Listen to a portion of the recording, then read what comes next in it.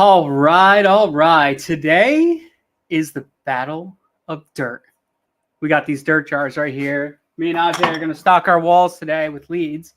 We're going to be locking up contracts. I got Ajay right here, and I got Jeff Smith right here. Say hi, boys. What's going on? Hey, boys. Yo. So today's super fun. We're going to be battling, right? And this is going to be an awesome battle. We're going to be going through leads. We've had a bunch of users submit leads. Actually, Ajay, do you have the link? Do you want to drop that form in there if anybody wants to share an extra lead today? I would love nothing more than to do that. So what we're going to be doing today is we've collected a whole bunch of leads from the community. And our goal today is we're going to be locking up contracts. We're just going to be ripping through these leads, one call closing these contracts all day long. It's going to be awesome. So you guys are going to watch us do this. Jeff is going to do some narration, and he's also going to talk through some of our calls and everything like that live as we're going. So Jeff, I don't know if you want to introduce yourself a little bit real quick, and then we'll go. Yeah. So guys, my name is Jeff Smith. I'm a sales trainer. We do land deals, subdivide, entitlement. Dennis and I are actually trying to partner up on a pretty big subdivide outside of Waco. So I've known these guys a long time. And I'm just here to provide entertainment as useful, some useful commentary, so you guys can also understand why these guys are saying what they're saying, kind of to break that down for you. And one, like, who isn't here to just watch a damn good show of these two guys locking up deals? Like, get excited that you're going to listen to two massively successful land investors. You're going to be right there listening to what they're doing. And we want you guys to not just experience, but we want you to understand why they're doing what they're doing. And that's what I want to help share with you guys. And I may throw in a couple of jokes around the way, laugh at them if you can. If not, well, I guess it's fine. So guys, let's get this thing started. I'm really pumped to be here. Let's go. Ajay. So I don't know if you guys don't know me, I'm Dennis. I am the sales coach inside Leah. Ajay, you want to give a little background about yourself? I'd love nothing more. What's up, everybody? Appreciate everybody tuning on. You don't need to be on for the whole 4 hours, but if you are, I've got a special surprise for you. No, I don't have any surprises. I might. Depends who's on. Your shirt off. Yeah, we were talking about that backstage. It no, got we're weird. not. I have plausible deniability. Now, if you don't know me, great to meet you guys. Ajay, I've been in land for about 4.5 years. I've been blessed with an awesome team. I've got a business partner, Ben. We've got 3 on staff. We've done everything from wholesaling infill lots to big rural subdivides. We've done an entitlement deal. We just love having fun and doing land. Most recently started up a cool coaching group here in the land community called Land Closers Academy. This is not me hard selling anybody into it, but if you're interested in getting better at some sales like we're doing today, check out Land Closers Academy, baby. We like to have fun. Yeah, Ajay, make sure you drop that link in the comments, in the general comments, not the private, and make sure everybody sees that because we want to get people over to your group. This is awesome. I think it's going to be super fun. So what we're going to do here, a couple of the rules. We're still working out some of the ground rules. We're going to go as we go because that's what we do.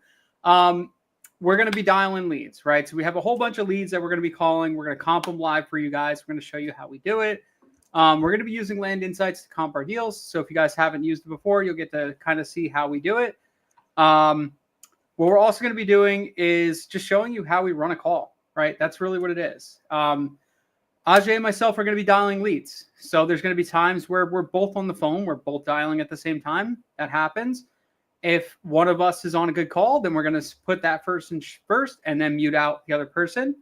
And then we'll go from there. So this should be a lot of fun. I'm really excited for this. I also actually have my acquisitions manager, Tyler, in here. He wants to come join the party a little bit. So he might call a few leads too. Why not? So, but he's backstage with us. And Tyler, you on now? I'm going to let you say hi, and then we'll start ripping out some leads. Yes, sir. Right here. How you guys doing? We're good, man. We're good. How about yourself? Good to hear. I'm doing fantastic. Yeah. So Tyler Yes, works sir. with us at Cash for Land. Tyler's crushing it, and he's just awesome on the phones. Tyler, tell me a little bit about yourself, where you're from, and all that. Yes, sir. So I'm from Egypt, originally from Cairo, but right now I'm living in a small town right across the border called Dahab. I'm a free diver, so I free dive by day and call leads by night. Yeah. Yes, sir. Yep. So we're Pretty gonna awesome way.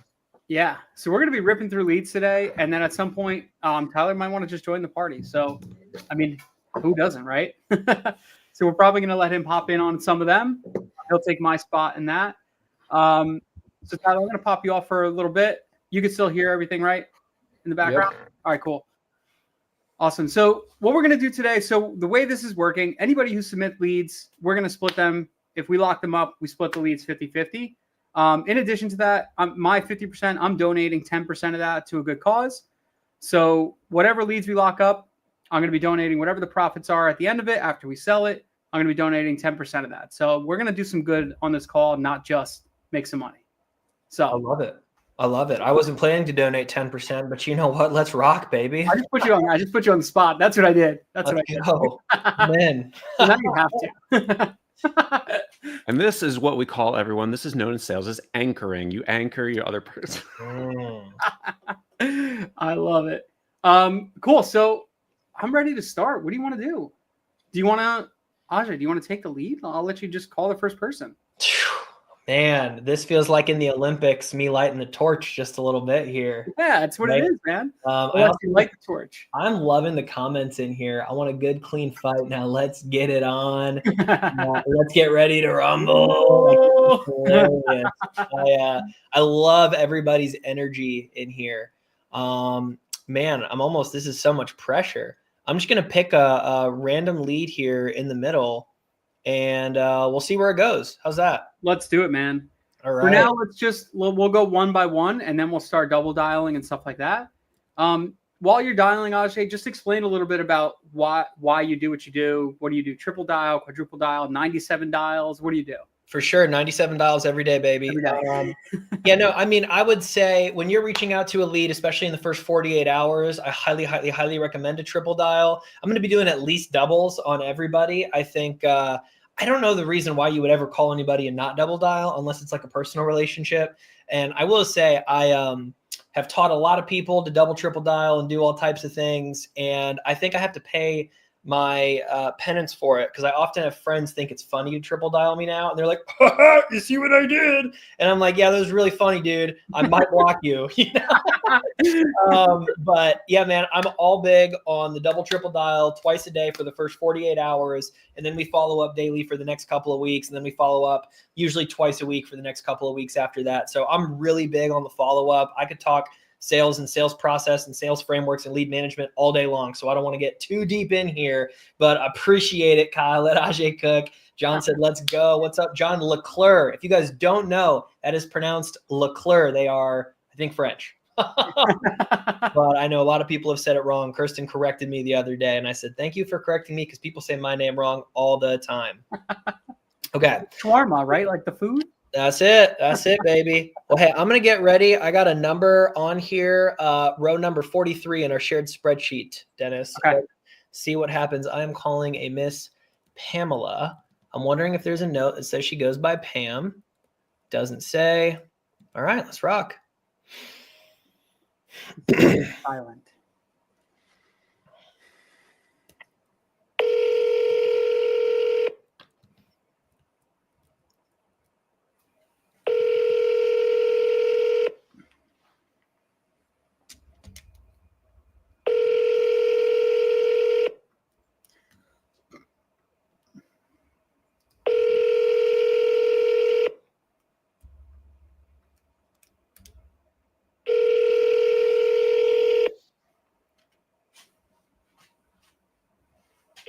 Three, 4, 7. Oh, we don't want that to go out everywhere. Let's run it back, though, shall we? Day of the life of a closer. We all know we get these long voicemail trails.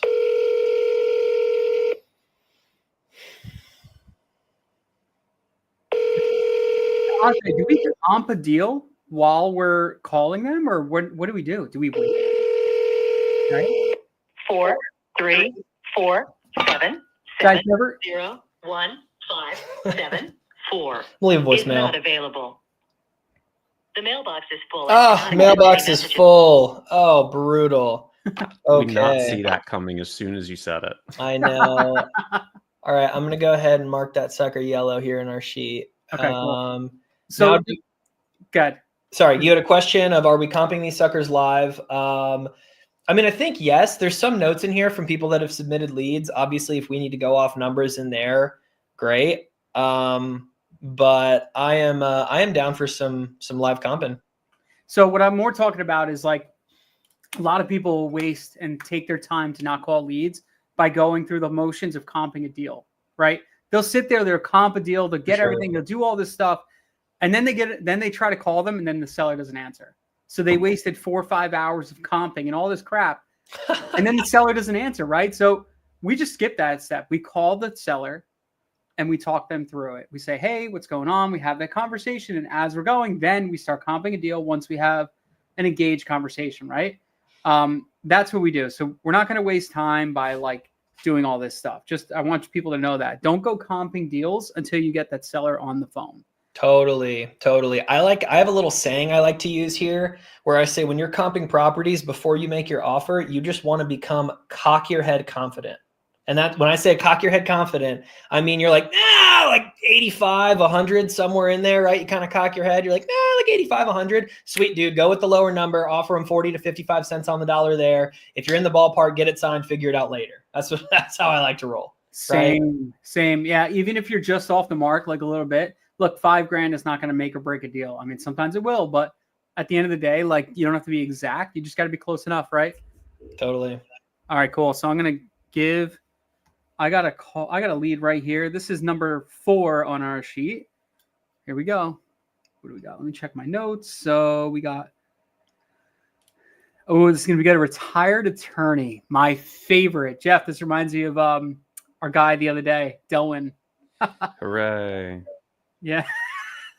All right. So this guy looks like he was asking 100. Okay. Let me give him a ring. Let's do it.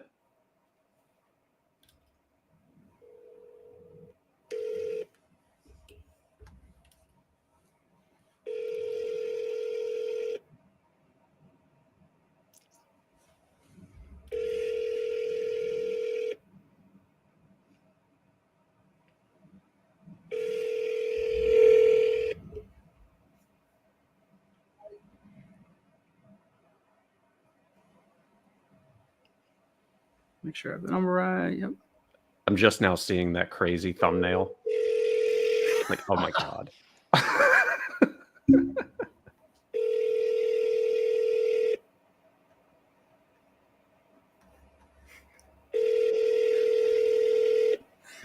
Cherry pick the 4th guy. That's funny. All right. That's double. Let's go for the trip. Oh my God.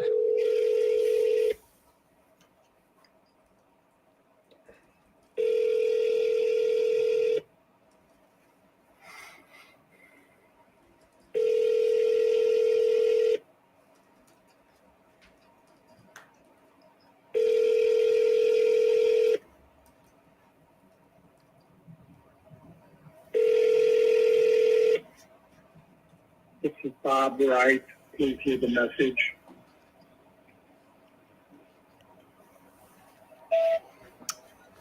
Hey, Bob, this is Dennis with Terrell Oral Investments. I'm just giving you a ring about your property over there in Indiana. Just give me a call back.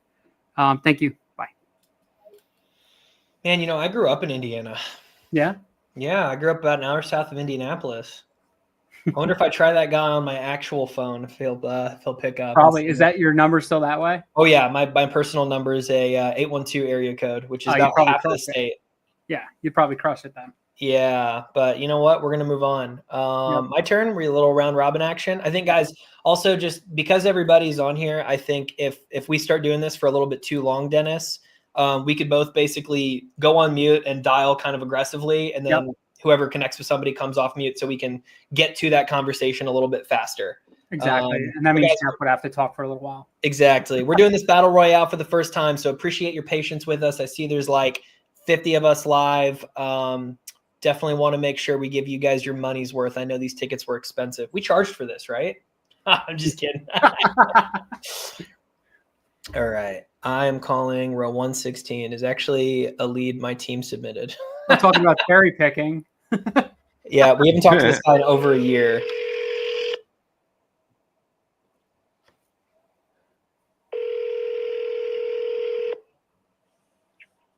Hello? Hey there, Bart. It's Ajay. Did I catch you at a bad time? No? Hey, Bart. So I am calling because you spoke with my team a ways back about your 66 acres you own out in Henderson County. You have any recollection of that conversation? Yes, I sure do. Okay. Well, I'm calling because back when we last chatted, you had some interest in potentially selling the property. I just wanted to see if that was still of any interest to you. Is it worth it for us to have a 10-minute chat?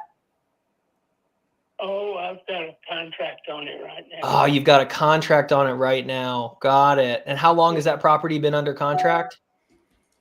Oh, just a couple of weeks. Couple weeks. Okay. So are you guys getting close to closing then? Oh, it may be a little while. Not long. Okay, not long. Well, congratulations to you. If it's not overstepping here, do you mind if I ask how much y'all went under contract for? Oh, it went for about 10,000 an acre. 10,000 an acre. That's a great price. Congratulations. Okay. And Bart, you don't have any other properties you might be interested in selling right now, do you?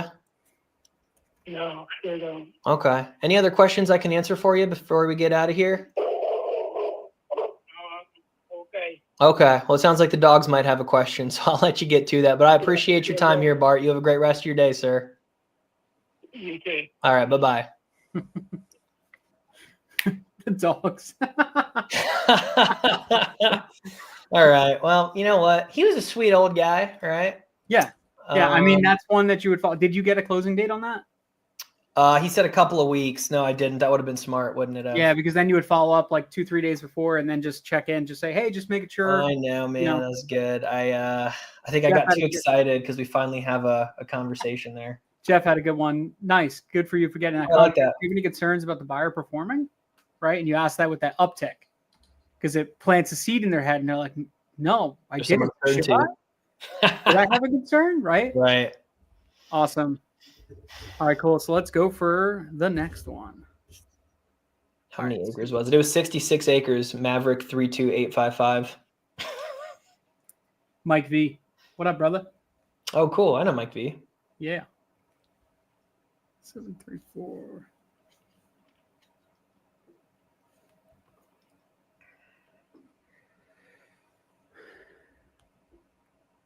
All right, cool. So I got this guy's email is Farmer Bill. I love this guy already. Let's go. Oh my god.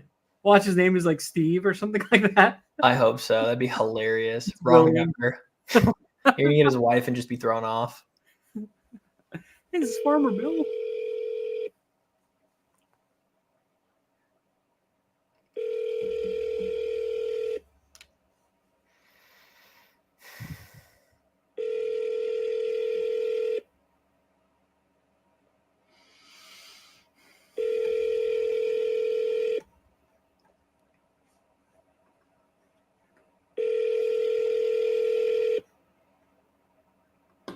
Your call has been forwarded. Double. Double, baby. So what I do sometimes, I'll even quadruple dial. I'll do a quick blip and then redial. So then it rings, then they're like, oh, and then I go to it too. Nice.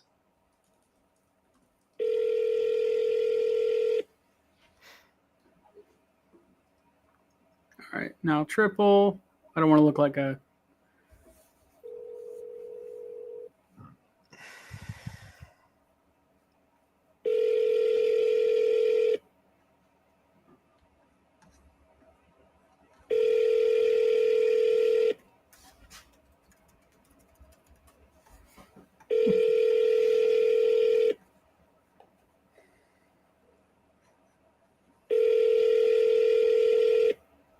Your call has been forwarded to voice.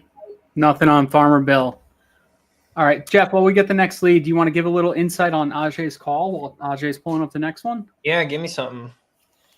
Yeah, I mean, there's not a huge amount to say here, guys. I mean, I think the way Ajay did it was fine. But obviously, when you find somebody who says, yeah, I already have it under contract, we don't want to get into a position where we're actually getting into a mood of like interfering with the contract because that actually has consequences. So what I like to do instead is say, just like I just like, okay, like amazing, awesome, like good for you, well done. Like how much did you get that thing sold for? Like I get excited about it with them. And they'll typically tell me the price. Like I'm gonna get 10 grand. Amazing, that's great.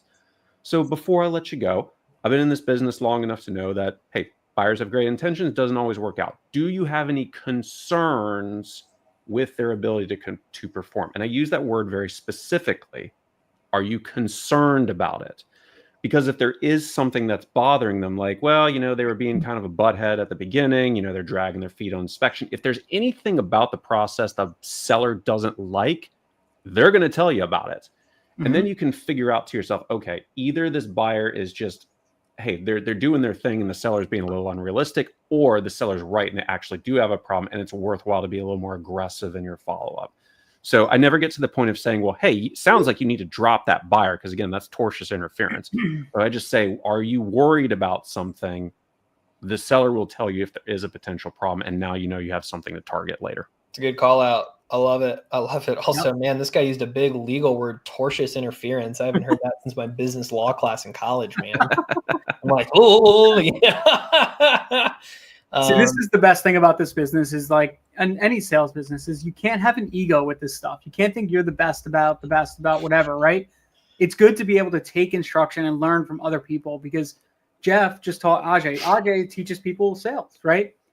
Yet Jeff also teaches people sales, but he just taught Ajay something, right? Totally. So it's one of those things. You always have to be a student. It doesn't matter if you're 97 years old. Be a student for the rest of your life, and you'll find success. That's really what it comes down to.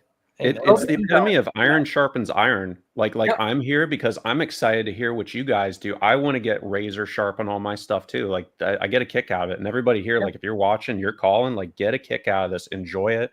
Use it for your own dialogue and improve. Yeah, always. Totally. Yeah, I actually didn't like tell Jeff like, hey, you got to come to this. He was like, dude, I want to come. Like, send me the link. Let's go. I want to be there. You know what I mean? Like that's the difference. Like he loves this stuff. It's just, man, I think it's like our addiction, right? Yeah. There's a lot of things wrong with us. For sure. I know. All right, Ajay's up. Who's got the next one? I got a lead queued up. Something that our good friend Preston submitted here in Virginia. I've never done business in Virginia before, but I've been trying. I still haven't done one there. I don't know why. Have you sent any mail there, Dennis? It's a good place. Yeah, we've sent quite a bit of mail.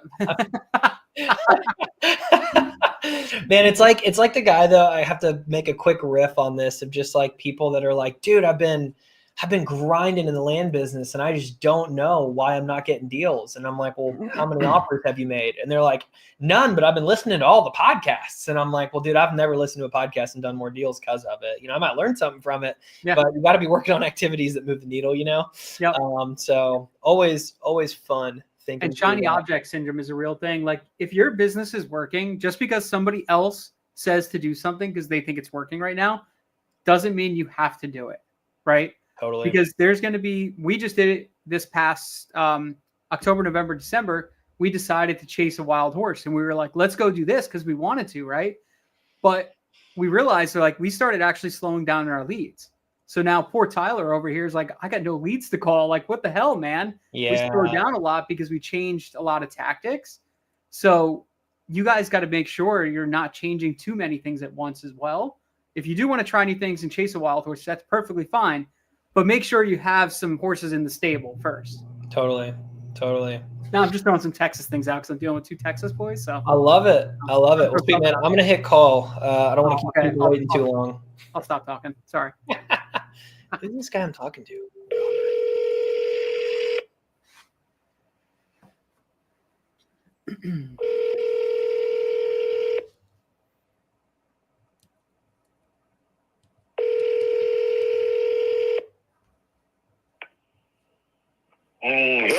Hello, Robert. How are you, sir? This is Ajay.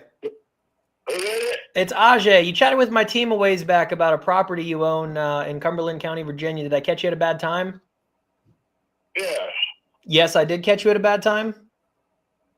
It's what, sir? I'm having a problem with the communication. Oh, I'm sorry. Can you hear me okay now? Yeah. Okay. I was just saying, I think you chatted with my team a ways back about your property out in Cumberland County, Virginia. Yeah. Do you remember a conversation with somebody about potentially selling that property? I've talked to over 20 people concerning that piece of property. Oh boy, that is a lot of people. Well, my goal, Robert, is to be the last, if that's a possibility. Well, what it is, let me real fast get to the bottom line of it, okay? Please. All, not you, but I'm going to put you in general, okay? All the land buyers, they want to send me an agreement, a purchase agreement, for me to sign to tie my property up for 90 days. Okay. That's asinine. I wouldn't sign anything, and I'm not going to. I'm not going to do any paperwork. What I do suggest, I do waste a little bit of energy and a staff, and I do send the request back and tell them, get your paperwork together, do your research, get your lawyer, you call me, I will go to my lawyer, and he will call your lawyer, and you and I will be at our lawyer's office. If you want to purchase the property, everything will be done by wire transfer. And I'm not doing anything. Only thing I'm doing is relaying your lawyer's communication to my lawyer, and he will call you back, and we'll get an appointment where we all get together on the phone, and everything can be done that way. Okay. Now, the price of the land, I get a lot of offers, $35,000, $42,000. The property is $60,000. Okay. Got it. Okay. And I just want to make sure I understand a couple of pieces here, Robert. First and foremost, with your attorney, we've worked with a couple in the area. Would you mind sharing his name and email with me? So if we were to come to terms, I could send over some information about us to him. I haven't spoke to him, but he's not even in the state of Virginia, and I don't know if he can even handle it. He may have to have a second chair here in Abington. I do not have in Virginia. I do not have a lawyer in Abington. My lawyer is in Tennessee, but he may have to have a second chair here to do this. I have talked to him off the cuff. He said he will handle it. Let him know what you people want to do, and then he will follow from there. He probably will get a second chair out of Virginia. I don't know if he can handle it as a Tennessee lawyer because he's not licensed in Virginia. Right. But we can get it done. I do know other lawyers here. I haven't spoken to them, but I'm going to stay with my lawyer in Tennessee and let him do his part of it. But he doesn't. He just knows that I have a piece of property in Virginia that people want, and that he said that he would handle it. So that was a conversation. So when you people do your research, get everything ready, get the deed, whatever you got, and you want to do it by wire transfer, it may take a week or so, but I'll get my lawyer to get a lawyer here in Abington, and we will call your lawyer, and you can be in his office, and I can be in my lawyer's office, and everything can be transferred, and everything can be signed by wire transfer. The concept is way over my knowledge because I'm just an old Marine that don't know very much, okay? I understand. Now, before we get off the phone here, Robert, just so I understand, it sounds like you've chatted with, you said about 20 people. I mean, was nobody comfortable chatting with your attorney before this? They all want me to sign a contract agreement, a purchase agreement, and I won't do that. And I am blunt, and I just, I do. The ones that have contacted me by letter, I do send their form back to them and tell them that the price it has gone. I'm telling you, it started at $25,000 and it's up to $60,000. And I don't know, someone says that the airport in Richmond is moving southwest. I don't know. I'm old. I'm 80 years old. if I don't sell it, I'm going to lock it up. I'm going to turn it into a land grant. So there'll be a piece of property in that airport that nobody can touch. So I don't care. I don't need the money. I don't have any money, but I don't need the money. So I would sell it. I need to get it off my bucket list. Like I say, I get at least 2 letters per week wanting to buy the property. Okay. I understand. I don't know what's going down. I don't know what's going down up there. I haven't been up on the property in the last 5 years. Okay. How far do you live from the property? I live 320 miles. 320 miles. Okay. And can I ask? Give or take. I don't know exactly, but I'm just guessing about 320 miles. Okay. Got it. And how long ago was it that you had picked it up originally? When did I purchase it? That's right. I believe I purchased it in probably 78, 82 or something like that. Okay. Got it. What was going on back in between 1978 and 82? Oh, I had a couple of dollars that I had to get rid of, and I'm a outdoors when I'm a deer hunter. And I was up there deer hunting, and I saw the sign on the tree that the Bank of Powhatan owned it, and I called them, and I went to their office and made them an offer and wrote them a check, and I purchased it. I believe it probably was in 82. Okay, gotcha. Well, I know season just passed, but you said it's been about 5 years since you've been out there. Was that for hunting season back then? Yeah, but I have a lot of health issues right now. I don't know if I'll be alive tomorrow, but that's beside the point. But I don't hunt as much as I used to. Okay. Actually, I haven't hunted in the last 3 or 4 years, but I'm still mobile. I'm still on my feet, and I do, and I would like to liquidate it and get rid of it. I don't know what's happening in that area, but somebody has more knowledge than I do concerning it. But I would flip it over. It's only money. You can't take your money with you. So I would probably, if I sold it to you for $60,000, I probably would donate the $60,000 to Wounded Warriors. Wow. I got enough money to live on the rest of my life. I'm a simple man, so I don't care. Right. I understand. What else? I mean, it sounds like is charity a big piece of this to you? Is it? I mean, what? No. I just I have family, but I don't communicate with my sons and my offspring. But my brother is my executor. And I don't, what I'm saying is what little money I have is going to go to him. I'll be dead. I could care less. So that's just the way life is with me. I just thought maybe I would take the money and I would distribute it to Wounded Warriors, but I wouldn't do it for people in New York.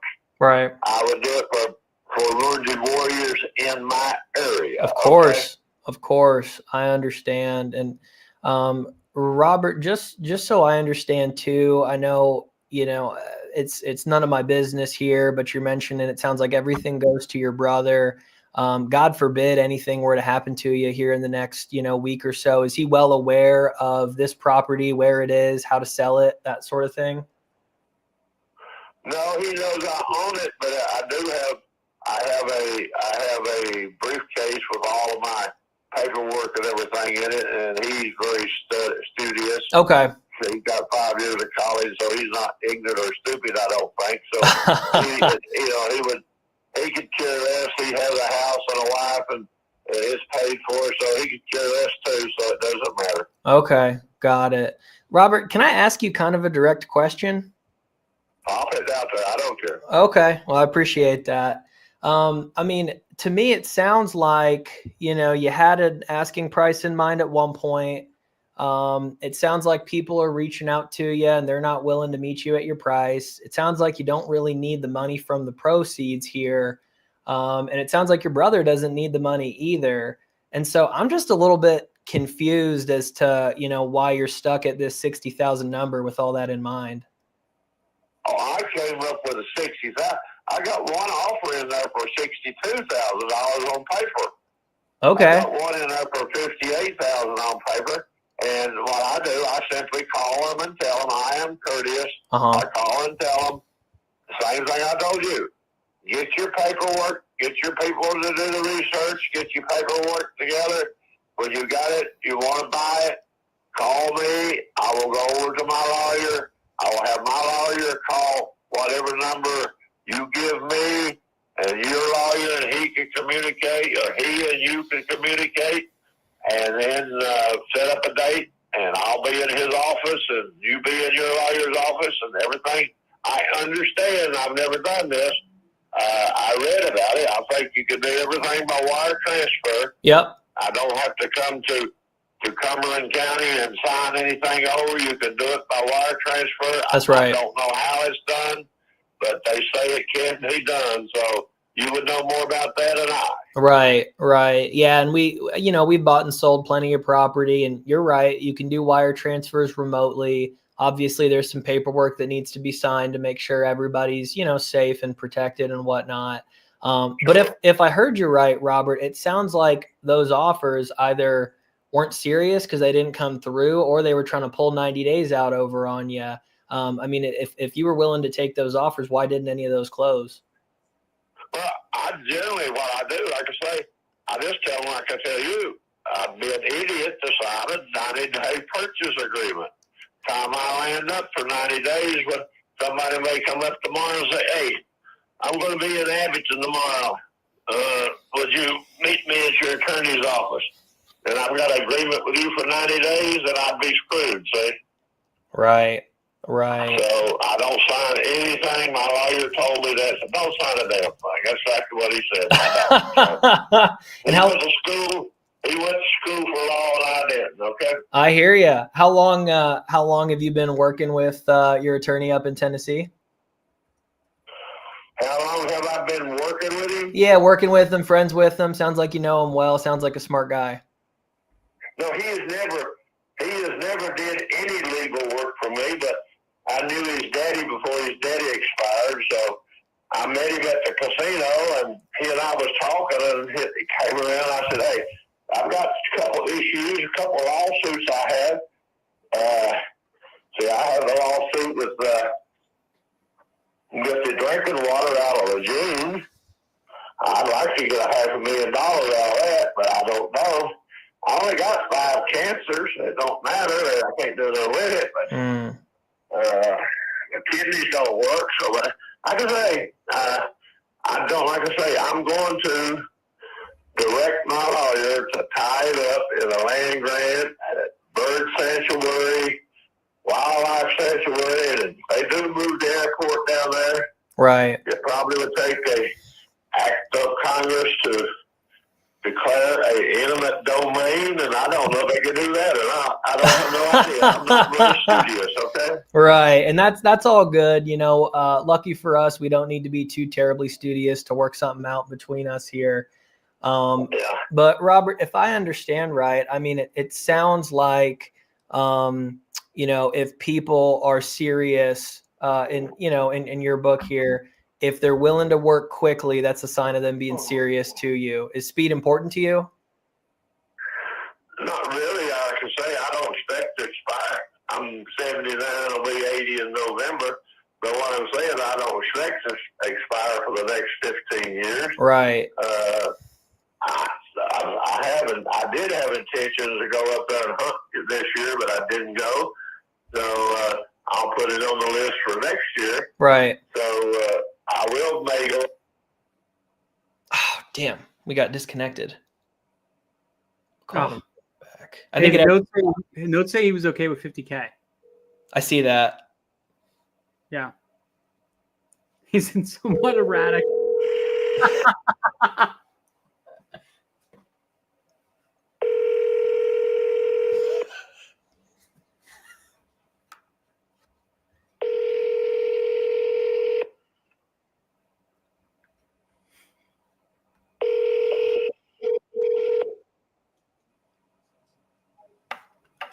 Dang, I don't know what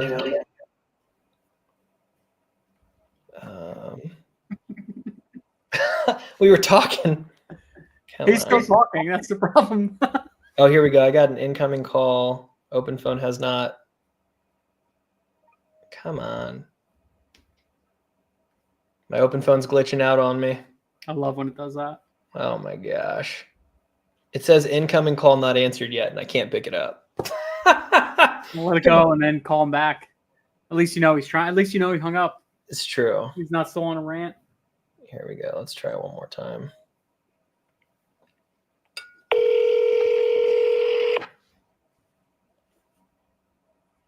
Yep. I think I lost you. Sir. I know. Something dropped. I was getting scared you hung up on me just when it was starting to get good. No, I didn't hang up on you. I don't know. Probably this inexpensive phone I have. Oh, okay. What kind of phone you got? Verizon, I think. Okay. All right. It works better in some places than others, I guess. Well, I just we lost it. So getting back to it, like I said, just go ahead and do what you do the research, I guess you have a firm that does that. Yeah, and I'll tell you, so Robert, we're just a small team. It's nothing too crazy. When we see properties we just give the owners a call to see if they might be interested in selling.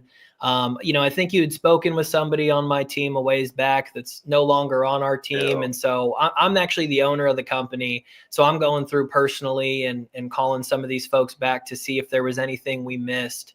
My goal is to understand what's going on in your life and if we can help. I understand you don't need to sell the property.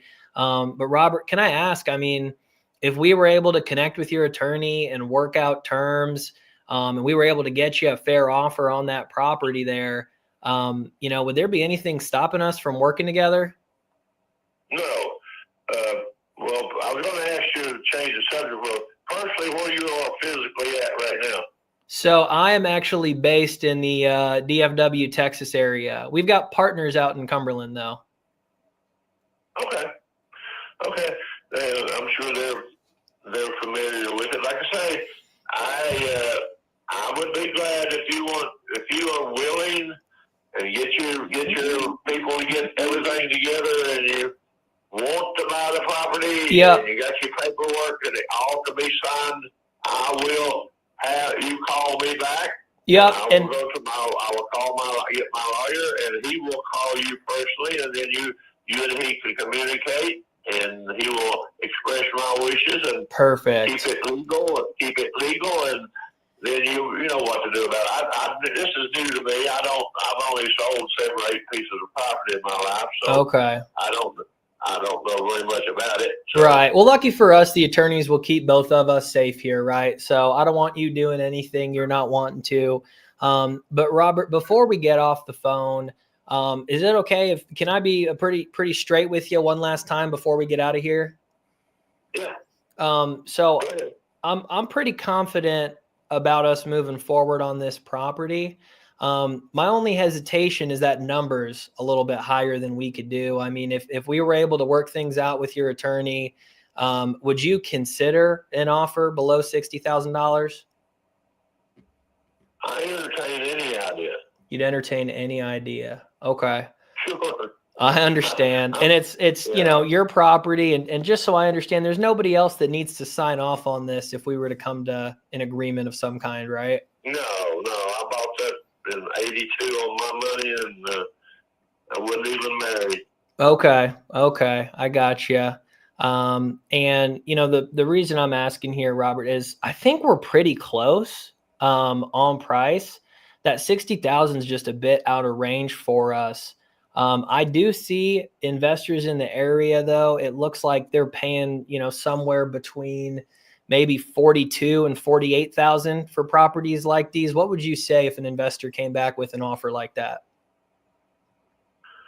Well, if you will give me a moment, I think give me a moment, and I'll give you. Let me pull my file on it, and I'll actually give you the name of your competitors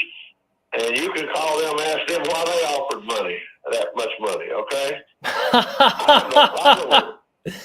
I mean, I'm more than happy to keep chatting with you versus them. But if I'm understanding you right, you wouldn't consider an offer in that range? Yeah, I would consider it. I have no problem with it. Like I say, I do believe one of the last offers I got was $64,000. Right. And I didn't do that. I raised it from the 52 range to 60 on my own. But I don't know. I think I got one for 62,000. I got one for 64,000. And I would be glad to give you their name and their phone number, and you can call and ask them what they know. I don't know. Yeah, and I'll tell you, Robert. I mean, it sounds like you're chatting with these folks, but they're not calling you back. You know what I'm saying? I think if they were serious, I think they would have called you back and be talking to your attorney right now. All I'm saying is I'm on the phone with you. I like you. I'd like to get something done in a range that makes sense for both of us. I can't speak to what other people are doing, but I can tell you I'm here right now, and I'd like to make something real happen. Yeah. Well, see, I have no problem traveling to Cumberland County. I had a couple lawyers up there in my lifetime, and I'm sure there is other lawyers up there would be interested in taking my side of the issue. Right. I have no problem traveling to Cumberland and meeting you or anybody else and pose a deal that way. I have no problem. Right. Like I say, you need to do your research, see if you want to buy it, see if you can sign a check or whatever, or try however it's done, and meet me at my lawyer's office. I get a lawyer, call a lawyer up there and have a lawyer meet me up there, or you have one of your representatives. It doesn't matter to me. Anything Sure that thing. makes you comfortable, I'll work into the program. Okay? Yeah, and I'm more than willing to, chat with your attorney, make sure everyone's comfortable as well. The most important thing is for it to make sense on our end, and to start the paperwork and to start chatting with your attorneys and make sure we're both protected here, would just be to talk through a price that makes sense for you, and I don't want to do any funky, super long closings. But what I do know is we could probably have this wrapped up in a couple of weeks in that initial range I gave you, sort of in that 42 to 48 range. We've done some homework on it, and we're pretty ready to move in that range. Yeah, I have no problem. You mentioned 48,000. I would think my lawyer up there probably would charge. I don't know how they charge. Probably a couple thousand. Uh-huh. So consider $50,000. Work it into your program and say meet me in Cumberland on a certain day, and we'll work it out. Okay. Okay. And just so I understand, again, like I mentioned to you, I'm based out here in the Dallas-Fort Worth area, but we've got partners out that way, and we've got attorneys that, close transactions that we work with out that way. So if someone from our side can definitely meet with you or meet with your attorney here.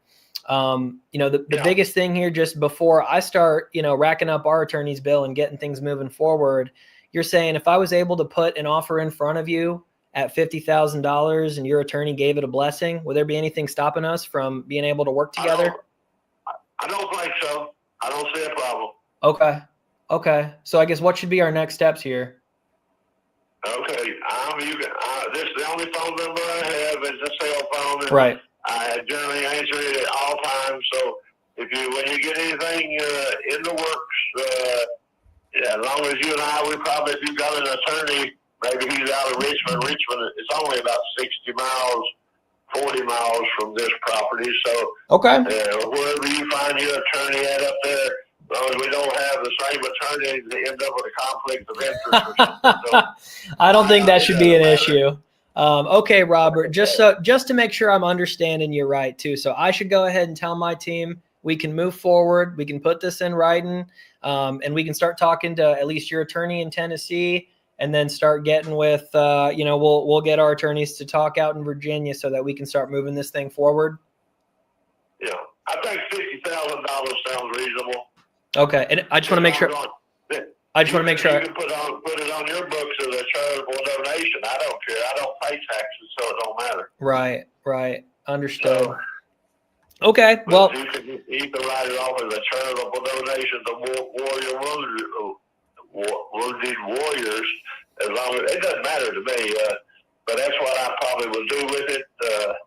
Like I say, I do play poker, and I do go to the casino, and I don't get excited about it, and I run a small poker game anyway, so it doesn't matter. Okay, I got you. And it sounds like you know what you're doing here. It sounds like you said you've sold a handful of properties in your lifetime.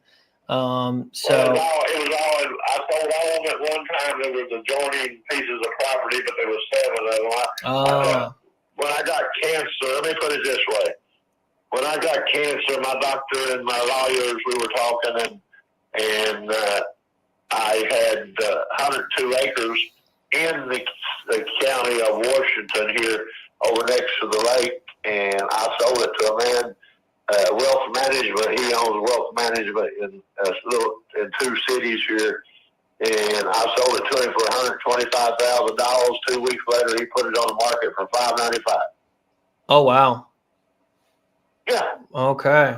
But I didn't jump up and down. It was, I didn't that was due to my either stupidity or ignorance, but it also was due to ill health. Okay. Okay, that makes sense. And Robert, before we get off the phone, can I make one last request here with you? Sure. I just want to tell you, my word is my bond. And I just ask that after we get off the phone here today, you do me a favor and, just continue returning my calls if we've got questions, being able to connect you with your attorney so we can address them directly. I just like open communication, Robert. I like transparency. And if you have questions, I'd really prefer if you just ask them to me directly, right? And we're welcome to include the attorney in anything. But I just want to make sure we've got open lines of communication here. If I understand things right, it sounds like we've got a deal, and we just need the attorneys to make sure everything's, like you said, kosher, legal, blessed, and we're able to make some things happen. Go for it, sir. I have no problem with it. Perfect. All right. Well, Robert, before we get off the phone here, are there any other questions I can answer for you? No, I have no problem. What I will do, I will call my attorney in Tennessee and see if I can get in to see him. I'm free Thursday afternoon, so I think I'll see if I can get in to see him and bring this conversation to his attention and ask him if he can handle it from the Tennessee side. That's way over my book learning. Uh-huh. And if not, then I do have another attorney here in Virginia. He can switch and get a second seat here in Virginia. Whatever he's got to do, he will advise me. I have to go on my attorney's advice, so we will go with, and then we will communicate with you. I'll not call you back. You go ahead and get some of your work done, and say a week from now, give me a yell back, okay? Okay, I understand. And wait, so just in terms of next steps here, you're going to call your attorney this Thursday afternoon, and then what's our next? Today and tomorrow, and see if I can get in. I'm going to be in his neighborhood Thursday, so I'll see if I can stop in, and he'll give me 10 minutes of his time, okay? Okay, that sounds like a plan, and then we'll just plan to connect again and keep driving it forward. Give me a call, sir. Appreciate you, Robert. Thank you very much. Enjoy the rest of your day. Bye-bye. Bye-bye. Damn! All right.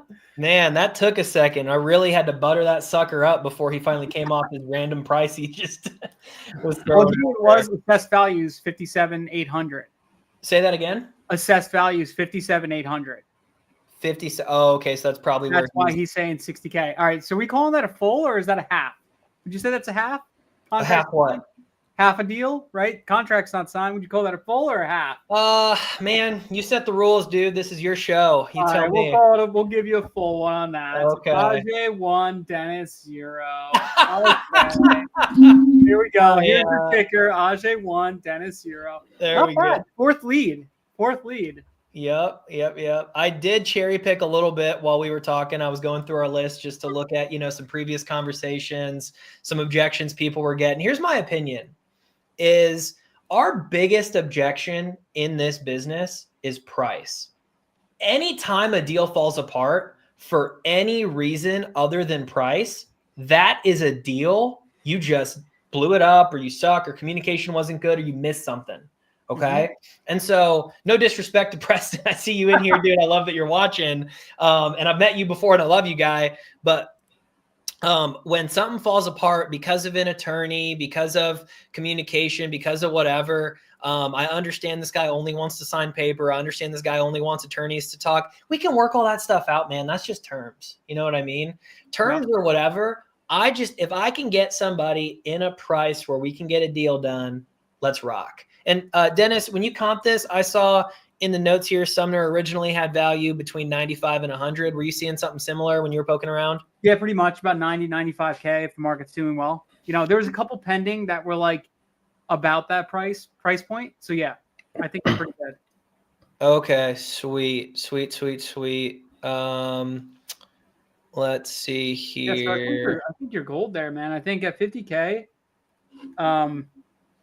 you should be pretty good. Yeah, sweet. Well, Preston, we're doing a deal together, buddy. That's what it sounds like. So we'll get stuff rolling on our end. I've never done a deal in Virginia before, but I've got some good buddies who do stuff out here, so this should be okay. And we'll make it rock. It sounds like he will not let us double close this. Mister had a lot of issues with timing. So Preston, we'll chat offline if funding money comes into play on how all this sort of plays out, because it's a little different than double closes now, but that's fine. We'll work something out that everyone wins. Yeah. But this was sweet. Guys, I want to hear, I'm reading through the comments now and catching up. My business partner, Ben, popped into the room. Ben, we're not sending out a PA or anything right now. This guy wants paper and attorneys and stuff, but we got a verbal, so we'll take that. We'll take it. What takeaways, questions, places I could have done better, feedback? What do you guys got? So I think like overall, like the fact you got him to finally come down on pricing and you have a plan in place. And guys, remember, like not every time you call them, you're going to get that thing inked. A great outcome of a call is, okay, here is the next step. Here is what we're going to do. And that's fine. And it may take a few phone calls until that's ready. That being said, I think you probably could have taken control of this conversation a little bit more, because he kept kind of spiraling in on the same thing. And so guys, when you hear these objections pop up, all these other knuckleheads are, wanting 90 days. They want all this other crap. This is where we can stand out and say, wait a second. Okay, let me understand this, because you're obviously upset about this. Was that the biggest concern you had, or was there something else? Totally. Say, no, this 90-day was bullshit. Like, I wanted to talk with my lawyer. It's like, great. What if I am different? What if I do something different? Would you work with me? I will not yank you around the way these morons did. And if that's what it took to get this thing done, would you meet me at this price instead? Because these other guys are just trying to wholesale it out. And crap all over everybody else as much as you need to. But I think because he didn't feel like it was truly connecting with him on what he wanted and why he didn't like these other offers. I think that's why he kept kind of spinning his wheels with you. Totally. And I think like there's two pieces here where I'm always very hesitant to cut off a seller on our, like, this is the first time we're talking, right? And you'll notice one thing that I really worked in was just trying to knock him off that number a couple of times. So I'm super adamant when somebody comes in pretty hot with a asking price of just getting him to admit that he'd be open to a lower price before I come in with the price at all. Right. Mm-hmm. So it's that old expression from Dale Carnegie, make other people think ideas are their own. If he tells me, Ajay, I would consider all offers. Right. Sweet. He just told me he would take a lower offer. Whether he realizes that's what he said or not, that's what he said. But now that we're here, see, now the difference on like the flip side is if a seller is like, I just told you I wanted 60, right? Now, because they said it, they're not really going to come off it as easy, right? Mm-hmm. And obviously there are nodes of me playing with my tonality. And I see Mr. Maverick saying a few things here. I saw in Preston's notes that he wanted 50. So I figured we'd be able to get back close to there. I was hoping to get him a little bit lower even, but I didn't want to hard close this guy because we were playing ball. And this is where folks that have seen some of my training before know in real estate, especially in my first offer, I like to shift blame for two reasons. Number one, it avoids a hang up, right? So when I say I see other investors in the area are paying between X and Y, if it's an insulting number, I can make the upper limit of my range whatever I want, number one. Number two, they're not going to hang up on me. And so I just get feedback, right? Mm-hmm. And I think Maverick here mentioned again, he mentioned twice, he said he would take 50. Exactly. right? He gave me feedback that, hey, yeah, like, you know, if you could get here, I'd be good. I'm like, okay, bada bing, bada boom, right? You'll also notice, I just want to sprinkle this in too. I've been just super excited about permission-based questioning in my training. So when I ask him, hey, can I ask you something pretty straightforward? Can I be pretty direct with you? Whatever I say after that is a lot less likely to peeve him off, right? Especially as men, when we get challenged in our decision-making, we tend to have an ego. But on the flip side, right, if I'm talking to buddies and I'm like, dude, can I be straight with you? You're like, damn it. All right, yeah, shoot, right? Now it's like you're mentally receptive to whatever they're going to say after. And there's also an attention piece there, right? Alex Hormozy is always talking about how we're in a war for attention. It's the same on phone sales. We are in a war for attention on phone sales. And so if I can ask questions that bring people to lean in, right? Like they're paying attention to me more, we're a lot more likely to do this thing. So anyways, this is all good stuff. I love what you're saying though, Jeff, man. You got some really good stuff. Another thing, Ajay, I would say too, like, is he mentioned a couple times he said stuff about like he was going to give it to Wounded Warriors. He's going to do this stuff. So like, yeah, I couldn't hear him on that. I missed that, which is why I wanted to repeat it back. And I was like, I don't know what he said. And I should have just chatted you. That's okay. No, so that's the thing. You guys got to like, this is like a good couple. This is a lot of things I want to say. So one of the things that he was saying, he was dropping breadcrumbs the whole freaking call. Donate to Wounded Warrior. I'm good. I got this. I got that. This is a rapport building phase, right? So you could have went into the conversation just like he says he has cancer. He has all this stuff, right? More than likely, he's probably a veteran, probably based on his age, probably served during like Vietnam era, right? And he's probably sick from that, right? So that's why he's good. He's set up. He's got the VA benefits, all that stuff. He's happy where he is. But he just wants to donate his money to Wounded Warriors because he knows his time on this earth is not for long. Totally. So, man, I wish I had heard it was Wounded Warriors. I was like, what did he say? And that's why I came in with the question of, is charity important to you? Because I literally did not know what he said beyond donate, which is always so tough in phones when you're like, I wish I got that.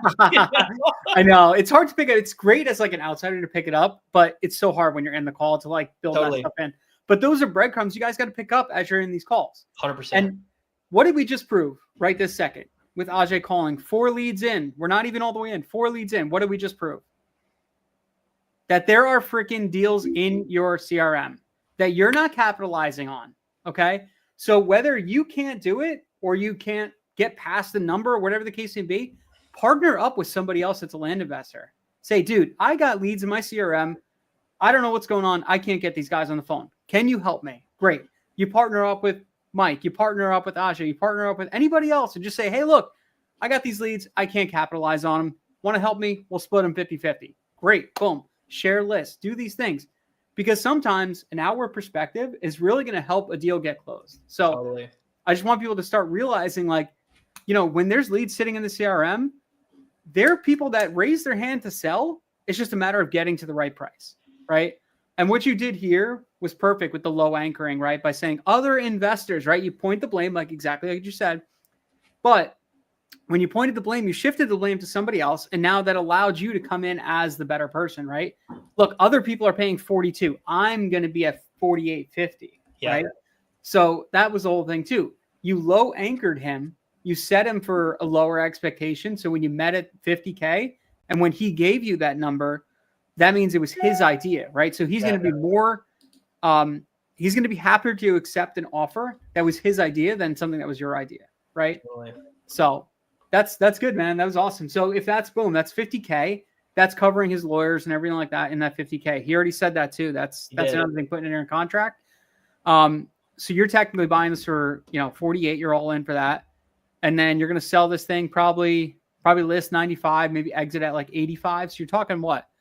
35K spread, I'll take that. Freaking great, man. That is insane. So yeah, awesome, dude. Bravo, bro. 4 leads in. I am proud of you. Thank you, brother. Couldn't have Can't say done I'm it not without you, jealous. What was that? Can't say I'm not jealous that it wasn't me who got the first lead, but just gonna say. Dude, we got 3 more hours, and our first 30 minutes was all blah, blah, blah. So we're just getting cooking, baby. We're just getting cooking. That's it. I just got to get one on the phone. I mean, that was your second one and you got on the phone, right? and boom, locked it up. So yeah, and first one had already had it under contract. That was my first negotiation. And this, it's so funny as a closer, like in sales, half the time you just want a good conversation. I'm like, if I can talk to a prospect that's willing to sell and we can just have a good conversation, my odds of turning this into business, I feel like, are so high, Yeah. Sweet. Preston says he took notes. Preston, DM me on Insta too, dude, so we can work some of this stuff out. I know you got my info somewhere.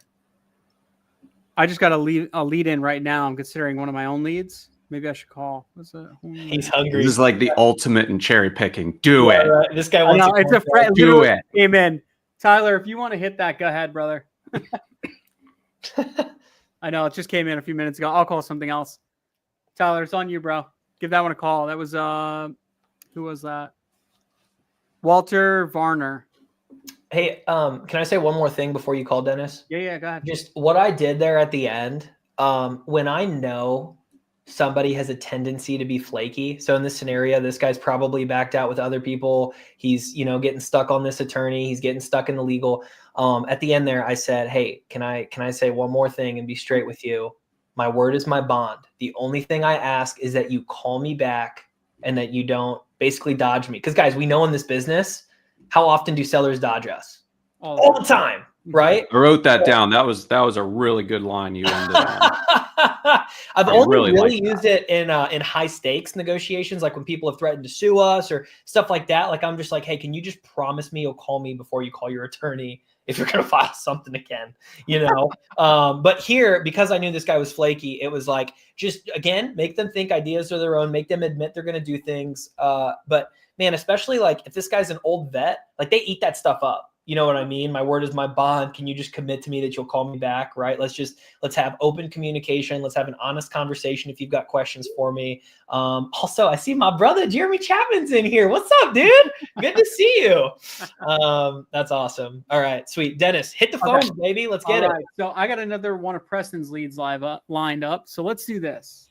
We're going to see if we can lock up all Preston's leads. What do you think? Should we do that? Should we just go for all Preston's leads? Let's do that.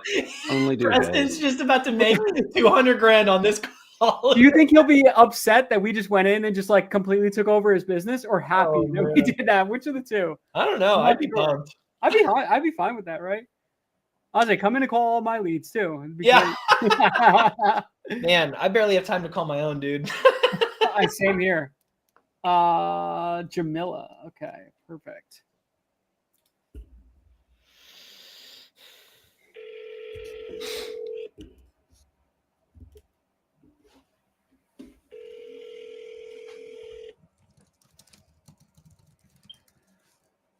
Hello. Hey, Jamila, this is Dennis with Cash for Land. How you doing today? I'm good, thank you.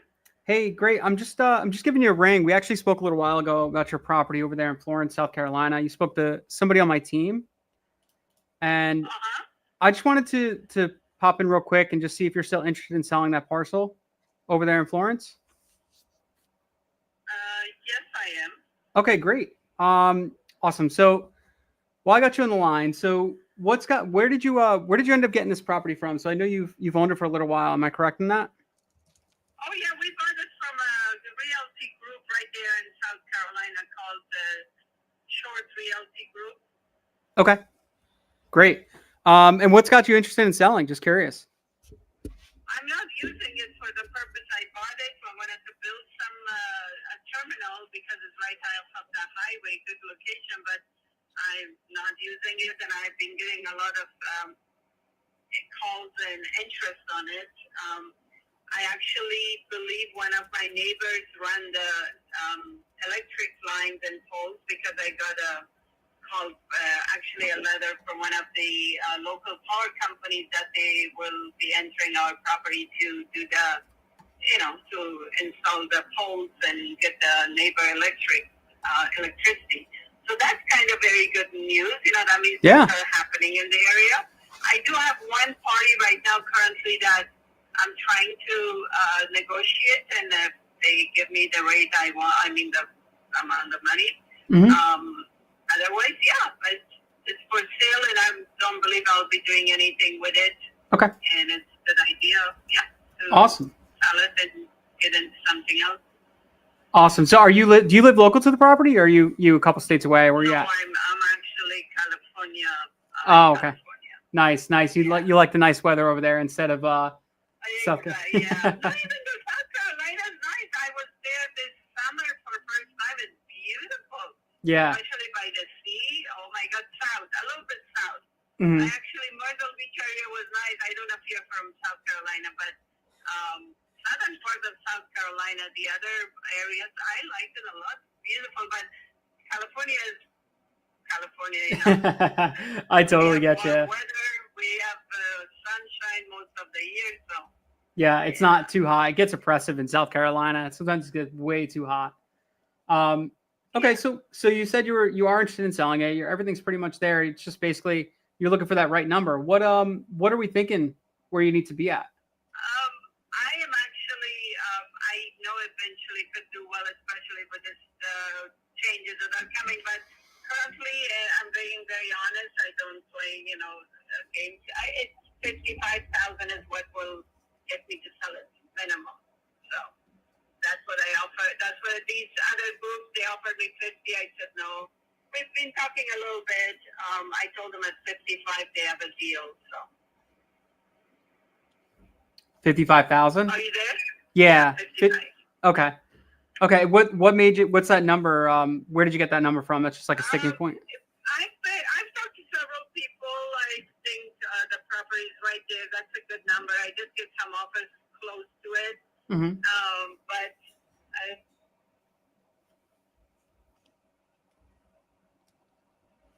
money, and that's really my number.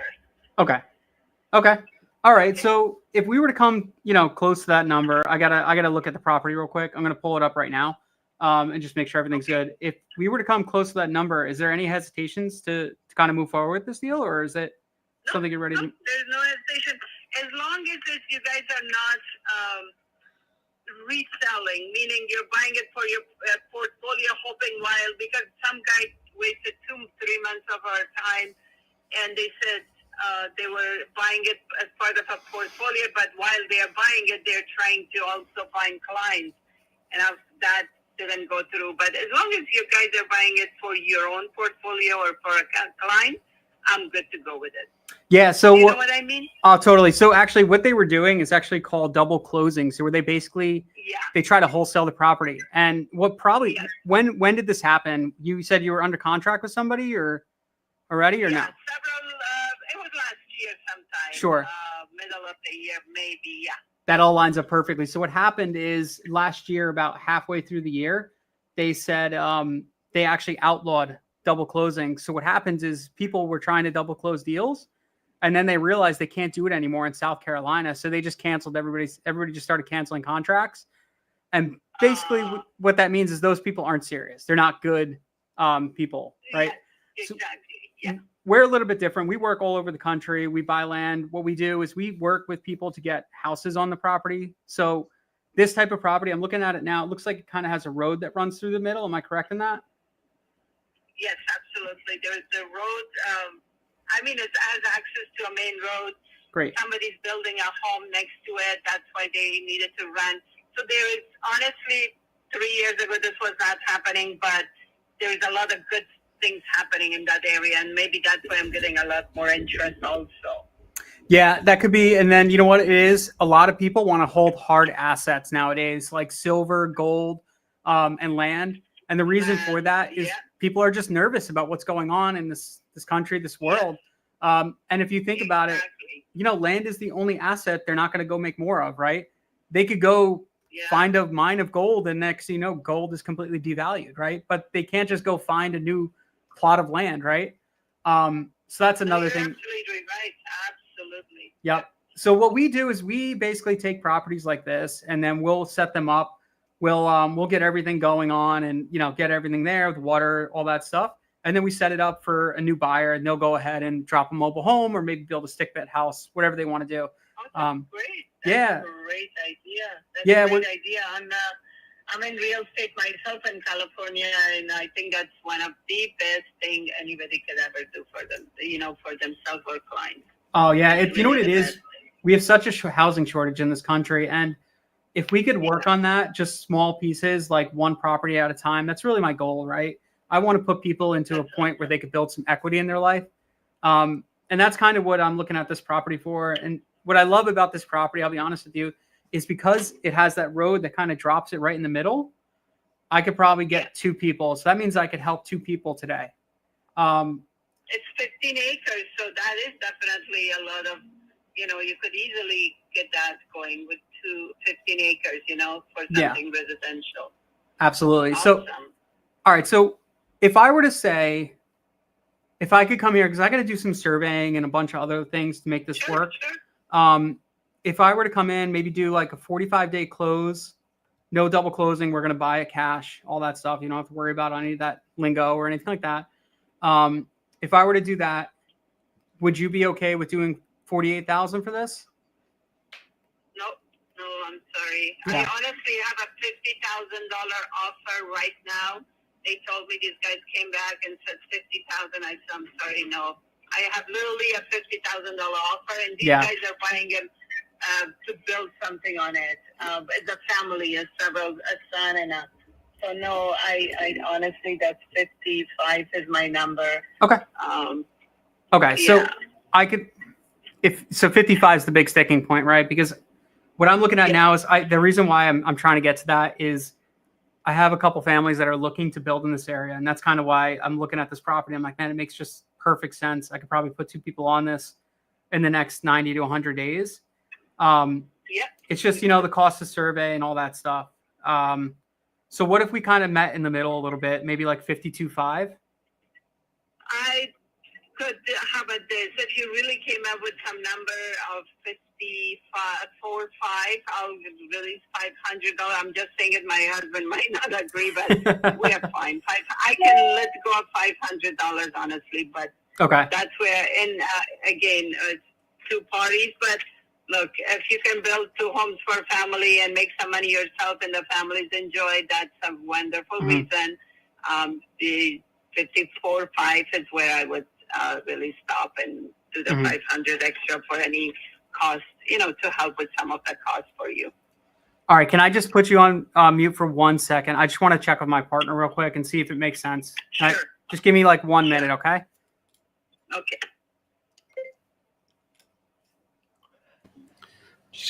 I mean, you talked her down $500. That's something. What's this? Take the win. I'm just going to lock it up at 50. I'm going to lock it up at 55. It's in the chat. Is that going to work? Is that going to work? Or are you just trying to even up the score? No, it's going to work. Okay. It's going to work. It's number 29. About 105, 90 to 105 split. That's not bad at all. Yeah. All right, so I'm gonna lock it in right now, and I'm gonna. This is what I always do, right? I'm gonna get in trouble. All right. Hey, you there? Yes. Awesome. Okay, so, all right, my partner's pretty mad at me, but I think we could do it. I'm good with the 54.5. Okay. Are Here's you? the thing. Can you do a little sooner than the 45? I could push for it. So the reason why we do 45 is just that's like an estimate to get everything rolling. Sometimes we could get it done close like sooner. We use Bradley K. Richardson to close all our deals. I don't know if you've ever heard of him. That's our attorney. Usually, when we bought it, we dealt with a law firm, but I don't know honestly. I'm not familiar with that, but I'm sure you guys are fine with who you use. Yeah. Yeah, no worries. That's all easy. It's just I like him because he's really trustworthy. He tries to push stuff through for us really quick. It's just sometimes there's like, some issues. Now, if you say you bought this, there shouldn't be an issue at all because there's usually no title or anything like that.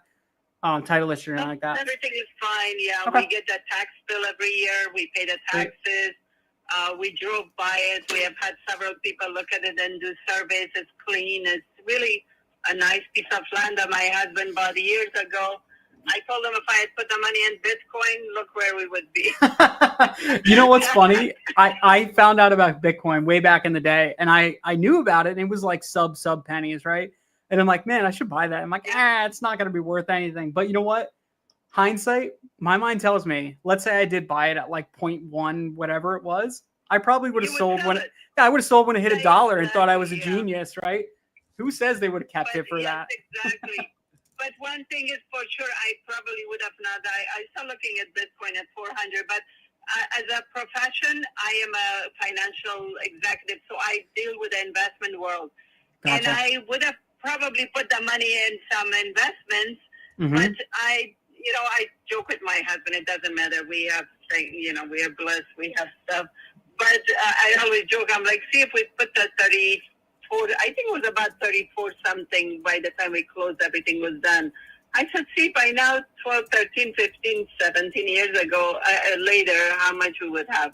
But Yeah. of course, you don't keep it, right? Same Yeah. thing. You Hindsight's always doubled 20/20, your right? money and sold it. Yeah, hindsight's Yeah, always so, 20/20. You always look back. All right, so quick question. Exactly. So you said your husband as well is going to be on this. So if I'm going to send you over a contract, Yes, we are both. Okay, Yes, great. We're both on this. Okay, great. So I'll have to get his email. And what I would do is I would send you a contract through email. You go through everything. Yeah. And then I'll Yeah. just put all the terms in there. So I'm just gonna write this down as we're talking. So I'm gonna do a 45-day close on there. And the only reason why I need that is just in case. So I have that buffer so we don't run into any issues. Okay. I'm gonna push to get it done sooner, but I just want to set the expectations. Like it's not in my control. It's the title companies. Okay. So Okay. I'm gonna shoot for that, but if I could get it done sooner, I will. We are gonna do 54,500. Do you have Yeah. any like due diligence or anything like that on it? Did you get surveys? Did you get perk tests? Anything like that? Nothing recent, but I know a couple other companies did. I had really some people interested, and they did a bunch of stuff on it. I just never got copies. Initially, we may have done something, but honestly, nothing else. Mhm. Yeah. Okay. I nothing that I can provide you. Okay. No problem. If you can provide anything, that's just great. You know why? Because that just makes our process a little bit simpler. It would speed things up, right? And then I could probably shorten this thing up a little bit tighter so that we don't have the long due diligence phase. So here's what I'm going to do. I'm going to get that contract sent over tonight. And then if you want, you could give me a ring back. I'm in New Jersey. You're in California. So you give me a ring back anytime. And we could go over the contract when you and your husband are both together. Let me just do this. Can I get your husband's email?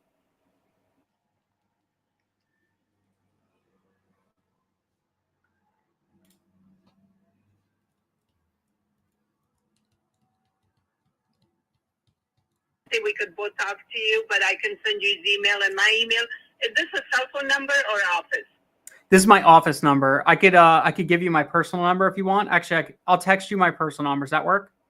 Please. Okay, please. I'll do that. If you texted this, then I'll text you the email. Perfect. And this is a good number, and we can chat if you need to talk to him. Okay, great. Yeah, I'll go ahead and I'll send you my personal number in about like 5 minutes. Okay. And then go ahead, just reply back to me. And then once you get your husband on the line and key him into everything that's going on, we could hop on another call and just go through everything. Okay. Awesome. Sounds good. Thank you so much. All right. Thank you. Thank you, Jamil. I really appreciate it. Take Looking care. forward to working with you. Of course. Good luck. All right. Thank you. Have a great day. Bye now. Bye-bye. Let's go. Two, baby. Two, baby. Done. Preston's like, I just made like 50 grand. What's going on? Yeah, right. Should we just be doing these like every day? No, I'm just. I would be so exhausted if we did this every day. Oh, it's like. Would you be exhausted if we made 25 to 50 grand every hour? I'd be exhausted probably. Hey, give me your wife's number. She'll get you excited about this real quick. Let me. I think she's on here. She's on here. Don't worry. Oh man, I love it. So, all right, let me update the scoreboard. Let's we got go. one, and then I got a text. Ding. So, what do you guys think? Give me some feedback. I think, overall, obviously, we got the deal, which is the most important thing, right? I think a couple of things that maybe I would have done a little bit differently would have been just like tying down some of those objections. My one wild card that I'm nervous about for the contract is the husband. Oh, I was muted. Her husband is, he's on a flight from Croatia right now. So he can't hop on the call or anything like that. I muted up to get his email, and then she said that, and I was like, I should probably just unmute. But yeah. Okay, perfect. Well, then it hopefully isn't an issue. I think I would have just drilled down a bit as soon as he was like, my husband won't let me go much lower type deal, just to see, hey, when I send this over, again, man, I'm big on calling out all the things that go wrong towards the end of this call. So like, I think if I would have tweaked one thing, it would have been really just driving in like a partner spouse objection potential of like, hey, whatever her name, what was her name? Remind me one more time. Jamila, can I ask you a straightforward question? Can you just make me one promise after we get off the phone? She'd be like, what's that? You're gonna get this as somebody in real estate. Come to terms with a buyer or seller in your field of work, I'm sure, and all of a sudden they just stop returning your calls because a husband or a wife or somebody changes their mind, right? Can you just promise me after you guys sit down and chat when your husband lands in Croatia or gets back from Croatia that you'll at least call me back so we can have a conversation? Just something there, I think it's your only risk in not getting this signed. Other than that, I mean, you were on in price, you had a great conversation. She tried to hit you with a timing objection and you were like, yo, dog, 45 days is quick. Title's got to do their thing. And she was like, okay, yeah, you're right. Everyone wants their money. She's in real estate. She knows that. She gets it. Like, exactly. She gets it. And I think if I'm going to, because I always build in extensions into my contract. So like, I'm going to have that extension in there. It's fine. Nice. Like and I'll have to go through that because you know how title is. She knows how title is. Everyone knows, but she just doesn't want to deal with another 90-day double close situation. Exactly. So, yeah, I think it's a good deal. I think it's just a matter of, Preston will hop on the phone together. I think it's just a matter of a lot split, and then we're good to go. Actually, did I show you guys the lead? No. Okay. No, let's see it. Jeff, I thought you were. He's gonna share and start comping and be like, "This thing's worth like 30 grand." Jeff, are you able to share screen or no? Yeah, let me try. I'm sorry, Dennis. I totally could have hopped on Land Insights and I just did not. I was too enthused. That's all right, guys. That's all right. So I hope you're friends with Aaron Waxman. That's like a friendly fire, right? Yeah. That's my buddy. Yeah, I was like, we're kicking this dude out with that energy if he's not. Is this? No, man, I have no idea who this guy is. Yeah, right. Here, how about this? And this one's better. Jersey strong. Let's go. All right. So what I like about this deal is look at this. This is like a perfect lot split situation. Look at this. Right down the center. We got nice, pretty level ground, all that stuff. We got South Carolina's got a 5-acre exemption too, right? So you should be able to split that right down the middle just with the survey. Absolutely. The only negative is this side has some wetlands on it, but I'm not too concerned about it. I think we'll be all right because it looks like it's mostly over on this side. So that's pretty much that now. Fine. Yeah, we're fine on that. So we'll look at some comps. Now, Sumner and Ryland both comp this. Well, that's a 149 sold for $10K an acre. Damn. So 63. Let's check this guy right here. So we got a 5-acre for $12K an acre. Oh, so no, that's 5K that sold for 12K. Never mind. So I really didn't even comp this deal. I just kind of went by Sumner's numbers. He's saying we're good, so I trust him. We'll have to comp this again. Preston, you went through this, right? So we got that. I'm waiting for his comment. Yeah. So yeah, it's a pretty good lot. I mean, I do think it's a good deal. I think I'm just gonna have to look at this. I'll have my realtor look at this, and we'll take a look at it and see what the real numbers are before we really go through the whole title process. Yeah, submitted this. Okay, yeah, he just comped it, so we're good to go. Sweet, and then mark that green in the spreadsheet, as in we got the verbal. I think I did already. Yeah. Okay, sweet. Green, verbal, good to go. And just good signs. I text her, she texted me back, so we're good to go. Let's go. Let's go. Let's go. 1 for 1. I love it, man. I love it. Should we just keep going on Preston? Was that a Preston lead too? That was a Preston lead too. Oh, Preston's making more money than all of us. Now we're gonna get some angry people, man. We're 90 minutes in. If we don't close anybody else's deals, Dude, that's hysterical. Whoever U.S. dirt buyer is, he was going to be super pissed if we didn't call in some of his. I think leads. was that Bruce May, or was that somebody else? What's up, Kay? Sweet. Gosh, we're getting blown up in here. How many people are with us right now? Do you know? It peaked at 90. It's dropping down to 67 right now. Man, what'd you do on your call, dude? Where'd they go? I don't know. I bored everybody, I guess. They're like, it's just these guys, just, calling. I've got a lead right here that looks pretty interesting. It's double close pricing, so not exactly flip, based on potential asking price that fell apart. So did you already call this one? Row 78? I feel like you called a Bob. No, I did not call Bob. We got another meeting with the Bobs. Bob's. Battle of the Bobs, baby. Oh, yeah, the last guy I closed was Robert, wasn't he? Yeah, I think That's so, right? Yep. All right. Am I good to make this dial? Yeah, Go do your for thing. Bring you up. All right. All right, Bob, come on. Give me Send some them green. cookies.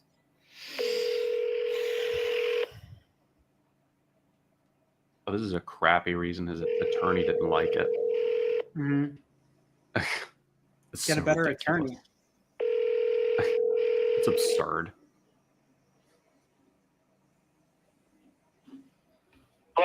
Hey, Bob, it's Ajay. Did I catch you at a bad time? What'd you say? This is Ajay. Did I catch you at a bad time? I am still sorry. I didn't get your name. Oh, my name is Ajay. You had spoken with somebody on my team about your 7 acres in Chatham County. Is now a bad time to chat about that? I'm not going to sell it right now. You're not going to sell it right now? Okay, did something change since in the past couple months here? Are you located in Chatham County?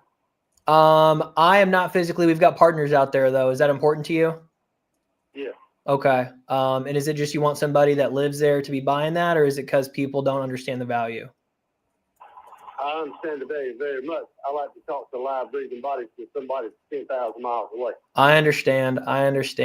And I am pretty far away. It may not be 10,000 miles, but I understand the hesitation. Would it be worth it for us to have a 5-minute chat and I could send one of my partners to meet you in person here soon? Not today, not right now, because I'm feeding cows. I got a cow here in just a little bit, and it's getting dark, and I ain't got no lights in the barn. Okay, well, that's a pretty good reason to get off the phone then. Is there a better time for us to get back on? Yeah, maybe in a day or two. In a day or two. Okay, and is it better to call when it's not daylight out to make sure you're not feeding cows? Well, I don't have good reception at the house, so. Okay. Yeah. So are mornings or afternoons usually better? If you're going to call me at the house, you need this number, 919. Oh, give me 1 second here to make sure I write it down, Bob. 919.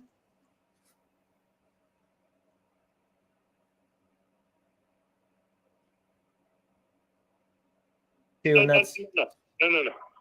22436. okay. Well, I'll give the house a call. Would you prefer I do that during the day or in the evening? No, that's my other mobile number. That's a better phone. Oh, okay. I gotcha. So mornings or evenings are better. Either one. I'm just busy right now. I hear you. Okay. Well, I'll let you get back to feeding the cattle, and we'll chat here soon. All right. Thanks, sir. Thank you, Bob. Bye-bye. I will say that started with he wasn't selling with me and ended with like a loose appointment. That was a little tough. His audio is choppy. His signal wasn't great. He said he was feeding the cattle and losing daylight. It's tough on those because you're like, how hard do I want to go on sales right now to play? Let's keep this guy on the phone. My favorite pastime, But it's a dumb game. It's a good exercise. It's a dumb game. So you were wise to say, hey, we're at the wrong timing. You got him re-engaged to actually say, I'm willing to have this discussion, just not right now, and set the next appointment. Totally. Like, that was perfect. Yeah. And he had an objection of, are you local? And I was trying to figure out, is that just because people who aren't local in his mind keep offering him 20 grand for his, $250,000 lot?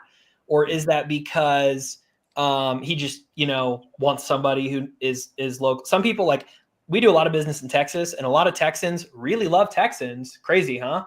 And so they are like, oh, you're not in Texas, I'm not doing business with you. Done deal, you know? So I got that kind of vibe, and I wasn't sure which one it is. And that's where I'm like, can I send one of my partners out to you? Which is really just going to be whatever agent makes sense out here. Just so you guys know, we have a little bit of espionage on this. So in our list here, what it told us was someone had sent out a contract at X number of dollars. It was going to work. And the attorney said, oh, these guys aren't based in this county, therefore don't take the deal.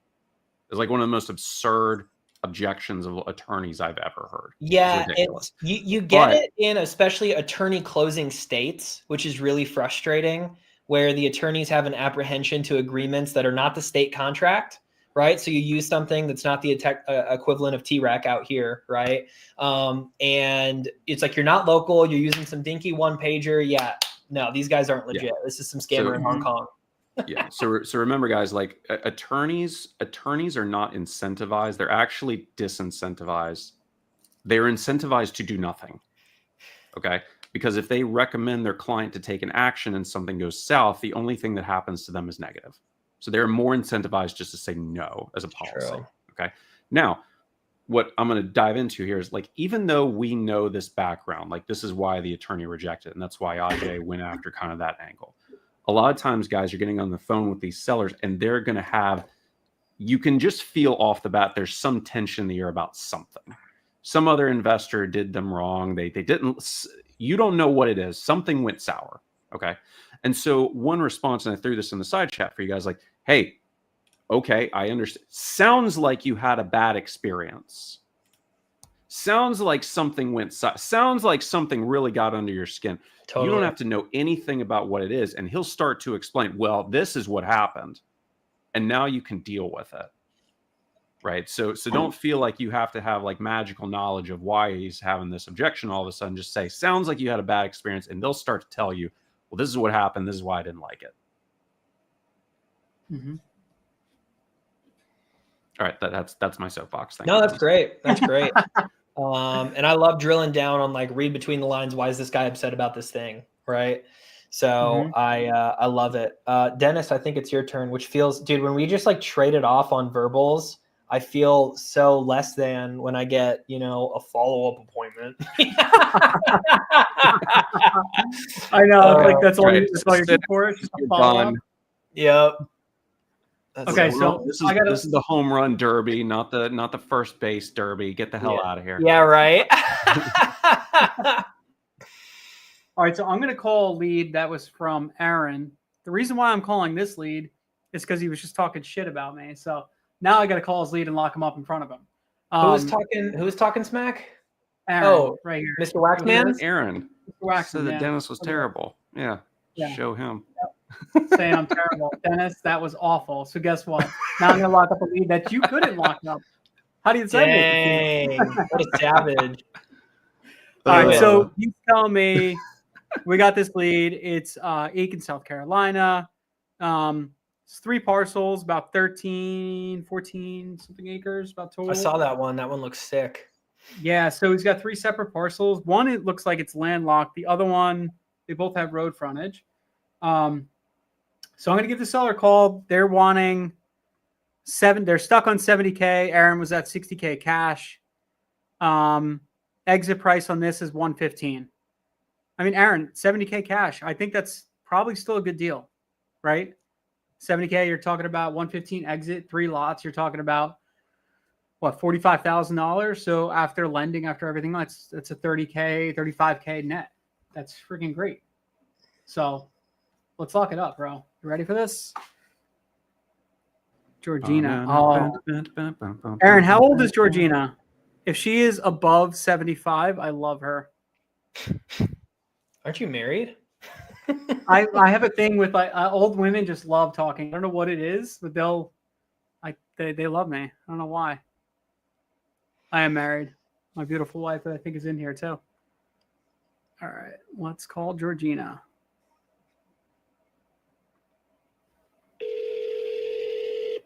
So in the chat, guys, like, who is the seller you're unstoppable with? Who's that avatar?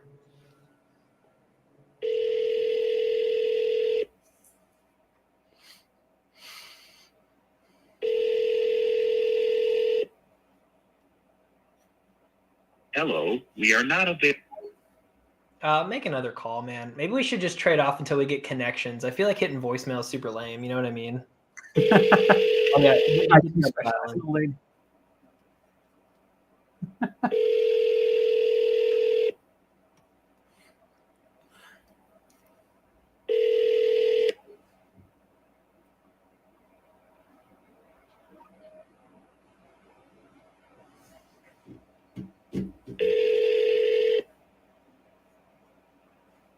Hello, we are not available now. She sent me the voicemail. Leave your name and phone.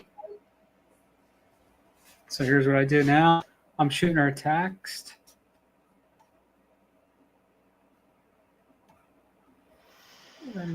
Get Ajay, if you want to start calling, I'm gonna shoot her a text, and then Okay, I hadn't picked a lead yet. I was poking through some of these. Just Okay. like knowing we've got to dispo these, I just like want to be mindful of all my state returns. That's like not entirely, it's not a reason I'm actually disqualifying, but we're early enough. I mean, we got 2 hours left. You know what I mean? yeah, exactly. Um, I mean, so far we should have a counter of how much these splits are, what do you mean? or how much her pipeline we just created. Yeah, I think my deal was, just shy of 50 grand. Yours was what, 50 grand? We're 100 in. Yeah, about 100. Yeah, probably. I think it was like 90 to something like that. Hell yeah, man. That's not bad. Maybe we should get an office together, Dennis. You down to move out of New Jersey?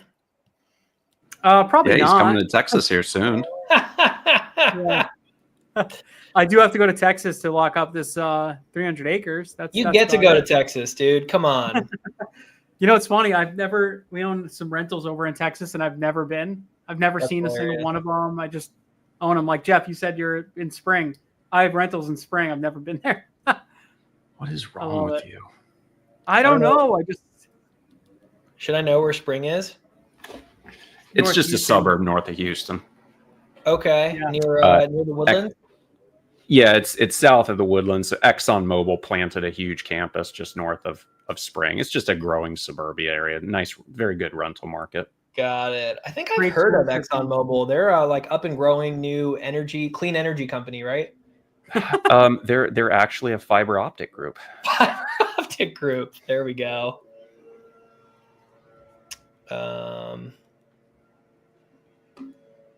People are gonna watch this video and be like, "What the hell are these guys talking about?" Yeah, right. They're gonna just skip around and be So like, weird. "Is there anything going on?" Okay, sorry, I'm distracted. Just like the spreadsheet's so big. I feel like I need a bigger screen. I know. I have like my 31-inch monitor. I'm like, it's not big enough. Yeah, mine's 25, 26, something like that. And yeah, I'm usually like, man, this thing's so big. I had to get a massive desk for it to fit. And today I'm like, oh man, so Ben and I, when we work in here together, we've got a 40-inch TV that we'll HDMI into, which is always fun.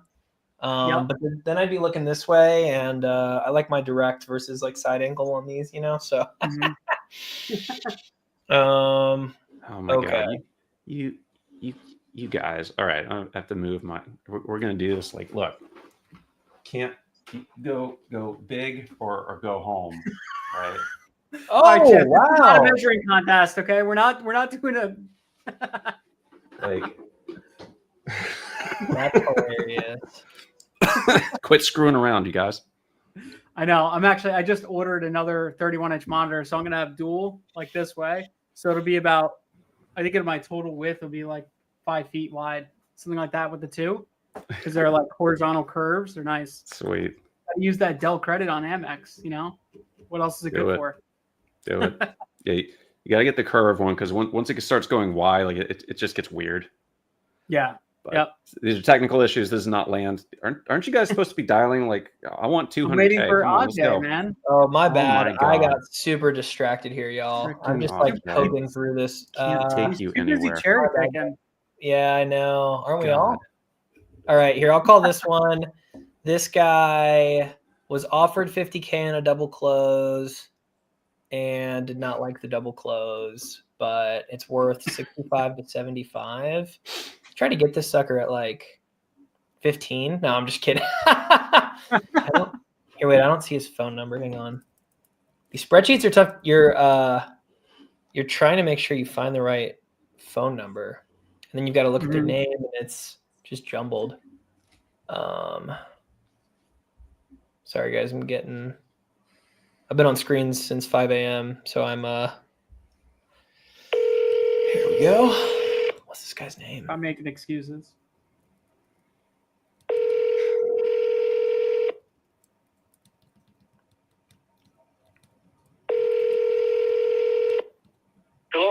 Hey, Terry, it's Ajay. Did I catch you at a bad time?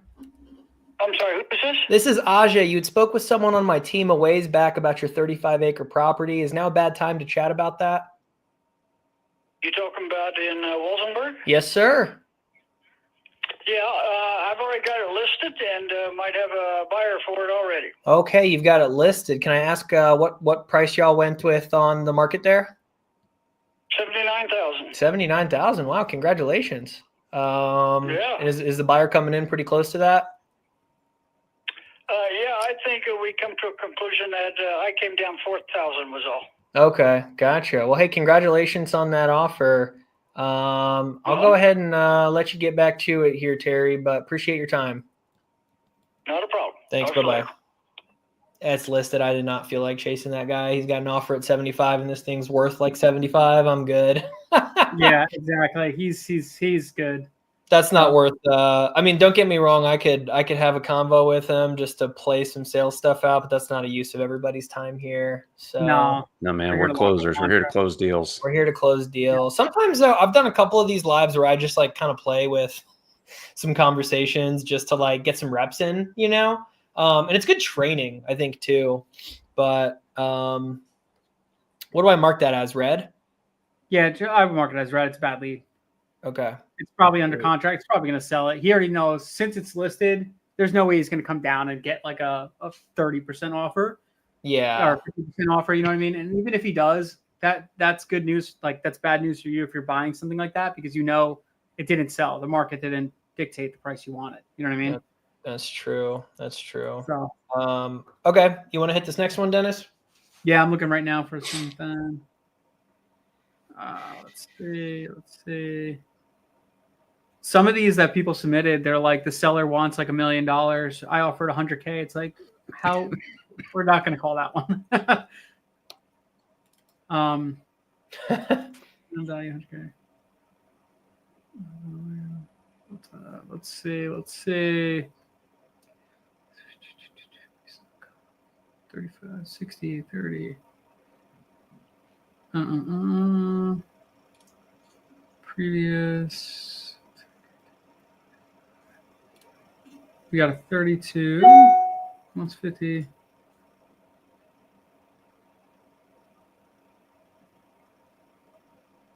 I'm just gonna call whatever one comes up. Yeah, man. I'm gonna do. Yeah, I'm just gonna do list roulette. List roulette. List roulette. Here we go. Got a lead. Gonna call her number 62. Okay. 865 216.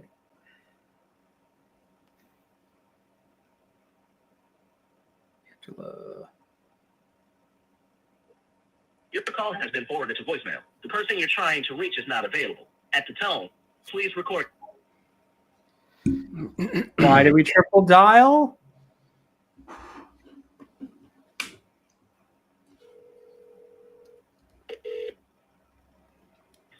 Hello? Hey Don, how you doing? This is Dennis with Cash for Land. How you doing today? Who is this? Dennis with Cash for Land. I think you spoke to somebody on my team a little while ago Yeah, okay.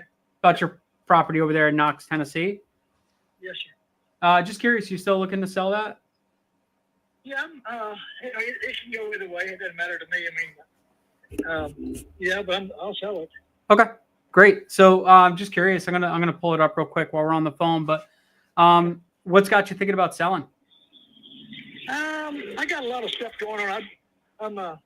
I build decks and build ramps and handicap ramps and all kinds of stuff, remodeling and stuff. And I just stay busy. I'm 78 years old. I just I've had that land for quite a while, just holding on to it for what I want to sell, and I've had it for about 30 years. So I deer hunt over there, and let some kids deer hunt over there, and that's about all I do. I go over there and clean it up around the cabin and down the stream there. Gotcha. Okay. Yeah, I see it. It looks pretty nice parcel. You got the easement that runs through it for the power lines and all that stuff. Looks like. Yes, sir. Okay. Cool. And with that, is it where do they come and like service those easements? They come and like clear that and everything. Yeah, they do. If I don't do it first, they come and do it. Yeah, I mean the good thing about those is, good. Yeah, I usually keep it mowed so it looks pretty good. I had horses over there for a while. I did a horse ride over there. Okay. So I had my horses on that pasture there and just kept it mowed down. Gotcha. Okay. As far as access goes, I mean, I'm looking at a map right here, so I don't know exactly what it looks like, but how do you get onto this place? You go to Powell and you go up Emory Road, and then you get off on Connor, and then follow Connor across. It crosses over the interstate and comes back down. It's real simple to get to, and it's in a real good spot because, I mean, Powell is growing like crazy over there. You can't hardly find any houses for sale or any land because they're just building. Sure.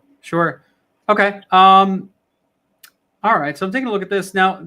A couple negatives, like the one negative about the property is the power lines. You know, people wanted to build a house on there. I mean, right? It does kind of degrade a little bit of value, but as far as it looks, I mean, it looks like a nice piece. I like how it overlooks the, kind of the area. It's not on a big mountain. Yeah. Pretty nice slopes. Yeah, it's pretty. Yeah. It's pretty, right? It's real pretty. Yeah. At one time, I had trees cleared out behind so you could look over into Kentucky, And then one way you look, if you look to the north, you'll see Kentucky. If you look to the south, then you'll see over here where I live over in Maryville, over here at Knoxville. Yeah. Okay. And then you can look out that way. It's pretty cool. It's it's a special piece, but it's pretty cool. Yeah, it looks great. I mean, honestly, I do like where it is. It's right by the highway and everything like that. Yeah.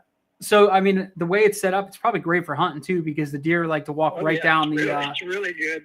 Yeah, they walk right down that easement, right? Yeah, we get real good deer every year.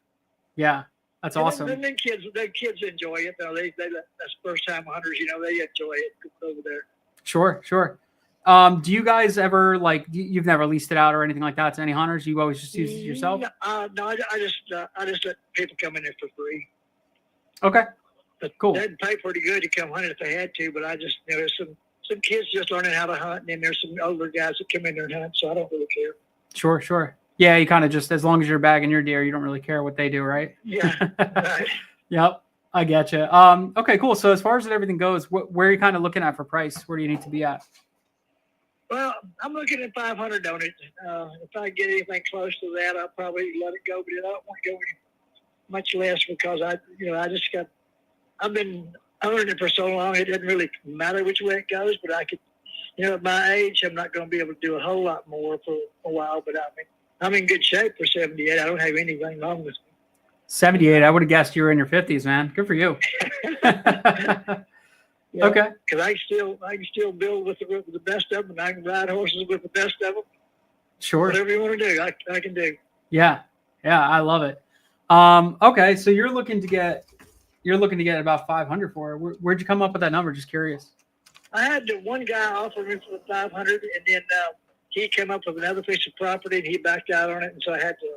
Then I had one at $450, and I didn't want to. I just talked to him until that's not where I want to be. So right now, because it's kind of bad for people who's trying to buy because I don't really. I mean, I care, but I just don't have to sell it.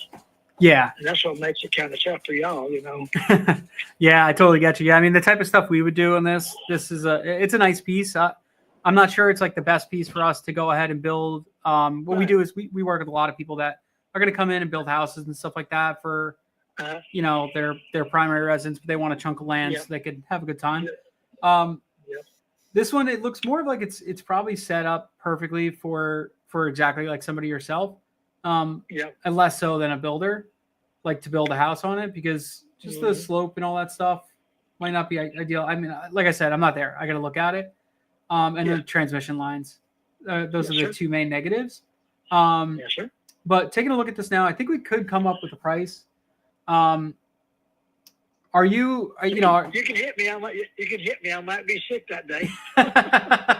Yeah, I think we'd come up with a price. I mean, obviously, are you looking to do cash, or are you okay with maybe waiting a little bit? It doesn't really matter as long as I'm secured. Yeah, okay. Because we have a couple options. So I got three options, especially like a bigger piece like this. Cash price is going to be the lowest. I'm low for cash. I'm going to probably be closer to like that 300 mark for cash. But that's like a 30 to 45 day close, get things done, cash in your pocket, walk away, everybody wins, right? If we're looking to do something where you give us a little time, what we would do is go try marketing this property with some buyers in mind. go in there and say, hey, look, is this something that you guys could build on? Is this something you guys might be interested in? We could come up a bit on price. We'd probably be closer to that, 375, 400 mark for that one. And then like the last thing I could do, seller finance. That's my third and final. So seller finance basically looks like we create a note, you carry it, and then we would just pay you over time. That's how I bought it to begin with, like 30 years ago. I bought it. Yep. I was driving down the freeway and I happened to look up that power line and it was real beautiful. He just got through mowing it, Mm-hmm. And I said, shoot, I'm gonna go over and look it up. He had a big sign on right on the where you can see it from the interstate, Mm-hmm. And it said for sale. So I called the number, went over and bought it that day. Nice, good for you. Yeah, I mean we do a lot of seller finance. I like it because it's a win-win for everybody, right? Oh yeah. You get to, instead of selling the property right away and get hit with that big tax burden, you get to spread it out over time. For us, it gives us time to kind of go ahead and, throw a house on there or something like that. And then, we kind of work it out from there. So I could run some numbers deeper on that, but typically like we usually do about like 10% down and then about 5% interest. And usually do like a 20-year amortization. And then I don't typically do a balloon, but sometimes people request them. And we'll do like usually like a 10-year or 5-year balloon if that's what people request. So I just got to get better, tighter on my price on that. But if I were to come in probably closer to like 415 for that seller finance offer, what would that make you? How does that sound to you? You're getting close. Getting close? Okay. Yeah. What would make it a deal? About 475. 475. Okay. You throwing in a mobile home for me? What do you got? It's a cabin. It's a 12 by 20 cabin. Okay. On the creek there. It's pretty neat. And the whole creek front, when you get over, you have to look at the creek is about 250 foot, maybe 300 foot off the highway. Mm-hmm. And it runs full length of my property for a quarter of a mile there. And I was going to put in little rental cabins like the one I got sitting there. Mm-hmm. But I don't have a lot of time to do. I mean, I stay busy doing my little stuff that I do, building decks and stuff. And sure. But if it gets pushed up and come to shove and I ain't got anything to do, I'll go build another cabin over there. Okay. So that's what I've done for a living all my life. I'm a builder. Yeah, I love that, man. I've been building houses for a while. We do a lot of renovations and flips and stuff like that over by me. And I love it, man. I love the construction world. And, that's kind of what got me into land is coming in here and saying, hey, look, I could come in, get some land, build some houses for people and carry on this people's lives, right? It's hard to get houses nowadays. All my family are builders. We've been building for 100 years, right at 100 years. Nice. That's awesome. My granddad started back in 1910. Mm-hmm. So that's we've awesome. been into this, building motels, hotels, single family, multifamily. Nice. My brother works for Warren Buffett because he had written a program. Uh-huh. And Warren Buffett gave him $6 million. Wow. That's pretty awesome. Yeah. But my brother, he was really technical. We used to work together. He's 9 years younger than me. Mm-hmm. And he just passed away this year. Oh, I'm sorry to hear that, man. He was really sharp. When I went, his mom told me to go get him when he was about 14 years old and straighten him out because mom and dad had separated and divorced. So my brother he'd hold the end of the string line while I popped the lines on the slabs, Yep. And he'd fall over and go to sleep. I said, Eddie, you better get up before I kick your butt. And that changed his life. And he got he was so smart. He was so smart at with the computers because I don't even know how to turn one on. I don't care either. It's not my bag. Right. Bag. He started doing Pac-Man. When we'd go to lunch, he'd do Pac-Man all during lunch. I said, Eddie, you got to eat. He said, I'm going to do Pac-Man. So then he got real savvy with the computer and wrote that one big project for Warren Buffett and got him $6 million for it. Good for him. And what did he do? He went and reinvested it, and yeah, he did. He he's gone, but his two partners are still up in Baltimore, Maryland. Mm-hmm. Look up. You can pull up Modutech, MODUTECH, in Baltimore, Maryland. MOU. MOU. Modu, Modutech, TECH. Modutech. Let me try to pull Modutech. Okay. Oh, Modutech. Okay. Oh, Modutech. Yeah, Cool. Our products. Because yeah. Nice. Modular belts, Yeah. chains, conveyor belts, that stuff. That's the Yeah. one. Cool. You got a big company there in Baltimore. Good for him. That's awesome.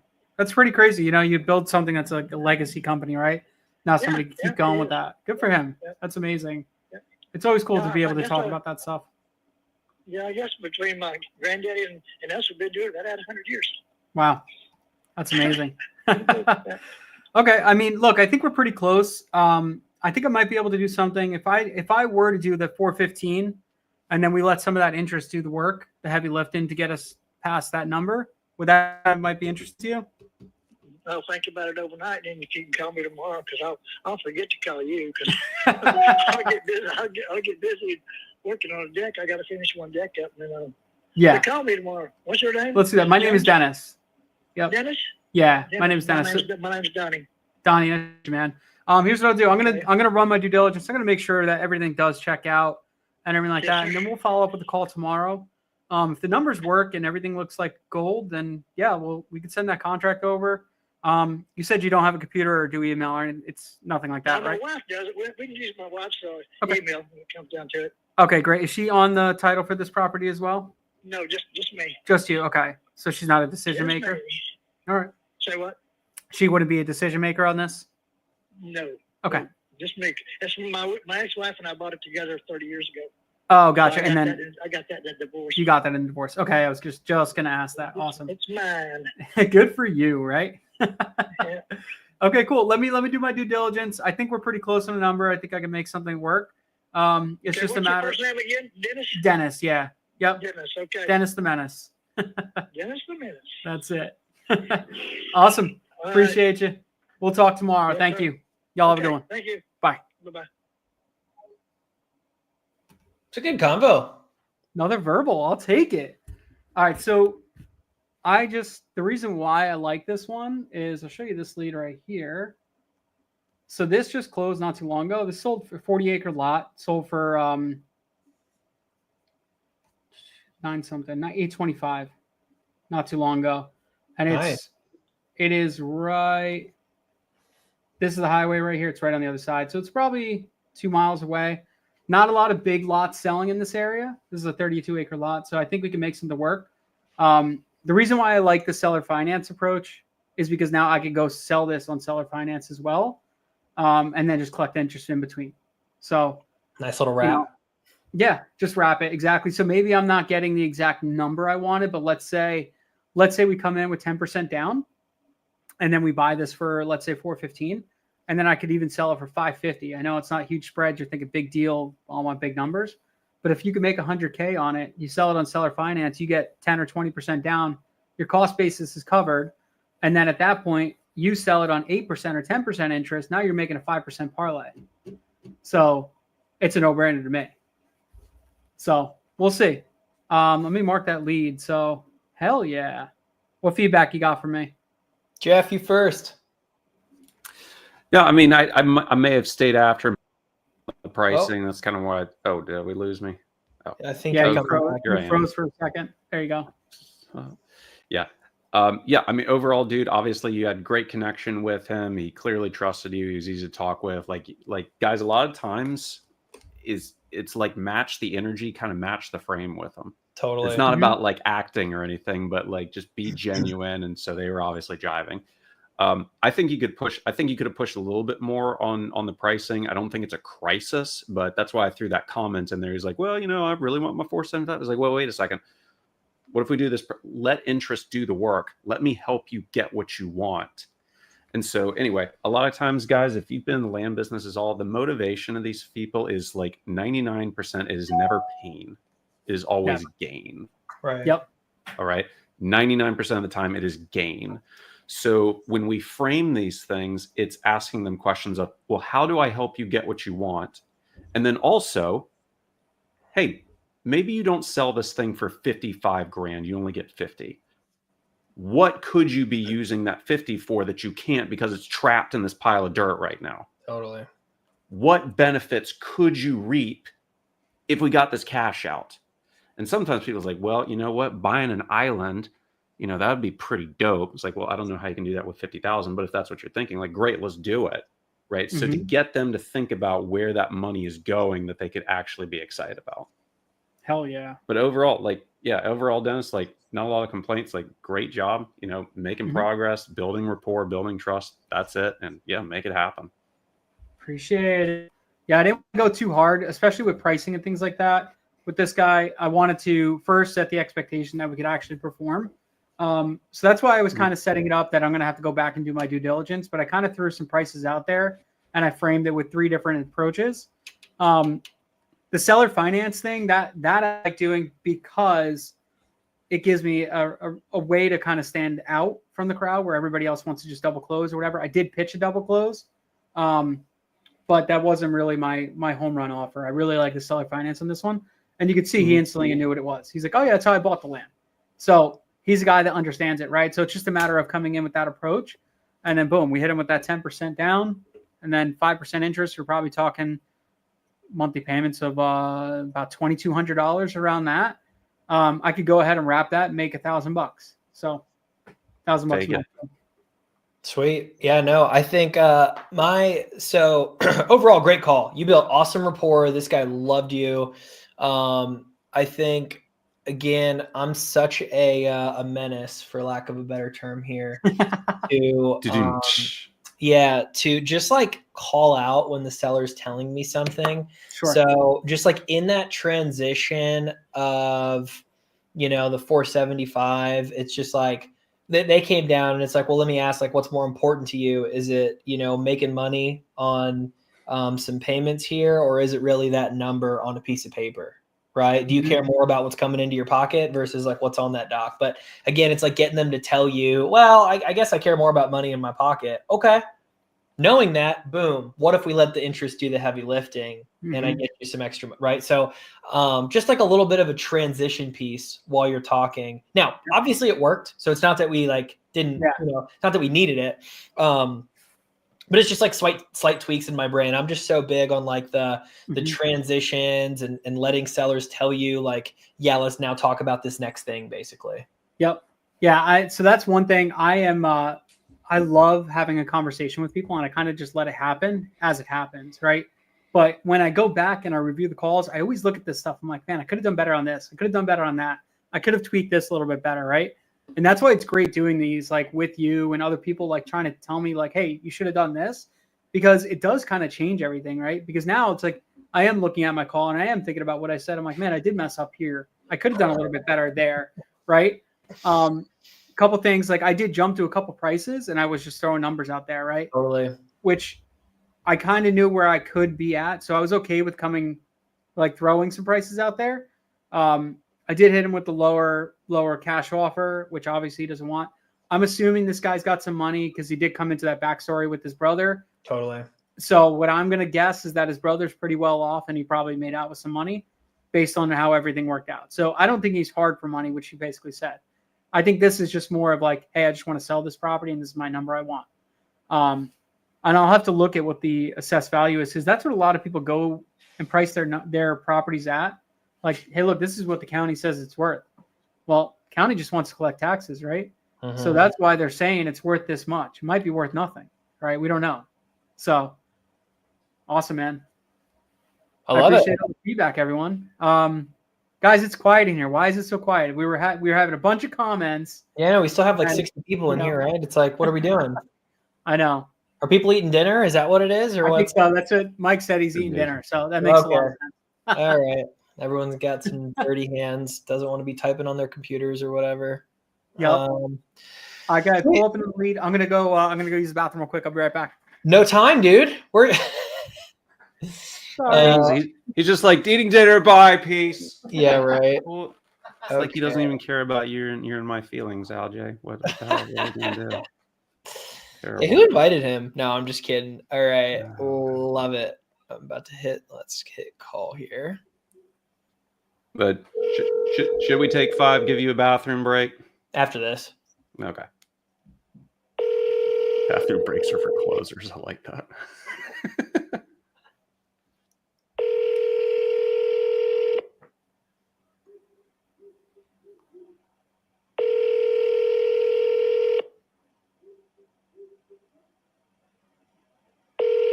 Come on.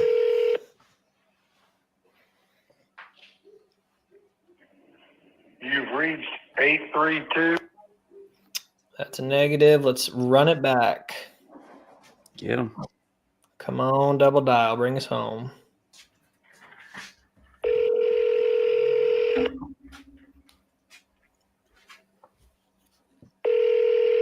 So everybody in the side chat, what is the biggest item you've taken away so far from listening to Dennis and Ajay? What are the biggest things you've taken away that you can implement right now that you've listened from these two guys? Because there's a list.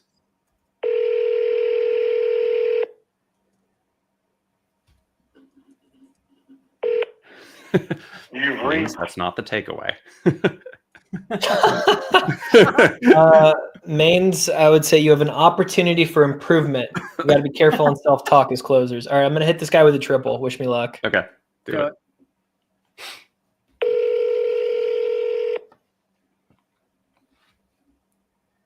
Ajay, I'm going to change you to bright green. What's that? I'm changing your color to bright green so we can differentiate.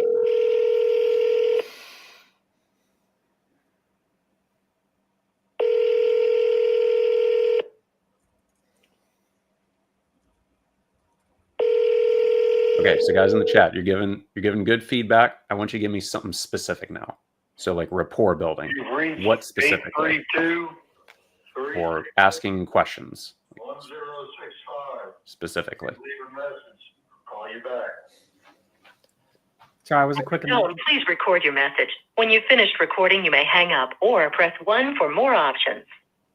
Hey, Frederick, it's Ajay here. You had chatted with my team a ways back about your 27 acres in Oklahoma. You had mentioned we could call you back in a couple of months to touch base, and so that's what we're doing. When you get a chance, just give me a call back here. Looking forward to chatting. Thanks. Bye-bye.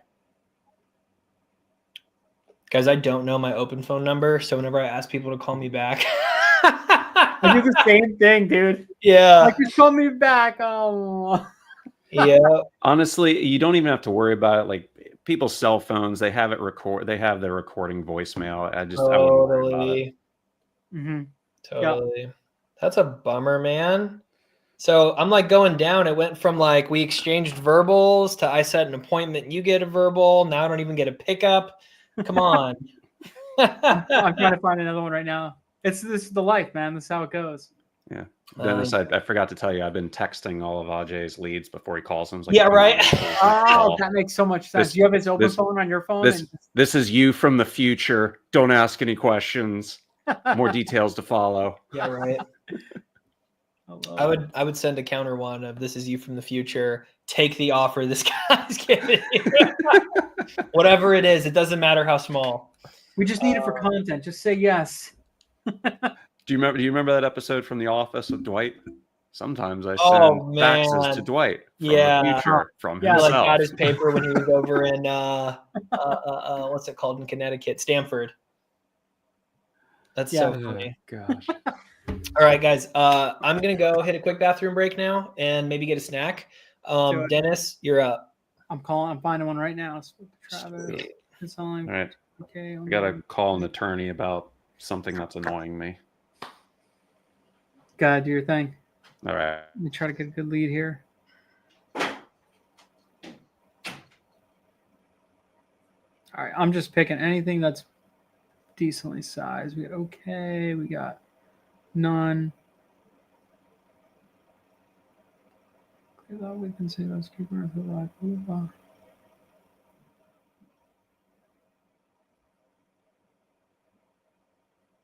Okay, cool. 10 acres for each property. Swanee, Georgia, 10 acres each property. Goal 200%. Okay, no improvements were made.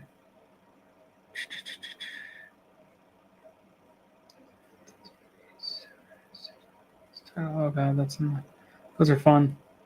One of these leads said there's 6 people on title. That's always fun. So we got that. All right, just going at random now.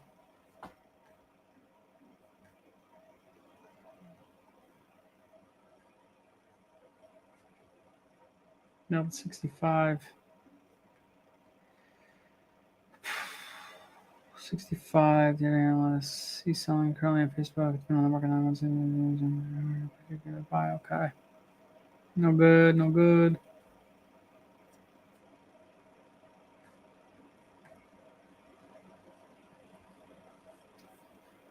You want to call lead of mine? North Carolina wants 30K price per acre. What's the Mike? What's the land value? Like, what's it trading for around that area?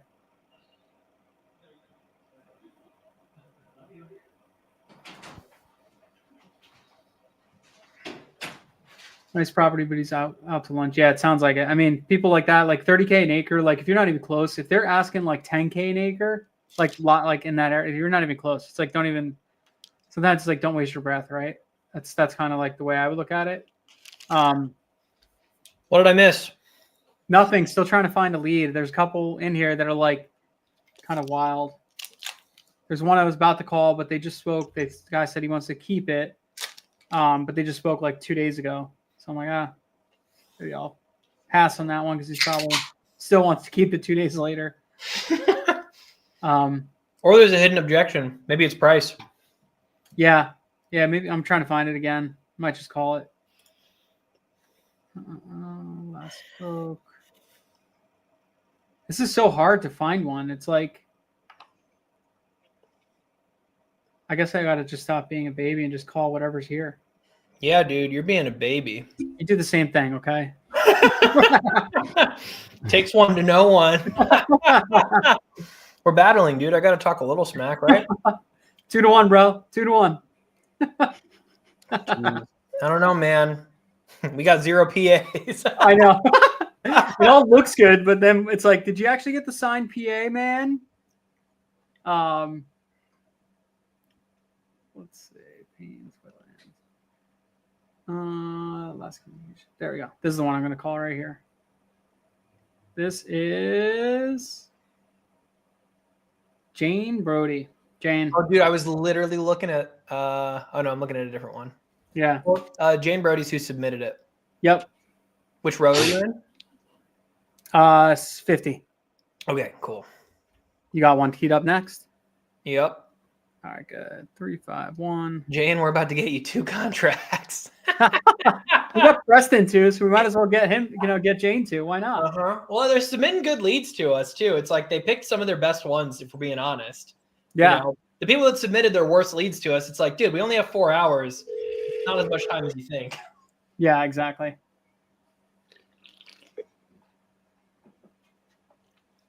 Please leave your message for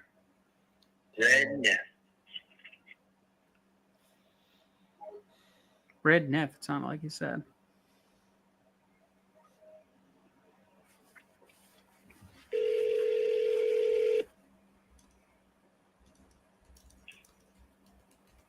Hello. Hey, John, how you doing? This is Dennis Cashland.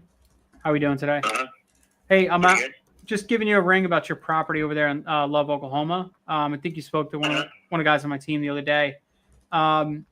Just curious, you still interested in selling that parcel? Well, we ain't interested in selling it. It's just everybody's interested in buying it, so we were just taking numbers. But it's my wife's property. She inherited it, so it's just a gold mine. That's all I can tell you. Why is it a gold mine? What makes you think that? Just because everybody's calling you? Well, it's that, and then plus, we were able to get a license to grow on it, so it's able to do that. It's got 2 natural springs on there, and it's just a beautiful piece of property. Gotcha. Okay, so you're able to grow marijuana on there, and then you can distribute and all that stuff. Or are you just the grower? No, we actually leased it out for that to happen. So they rented it for a little while and did their thing and got out of there. But it is able to do that. So we just that's a check mark on the. Mm-hmm. Gotcha. Okay, so right now there's no lease on it or anything like that? No. Okay. And have you looked at like other people leasing it? Is that kind of like what your plans are? Or you're just like, whatever happens, happens? Oh, just whatever happens, happens. We got 3 pieces of property and just trying to keep up with all 3 of them with Trump in office. Sure. Okay. Well, so it sounds like this one might have a pretty damn good use case, right? If you're looking to throw another marijuana farm on there. Hello?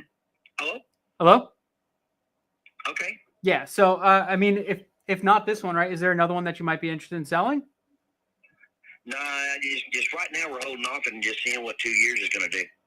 Gotcha. Okay. You want to kind of play the market out, see what happens in a little bit. Maybe you get another offer on it as far as like another leasing. Yeah, it just, just the way everything's going to be going up 2 years for sure. And for sure. Yeah, sure. Land. I mean, here's the thing. They're not making any more land. Could definitely go up. Not that it ever really goes down. It kind of stays stable in a way. So you wouldn't really have to worry about that. So I get it. But what happens, like if something were to happen in the next 2 years, what would you guys end up doing? Just holding it long term? Oh yeah. I don't know if in 2 years if nothing happened, this or that. The main thing is what we're trying to move up closer to that property. So we've got 24 acres down here, and just trying to see what to do. My wife doesn't want to move up towards Oklahoma because the hurricanes or not the tornadoes and all that kind of stuff. So it's just all kind of just what is for the next 2 years. Let's put it that way. I totally get you. Where are you living at now? You're over in there in Texas? Yeah, we're in Texas. Mm-hmm. Nice. Yeah. Okay. So you don't really ever go to this property at all, do you? We go probably about every 2 months. Oh, you do? Okay. And what do you do there? Just kind of hang out and Oh yeah, I'll stay out there and all that kind of stuff. I got a camper. Oh, cool. Okay. All right. I mean, if you were looking to sell this thing just by happenstance, what kind of price are you looking for? I'm not sure on that because the price from what different people are offering they're up and down, but it's been up there. I mean, and it's more going to be like it just depends on who you sell to. I don't know if we would do better by breaking it up or selling it to the whole. Because it's got a solar system on it and a water well and all that stuff in the back. Okay, so is that like a solar system for a solar lease, or is that something just for what? Oh, no. He built it. Oh, okay. I gotcha. All right, I'm just pulling it up real quick. There's a spot in the back that's off grid. Oh, okay. So you have like a cabin there, kind of thing. Yeah, Yes. I see where you're at. All right. And how do you access this? Is this just like a dirt road over there in the back that you kind of get onto it with? Yes, you go down the little main road right there, and then it's got a little side road, and then it's got a road that goes all the way through it. Sweet. Okay. Cool. Let me take a look real quick. I'm just pulling it up real quick. I'm just trying to see what it all looks like. It looks like you're right by the Red River right there, right? Oh yeah, we're lucky, and you can't build to the property next to the Red River there, because the way the current stuff moves, the only one you can build on is ours. Really? Okay. So the guy that owns right next to the Red River wants to buy us too. Oh, okay. Has he sent you an offer yet, or no? He's just kind of like spitballing? No, we just got a verbal lease to where he rents the pasture from us, so we see him every year. Okay, cool. And what's your hesitation not to just sell to him? Oh, it's just because we ain't got to have it. He ain't in a bind, and it just it's like having gold. It just keeps going up. Yep. Yeah. The only thing is with gold is they can find another mine somewhere, right? And next thing you know, now gold is worth nothing. Right. Yep. Well, cool. I mean, it looks like a nice piece of land. I mean, something like this, I would be interested in.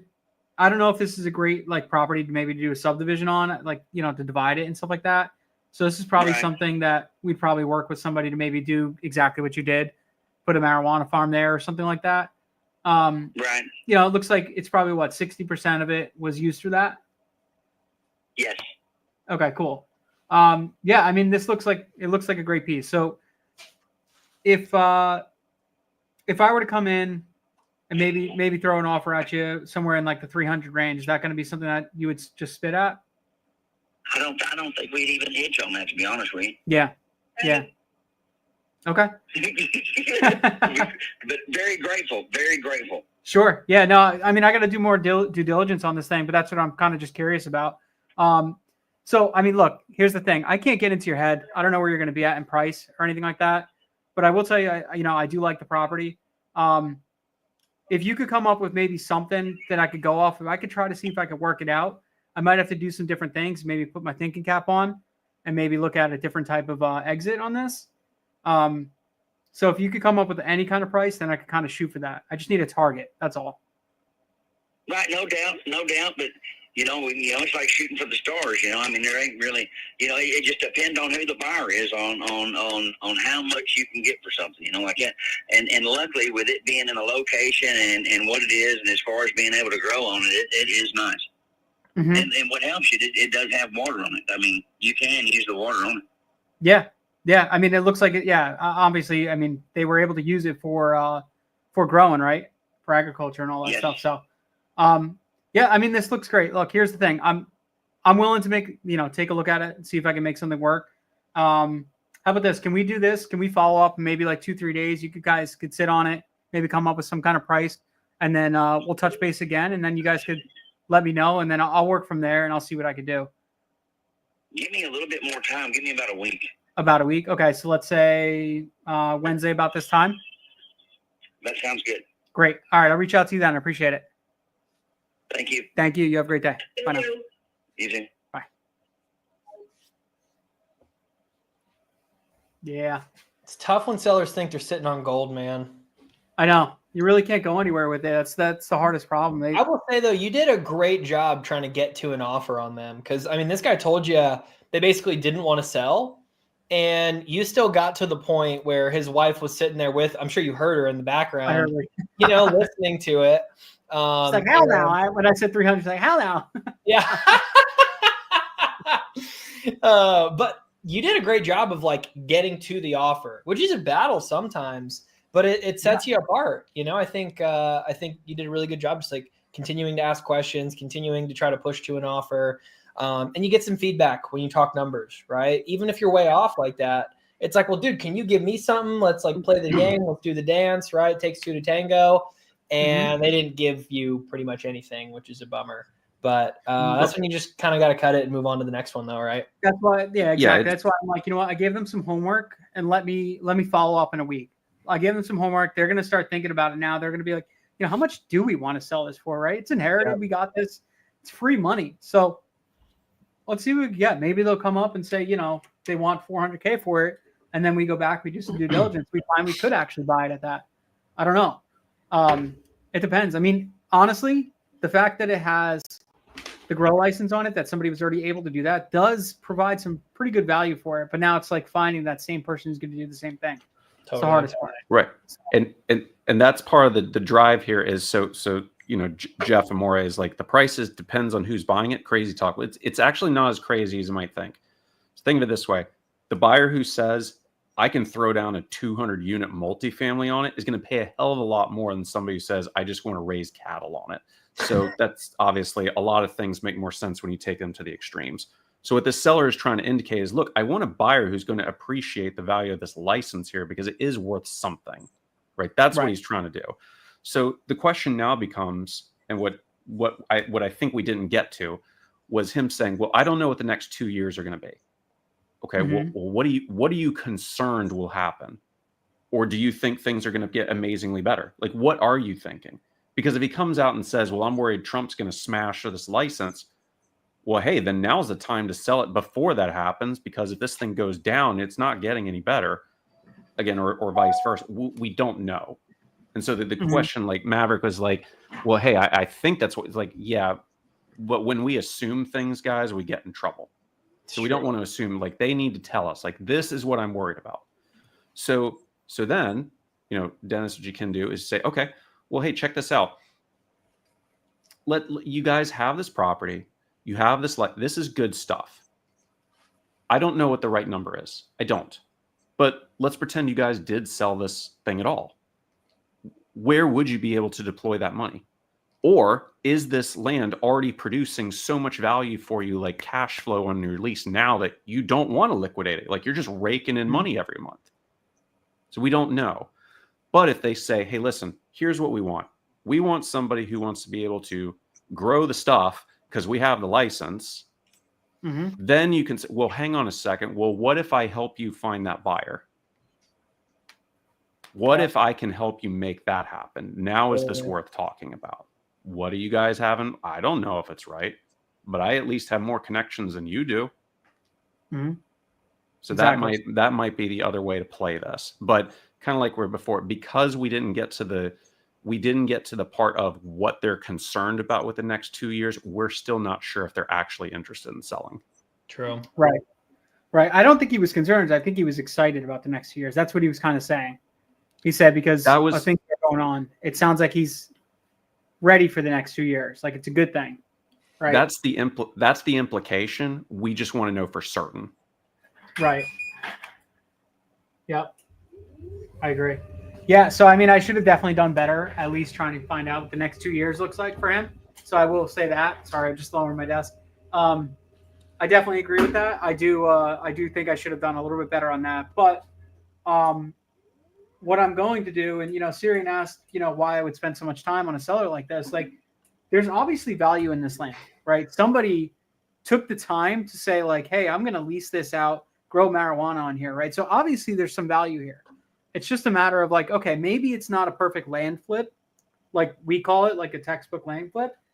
But guess what? Maybe there's something here where I go find a buyer, I could do something, or I could go find another lease for him and whatever. Like there's always a way to make money. Now, if you're just trying to make money and try to make ends meet, sometimes you just got to take these deals and make them work, right? True. So it doesn't mean it might not be like I'm going to make 200 grand, but maybe you could go find a buyer and, or whatever the case would be, find another land lease for it and make a couple bucks on it. Why not? Capitalize on that lead. It just depends on how you are, how needy, how needy you are for the leads too. So yeah, appreciate it, guys. Ajay, you're up, brother. All right, let's hit it. I've got, I think, Laverne, hopefully. This number looks a little funky, so I'm wondering if this was submitted right, but sometimes they just play out that way. Yep.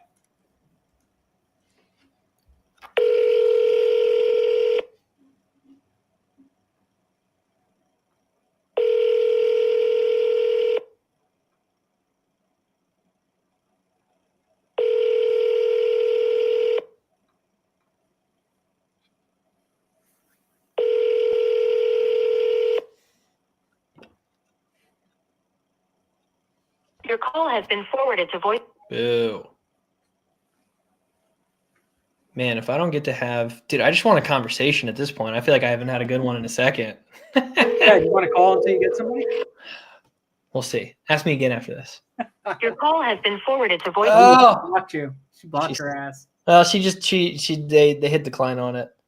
One more? Triple? Yeah, obviously. Play stupid. Oh, sorry. I think we're... Your call has been forwarded to voicemail. The person you're trying to reach is not available. At the tone, please record your message. When you have finished recording, you may hang up.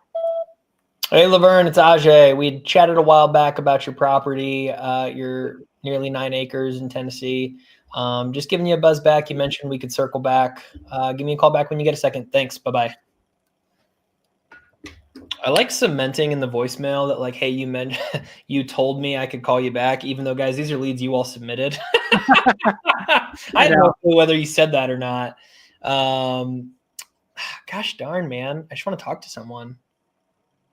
You got a good lead queued up? I got one. I mean, I don't know if it's a good lead, but I got one that I was going to call next. Okay. Golly. Yeah, go ahead, man. You're about to roast me, dude. If you hit 3 before I hit 2, I'm gonna freak out. I'm about to flip a table. I'm like, we're both going mute. I gotta hit the dials, dude. Go ahead, though. Go ahead. I will. All right, let me pull this one up. So I think this. Oh, I'm sorry. I'm reading the long lead. This is the one I want to call. Ended up 65 first. Okay, cool. So, Mr. Dan Kaplan. Dan, I'm going to lock you up a deal, brother. 2, 5. Do it. Do it. All righty.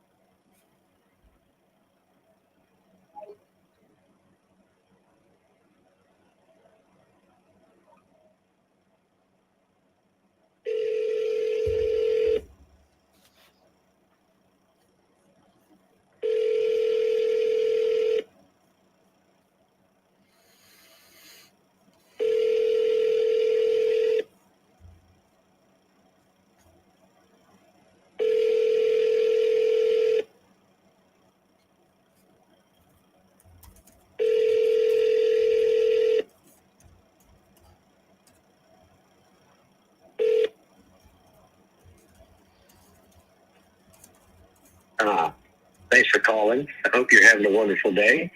You're trying to reach me the best way. Triple? Or was that triple? That was a double. That was a triple now.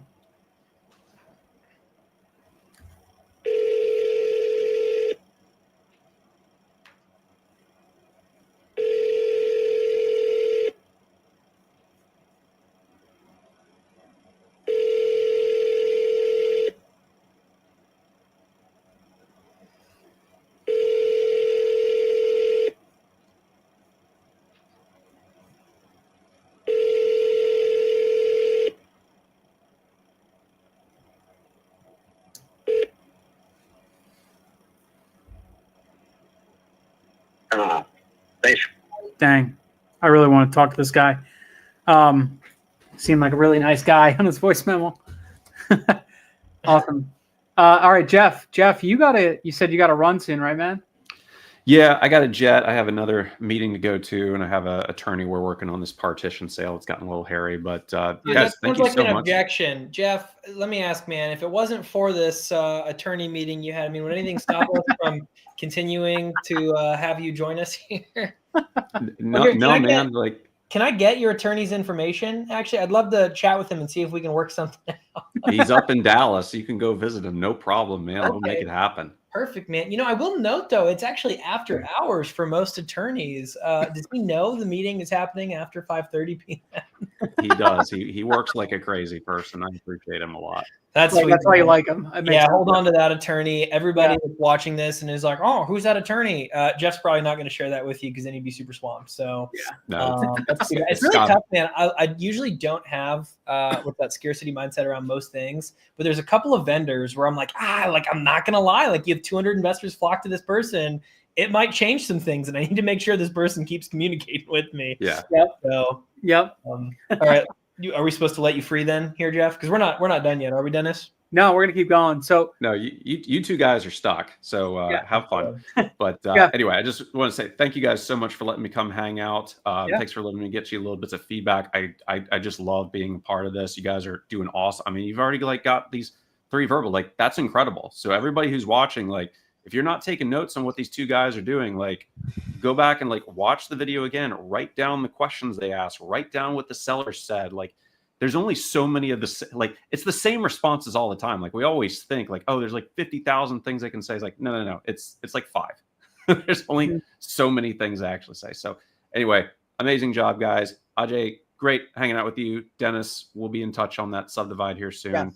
We got to call Thursday. Hang out. We got to call Thursday with Delwyn. Can you how do people get in contact with you, Jeff? Can you drop it in the comments? Yeah. So guys, there's a couple ways you can reach out to me. I will put in a couple of links here for you all.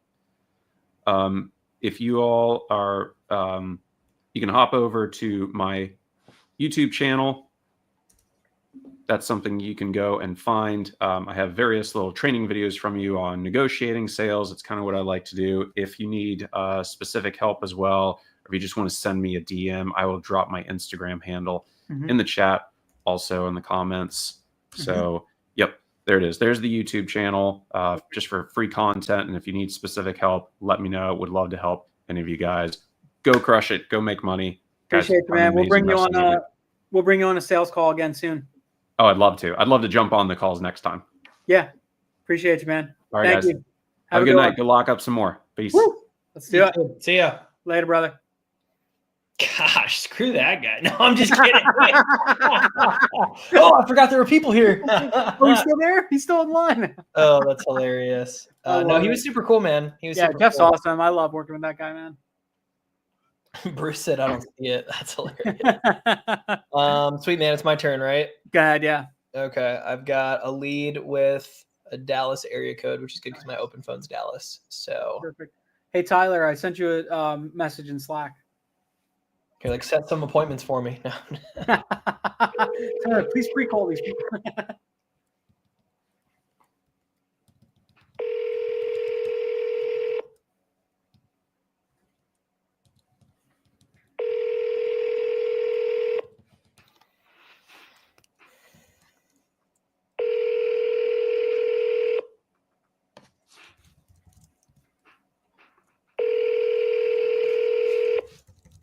Your call has been forwarded to. Come on. Let's run it back.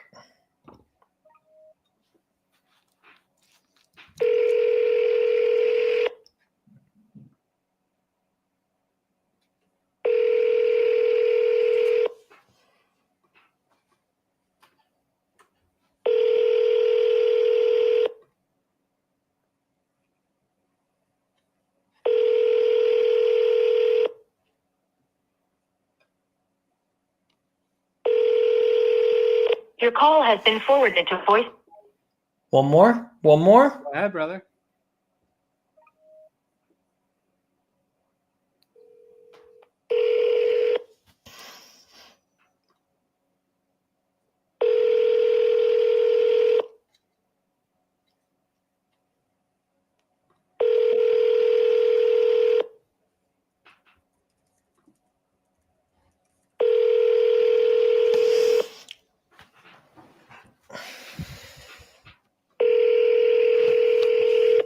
Your call has been forwarded.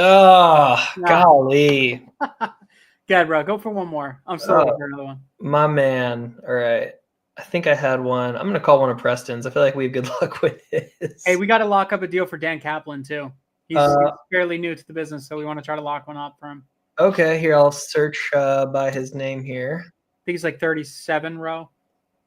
Dan Kaplan. Oh, yeah, I see him. Okay, sweet. Let me just text Nancy here. She's going to be like, bro, who are you? I'm like, what do you mean? We go way back. Oh, man, there's a bunch. Yeah, he's got a bunch in here. Okay. I like Arkansas. Do you? I've never done a deal in Arkansas. We started there and never did anything. So I actually have not done a normal deal there. I funded a deal in Arkansas, though, that I really liked. I think I had a buddy of mine hit me up, and it was so funny story on that one. It was a 40-acre in Madison County, Arkansas. Mm-hmm. We bought it for, I think it was $52K, maybe 50, 52, something like that. And it was before I got married. And I told my wife, I said, hey, go halvesies with me on funding this deal. We did. We sold it for $105. We split it with my buddy 50-50. And we ended up, netting about $16K after, realtor fees, title fees, all that kind of stuff. Yeah. And I told my wife, I said, this is our honeymoon fund. And then we balled out on our honeymoon for 2 weeks in Italy. So it was awesome, but it's cool when you can, it's kind of like the rich dad, poor dad stuff. Like you invest your money, you make money on the interest, and then you enjoy the interest, but you never touch the principal is like the whole ideology essentially. Right. So, exactly. It feels like you're playing with house money when you get to do stuff like that. Now, if I was like 3 levels meta and a lot smarter, I would have invested that and rolled it in. But anyways, yeah. I fund deals sometimes. What is it? A whole life policy, done infinite banking and all that stuff. Oh yeah, do you do that a lot? I have one, but I don't really use it the way I should be doing it. Gotcha. Okay, I'll call that one next. Got it. Dude, I lost my place in my sheet. I'm not gonna lie. I'm gonna try to go for another Texas number here. Let's see. I'm trying not to filter on the whole sheet. The sheet is so big. I know. I'm sorry. You literally said, Ajay, go first. I'm gonna be nice and be your friend because nobody's talking to you. And I'm like, okay. Give me a sec, man. I gotta find a deal. I gotta get one. I gotta lock up. Yeah, right. I just want to have a good conversation, honestly. I know. That's what it's about, man. I'm even okay. Like if it's a total dirtbag who is stuck on his price, that's fine. I just want to have a good conversation. You know what I mean? Interesting. Okay, this lead looks pretty tough. Guy wants $250,000 on a deal that might be a subdivide. Interesting. Let's give it a go. This is not in Texas, but let's, it's one of James McKee's deals. Nice. He said in the notes, hope to see you guys work your magic. I'll try my best. Oh wait, no, James is the seller. Whoops. Oh sweet, this is one of my clients. This is Jacob Brazil. Nice.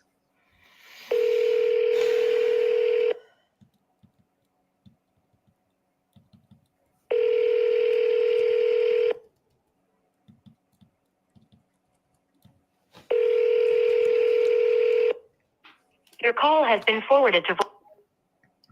No, don't do me like that.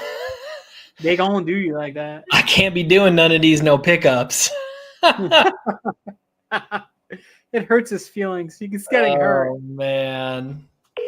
Nobody wants to play with me.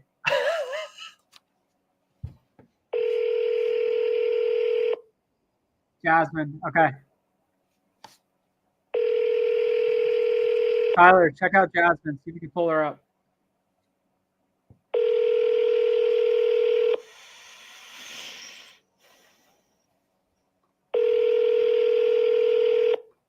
Your call has been forwarded to voicemail.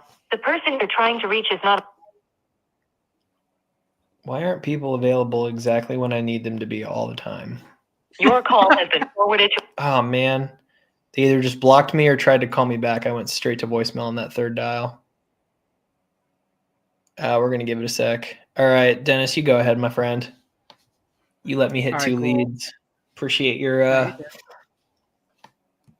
You're good. I'm just looking at a deal right now. I'm trying to see if it's even worth it. So the reason why is they said they passed on it. I want to see why they passed on it. Oh, interesting.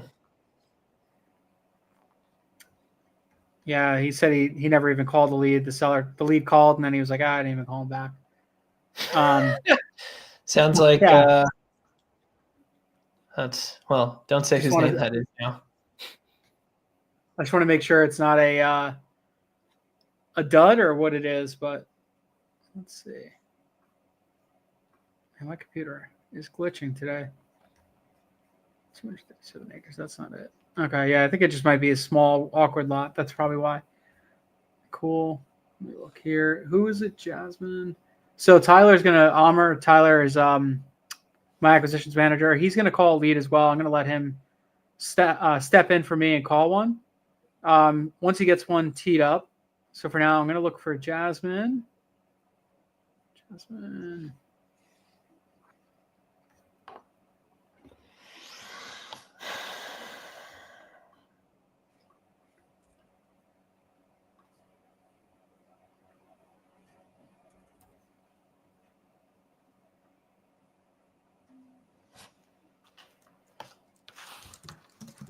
Got you. Jasmine. Florida. Little lot. Oh, it's active on the MLS. I'm going to pass that one. So if you see a lot that's active on the MLS, there's no point in buying it because what are you going to do? It's already active. Exactly. It's already active. It's already a deal that somebody else doesn't want. So it's like, why would we bother with it? That's just something we would pass on. So just everybody think about that for a second. Like, what is your end game with that? Citrus, Florida. SY60K. Subdivision. All right, this looks like an infill lot. I'm going to call it. Let's just see. Citrus.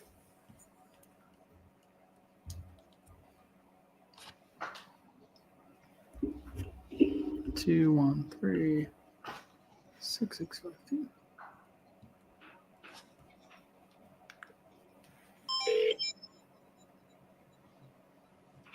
Leave your message. God bless.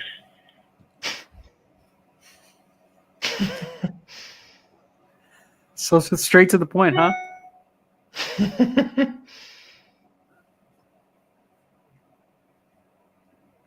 Leave your message. God bless. Third time's a charm. True. It might be worth sending a text. It might be like a because your number is not saved type thing. Yeah. People have those number blockers. Mm-hmm. Maybe just shoot a text that says, "Hey, it's Dennis," and then hit him with a quadruple. Nah. Well, you're like, I don't want to food today. It rang to voicemail, and then you were still talking, so I just hung up real quick. My bad, dude. My bad. You're like, yeah, maybe that guy. Yeah, maybe we'll just skip that guy for now. Okay, sweet. I called that one. All right, you got another one? Look up John Farm said, fam said he submitted about 10 leads. Can you try calling Bill Murray? Bill effing Murray. Bill Murray. I've seen Zombieland. I think he's dead. All right, sweet. Well, I'm calling one for Jeff Amore right now. I see one that looks interesting. I don't know where this is. Oh, boy. When MD is in their name. You know it's going to be a good call. Yeah, but I think this might be somebody that shares a skin tone to me. So we might be able to become homies. Let's find out, shall we? Get in where you fit in, people. Yeah.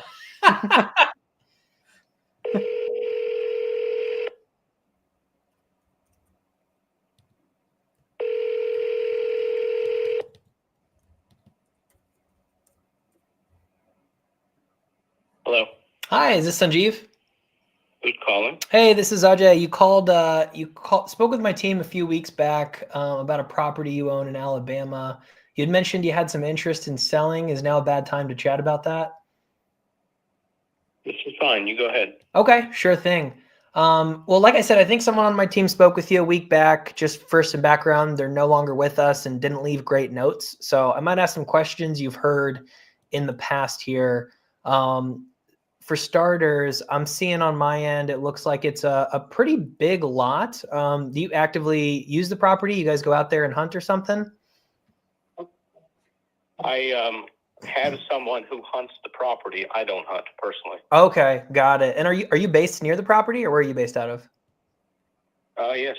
Okay, got it. Makes sense. How long have you owned the property? 20 years. 20 years. Okay. Can I ask what was going on back in 2005? What do you mean? Just, what you were doing out in that way, what led you to buy 78 acres out there? I was going to put a house on it. I'm going to live there. Okay, got it. And I'm guessing... And then I realized it was a little further away from the hospital than what I wanted, so I didn't want to build that far out and be on call. Okay, and you said the hospital and on call, so I'm guessing you're a doctor then? Yep. What type of medicine do you practice? Interventional cardiology. Oh, wow. Okay, that sounds important. Like you pull some 48-hour shifts, and I hope I'm not interrupting one of those right now. Everything's fine. Okay, I gotcha. Can I ask, are you getting other offers on this property right now? You have to understand that there's a lot of, shall we say, unscrupulous players. Yep. a lot of people pulling bait and switch. Mm. And so about once a week, I get a call for somebody. And it's always, forgive me, but a high school graduate who doesn't know anything about anything. And that's probably who you hired to gather information. Yeah, I can't tell you I've ever hired a high school graduate, but I hear you. I'm sorry, go ahead. They're asking questions that clearly show lack of understanding. Right. And so it's painful. I try to be polite. I try to answer their questions to the best of my ability. But when I use terminology that they don't know, and I'll give you one example.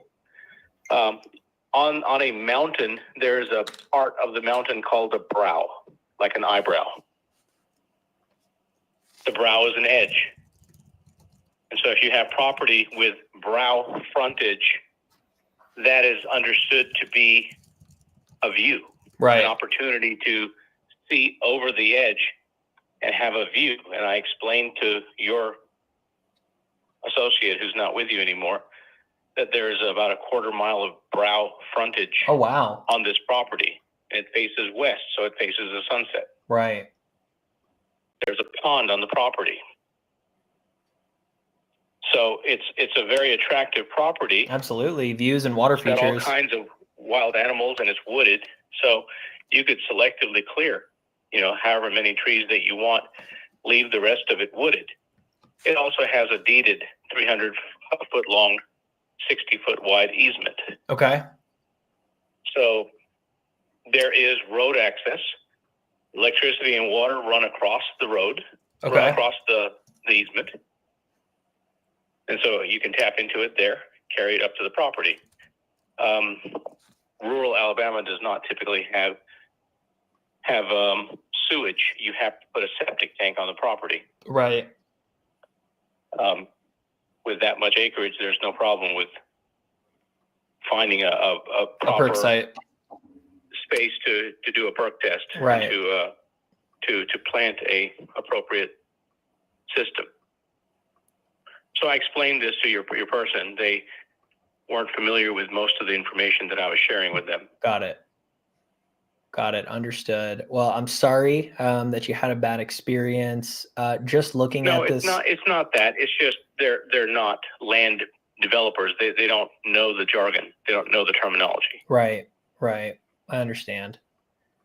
Well, as I'm looking at this, could you help me understand which direction the easement is coming from? Is that from Road 89 there? Yes. Okay. And do you know which property that's going through, or the name of the owner? I can see it on my computer. It's not going through a property. It's between properties. So okay. There is a house, and it's right next to the house. Okay. I think I see it on the map right next to, is it Marcia Taylor's house, if you know your neighbor? I don't know. That's okay. I've never lived there. So. He either hung up on me or we got disconnected. Shall we find out? Yeah, I would call him back. I would too. He was having the conversation. We were getting into it. Yeah. He's just frustrated, sounds like.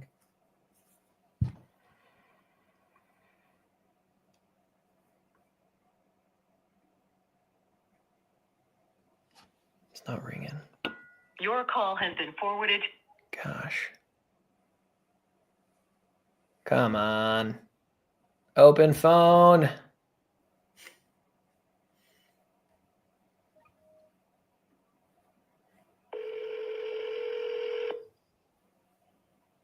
Hey, Sanjeev, I think we got disconnected there. Yeah, no problem. Okay. Last thing I heard was that you've never lived out there. Well, I don't know the people who live there. I've owned it since 2002. 2002. Okay. And so I don't really know who lives there now, partly because, I built my house elsewhere. Right. Of course. That makes sense. And I mean, are you really just keeping it as a good investment because you've got the hunting lease on it, or knowing you're not going to move out there? What's driving you to keep it? Well, I mean, it's paid for. Right. Property taxes are not crazy or anything. Right, so right. It doesn't cost me much to hang on to it. And so I'm just waiting for, what I feel to be an appropriate offer. Okay, that makes sense. And I know a lot of people have wasted your time in the past. My goal isn't to do that. It sounds like you have some sort of number in mind that would be an appropriate offer. Would you mind sharing that with me?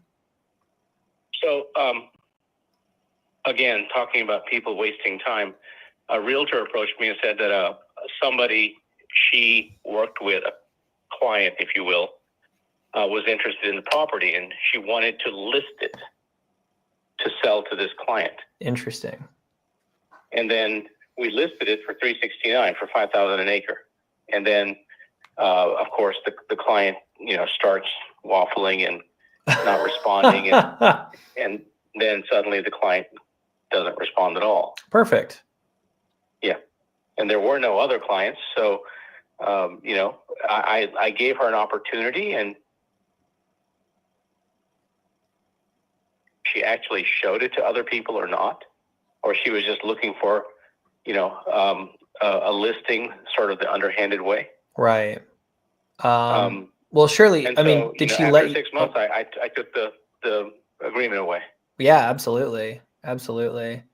And I don't want to assume any wrongdoing there, but that's not a great situation there. So, well, I'm sure if you're in real estate, you've heard of stories like that. Absolutely. I've been doing this for about a half decade. So, yeah. Unfortunately, we see more of it than I think any of us want to admit. Do you buy other real estate properties then?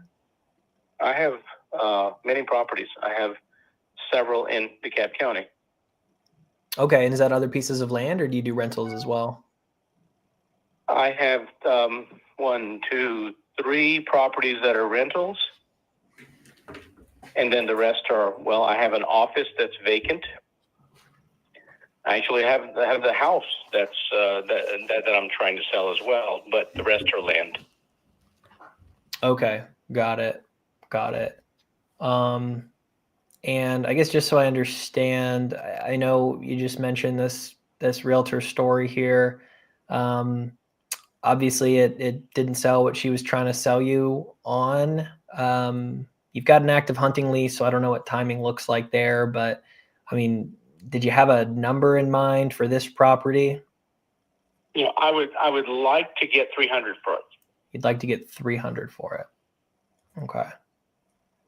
Now, if you came in close, I would entertain the offer. But if you come in, significantly lower, I don't have, really that much of an incentive to sell. Yeah, I completely understand. That makes sense. And then I know you mentioned the other properties as well. Were you interested in selling any of those? Sure. Yeah, I have. If you search under my name, you'll find all the properties that I own there. Okay. Are you on GIS? Are you on the tax maps? I'm on just a GIS tool right now, but I can pull up the county sites pretty quickly. Okay. Yeah. If you do that, you'll see there's a road called Citadel Rock Road. Yes. And there are either 5 or 6 narrow lots. Now, it says the Henry Harrelson subdivision, lot number 8, lot number 9, lot number 10, etc. Only thing is, Henry Harrelson subdivision never actually materialized. So those are vacant properties of woods. Oh, interesting. So that subdivision never happened. It's not a subdivision. It's, if you do Google Earth, you'll see it's wooded land. Yep. I'm looking at it from an aerial view right now. Interesting. Yeah, so all those long, narrow slivers, plus a triangle-shaped lot on Highway 89 and the beginning of Citadel Rock. I can't remember whether it's 5 or 6 parcels. But there's also one across the street that comes with this territory. Yeah. Just a rectangle. And it looks like the rectangle might technically be the same parcel ID as the triangle, if I'm seeing it right. Yep. Okay. Yep. So anyway, that I refer to that as the Citadel Rock property. And even though they're individual parcels, I would like to sell those. I was going to put houses on them. I was going to build spec homes because I had an Alabama home builder's license. Oh, wow. Okay. I actually got with an engineer friend of mine, and he and I did perk tests on each of those properties. And so we, at one point, had septic tank approval on every property. Really? Yeah. What time period was that? I'm sure they've expired, but long since expired, 10 years plus. Okay. Do you know if the regulations out there have changed much since then? Yeah, the perk tests have become instead of one site, you have to now excavate at 3 sites. You have to sample 3 sites instead of 1. Right. So it's become a more stringent process. Okay. But if it perked before, it'll perk now. Yeah, right. That's what I was thinking too. And, that's why I'm asking if any of the rules changed in terms of in some other areas, they become more strict on, what they classify as does and doesn't perk. It sounds like there might just need to be more testing, but the site should still remain as, we should be able to get a septic in it, and the soil shouldn't. I mean, the soil hasn't changed, obviously, right? Right. And so, no, the criteria has not changed. It's just the expectations of the test itself. The test itself. That's all. Understood. Okay. Now, just as I'm eyeballing these here, again, this is new information for me. But did you have any kind of number in mind for all of the Citadel Rock properties? Yeah, I paid $70. I'd like to sell them for $90 if I could. 90 if you could, okay. And that's for 1, 2, 3, 4, 5, maybe 6 parcel IDs, but kind of 7 properties. Right. Okay. Yeah, I might need to circle back on that. I'm not sure what I can do. Just looking at them, because all of them, are they all under an acre? I believe they're all very close, like 0.9. Okay. They're all very close because that whole thing is about 6 acres. Is it? Okay. Got it. Yeah, it's looking. And in the city, that land goes for about 15 an acre. Okay.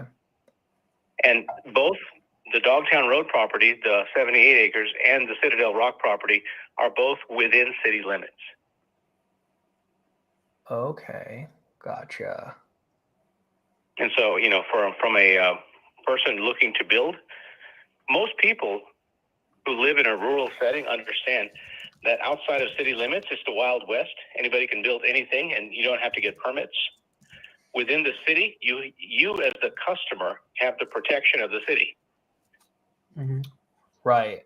And so the city will inspect electrical and mechanical, civil, and they'll make sure that the workers are doing the job properly. Right, and we're up to code. Yes. Okay. Whereas in the county, anything goes. Yep, that makes sense. And sorry, I'm just trying to do a quick search while we're on the phone here.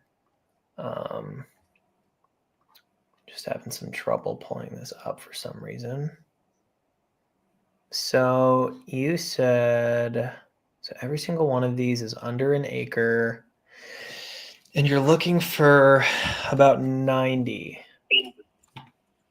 which again, I'm not sure if we can partition off, some of the properties here, but we had, was it 5 or 6 unique properties? I believe 6. I'm not looking at a map, but I believe so. Yeah, I just lost it on mine. Okay. And Sanjeev, I know you have no reason to sell on all these, but I have to ask, I mean, if I were to come with an offer below that 90,000 mark, I mean, is it worth giving you a call back? If you're close to it, I'll consider it. If you're at 60%, probably not. Got it. That makes sense. I can't take a loss on it. Of course.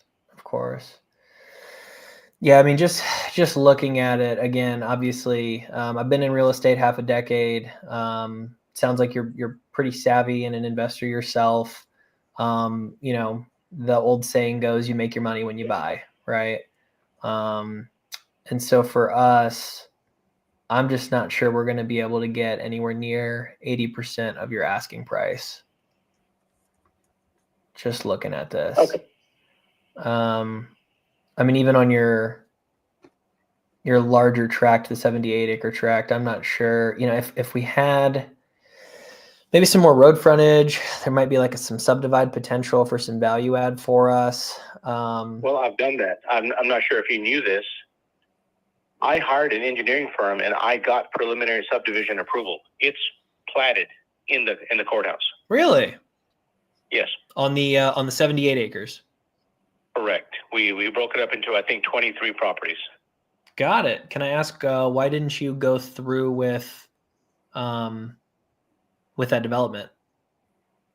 Because I was concerned about where the market was turning, and my decision was correct because around that time things started getting cold. So, I'm a sophisticated individual. I like quality construction. I like nice things. I can tell. My expectation was that I would build, instead of just selling parcels. Now, in order to improve a property, to get final subdivision approval, you have to put underground utilities in. Right. And all of that development would have cost probably $500,000. My idea was do the underground utilities, but actually sell homes. Don't just sell plots of land. Because if you leave it to the buyer to build a house, they're going to cut corners and they're going to put up a shanty instead of putting up something nice. Especially with no restrictions. It's Alabama. So I guess theoretically you could set up covenants, but then you'd be trying to enforce covenants, and it's not the easiest thing in the world to do. Right. So right. I agree. Rather than fight people building, things that are just cheap and unattractive, I was going to build actual homes and sell the homes on the parcel. There was actually going to be a park in the middle. There was going to be common ground. There was, lots of nice things. What you would expect in a larger city. Yep. But then the market started to turn. In 2008, 2009, things got really cold fast. Oh, yeah. So I didn't act on it. But the preliminary subdivision approval is recorded in the courthouse on that property. Okay. And it utilized the easement that I'm describing, the 60-foot wide easement. It utilized that. Got it. So you don't need frontage to put a subdivision in. It's already ready. Got it. That makes sense. And can I ask, how long ago was this property listed? Oh, I don't know, 3 years. 3 years. Okay. Got it. Interesting. So I'm taking a look just at the area, Sanjeev, and I would rather just be super honest with you. You're a savvy guy, you're a real estate investor, and I've already taken up about 15 minutes of your time, and I'm sure I can't afford your billable rate as a doctor here. So as I'm looking at this, we do one of two things, and I don't think you're going to like either, to be honest. Typically when we're buying properties, the first one is to come in with a cash offer, and it's going to be well below what you're looking for here, unfortunately. You're looking for about 300. You seem pretty reasonable, 300 or close to.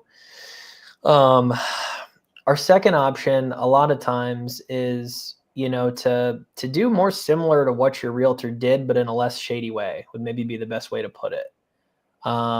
And so, we work with buyers in the area, we market the property, and essentially we try to make some margin in a deal you and I come to. And maybe I can help you get this thing sold where it makes sense. Now, I know you don't have tons of motivation here. You don't need to sell this thing. It might not make sense. I do think the market's gone up a bit since 300, and I bet you this realtor's, probably not as good at picking up the phone as I am. I'm not an agent. We have our own internal marketing lists, and we work with a couple different partners and stuff. I don't know that it would be of any interest, and you could tell me if it's not. But I mean, if you're hoping to get sort of that 280, 290 number, we could market the thing and see if we get some bites. But I'm not going to sit here and try to promise you the world and tell you I'm going to get you, some price you can't get either. You seem like a straight shooter. You seem like you get a lot of these, and I'd rather just keep it real with you. Okay. So here's what I've told different people who are licensed realtors. Any property that's on the MLS, whether it's listed with them or if it's not on the MLS, if you have a buyer, come to me. Right. And if you can find a buyer and make a margin on it, you know what I want. So if whatever beyond that you get, that's yours. Okay. Well, Sanjeev, for us to market the property, there's obviously some legalities involved of, obviously it would be fraud if I went marketing properties I didn't own, right? So I can certainly talk to folks on our side, but essentially how that typically looks is we would draft up what's called an option agreement. Which gives us the ability to, it's an option, quite literally is called, we have the option to purchase your property at a set price. And if we find a buyer, we exercise that option to do so. In that same agreement, we spell out some language giving us permission to market the property. Because like I said to you, if I don't have your permission, it is fraud. And seeing as you're a pretty intelligent guy, I'd much rather keep things transparent and play by the rules here. And so, I mean, if you're willing to give us a shot here, I'd be happy to, spend a few months trying to market this property. I'd let you know really quick. This is my personal line, and I'll just be honest with you on what we're seeing in the market. If I think we can get you your number, great.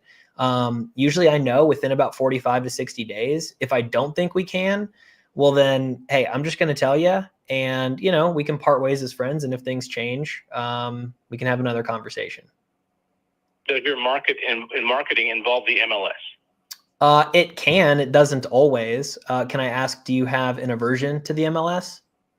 Well, because the more times, it's like a hit on your credit report. The more times you see something going on and off the MLS, people start to think you're desperate. It's true. It's true. So, not interested in using MLS. If you have a portfolio of clients who are potential investors, you know how to reach me. Yeah, and I do. I would not. So, we've got potential investors, and then we have other marketing platforms. We have email lists. We've got accounts on a couple different other sites that are not MLS associated.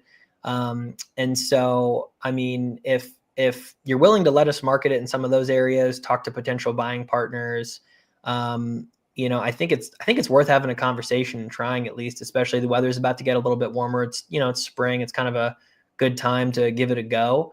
The biggest thing for us is we would just need some good photos of the property before we did that. We'd pay for our own sort of drone photographer to get out there. I'd let you and your hunter know when that's happening so that it doesn't get shot down. But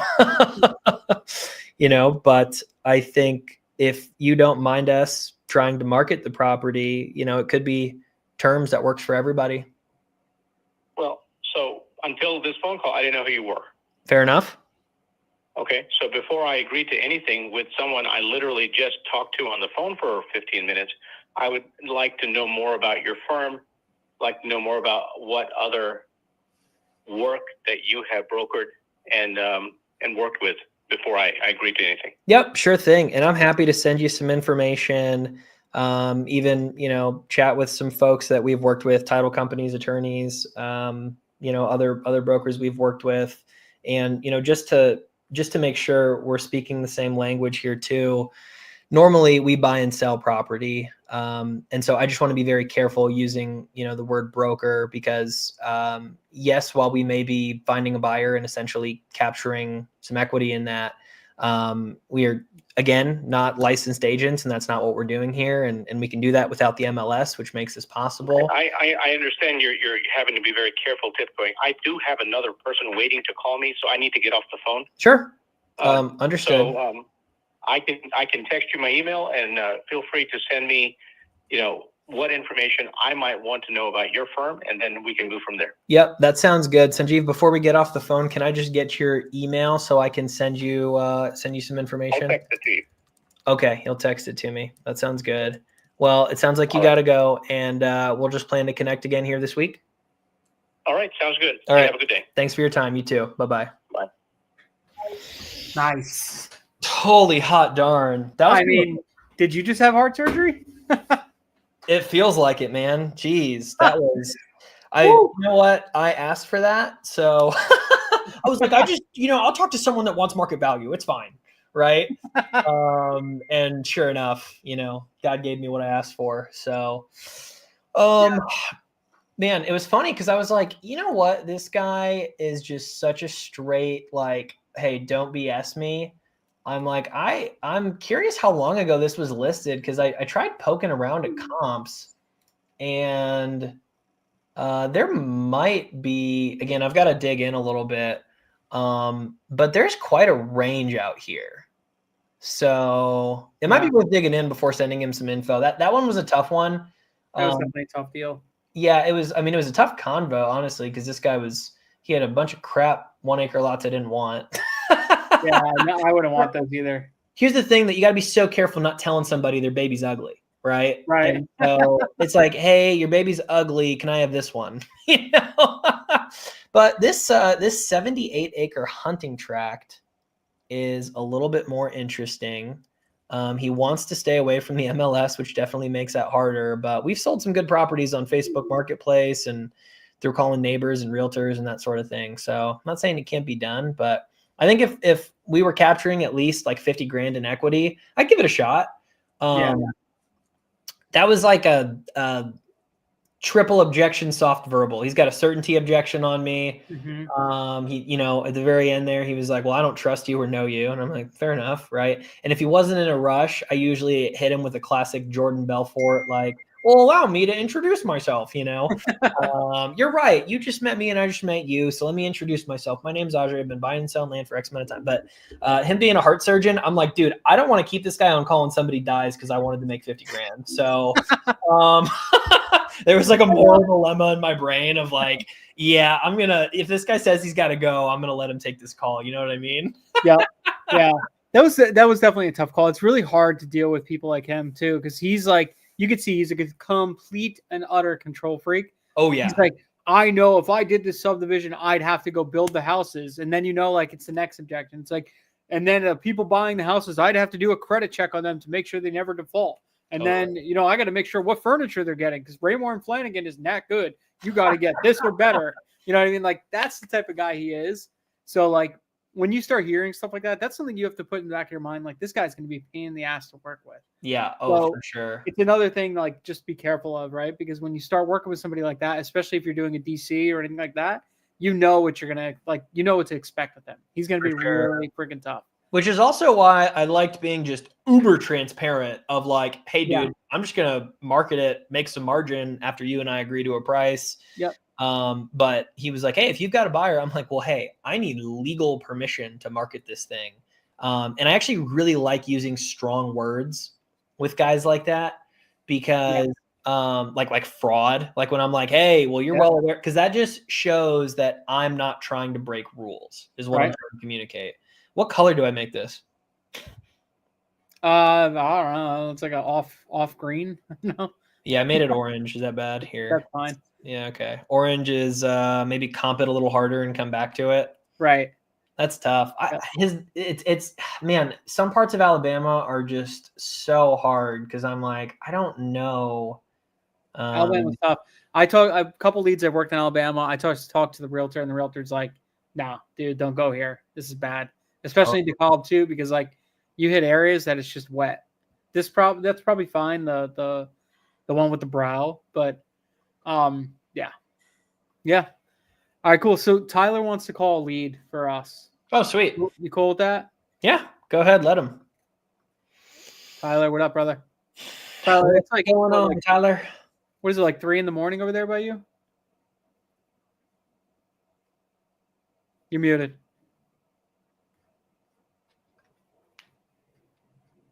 Hey, while he's figuring out his audio, just answer a comment here, Dennis.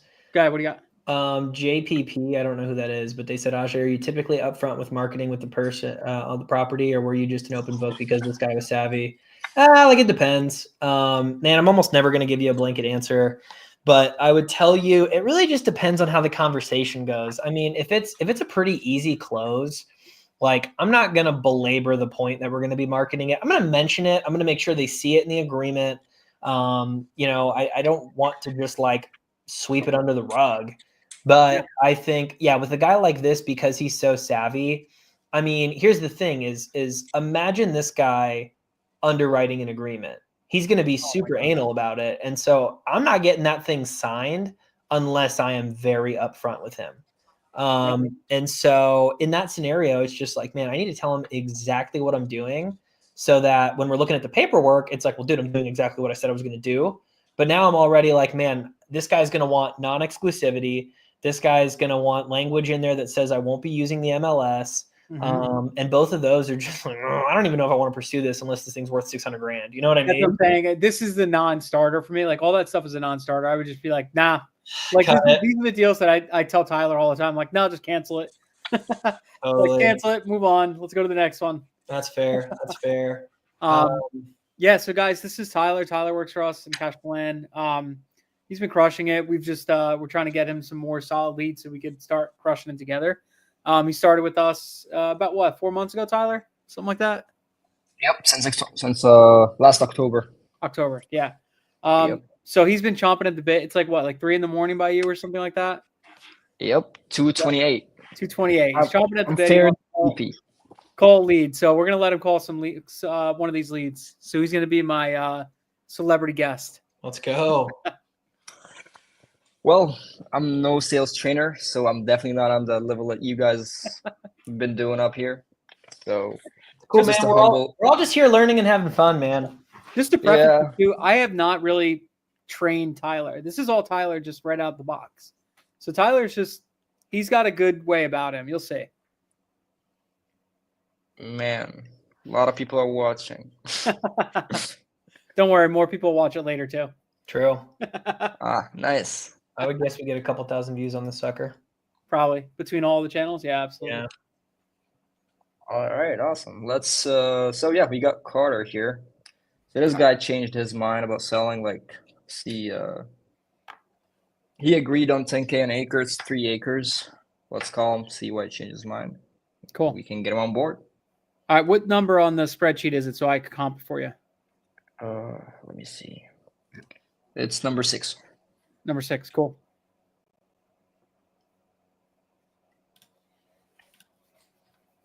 All right, I don't know if you guys are gonna hear me or not. Like, gonna hear him. Just put your call your phone on speaker. Call it on your phone and then put it on speaker. All right, let me. If you can, yeah.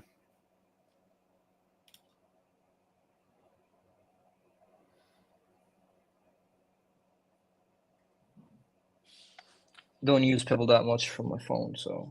Yeah, I got you. Yeah, shoot for it. See what happens. No, I've tried it a few times. It works, but I haven't opened it in a while.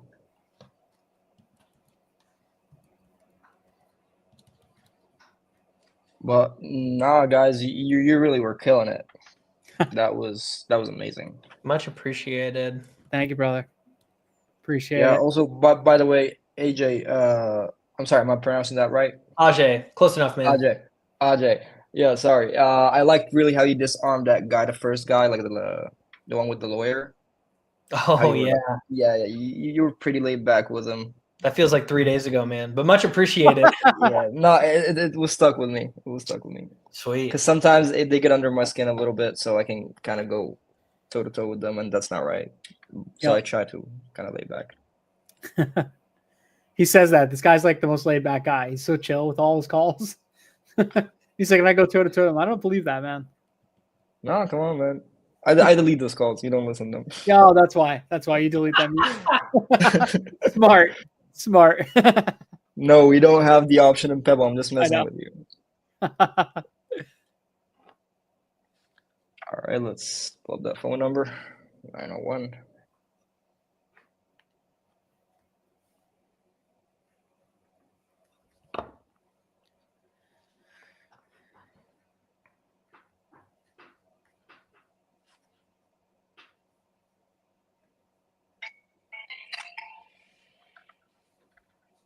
Hello. Hey, Carter. This is Tyler with Cash for Land USA. How's it going? Tyler with Cash for Land USA. Did I catch it a good time?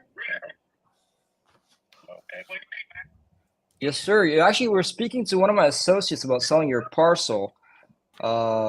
Just to kind of quick explain here, I usually do these calls just to make sure I'm reaching to all my clients here. You were guys talking about selling that parcel, but it seems there was some kind of miscommunication. I don't see us buying that deal. So I wanted to make sure of everything good. Like, did you change your mind? What happened there? The 3 acres. Let me pull it up real quick here.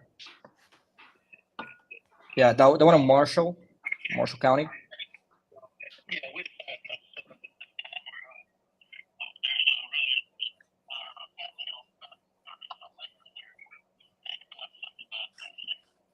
Okay, so you're subdividing those 30 acres, but what about the 3? Oh, okay, so they're right next to each other? Gotcha. All right, so tell me, like, how long you guys been talking about that subdivision? About a year.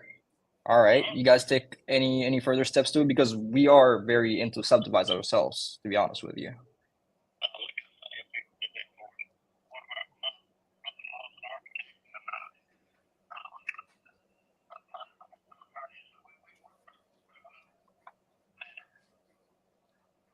All right.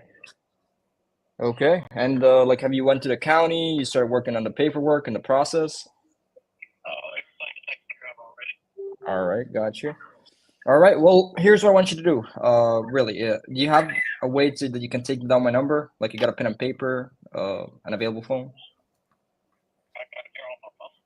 All right, perfect. Just lock it down. My name is Tyler. If that doesn't go through as planned, just give me a call. We're very interested, and would love to do some business with you. I understand. Just keep it in with you just in case. All right. Have a good one. Nice. We couldn't hear the other side of it, but it's what did it say? He sounded like he had 30 acres or something like that. He got 30 acres next to it, and they're looking subdivided. And the 3 acres like right next to it. I think they're making a whole thing of it. Okay. Yeah, I don't see a 30-acre plot. Maybe I had the wrong lead. Something like that. Could be. Yeah. Also, I'm not sure why you guys weren't hearing. Like, it was right next to them. I know. You know what? Oh, you know what? I might have had this. I might have had that off for you.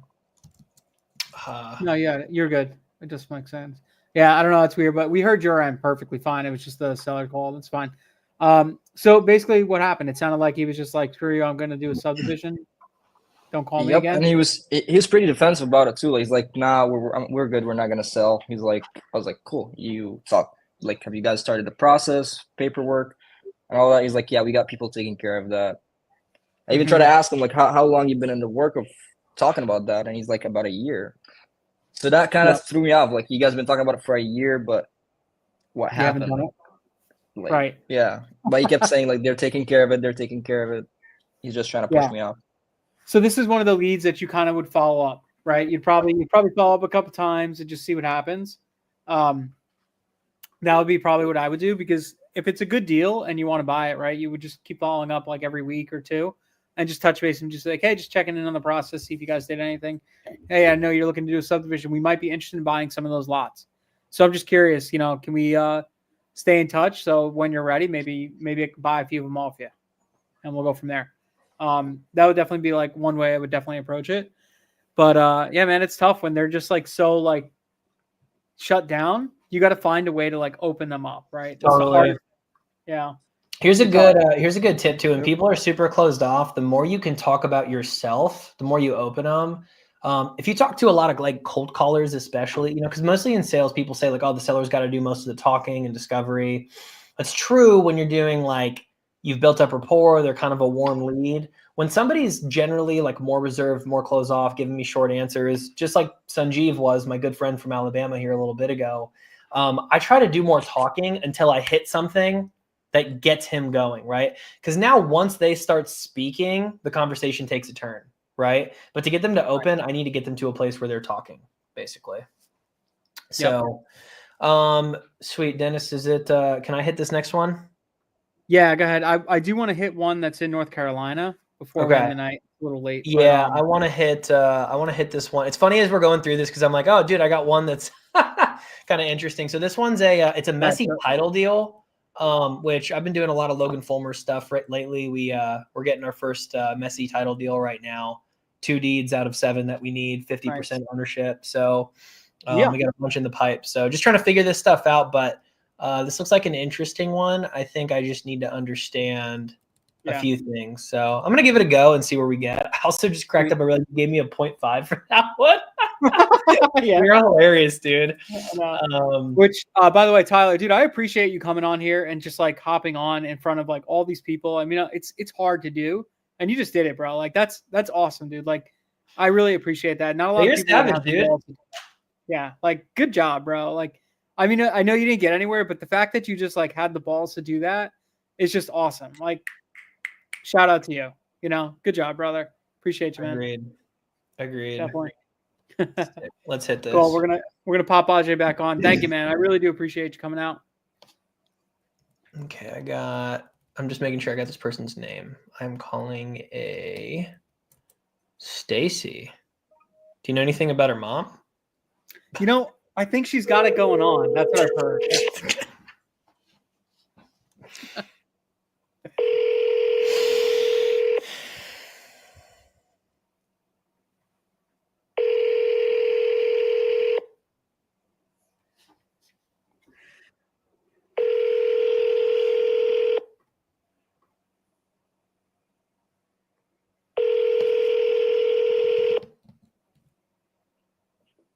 Your call has been forwarded to voicemail. Oh, man. The note here also says she's usually more prompt over email, but I'm still going to try a double dial.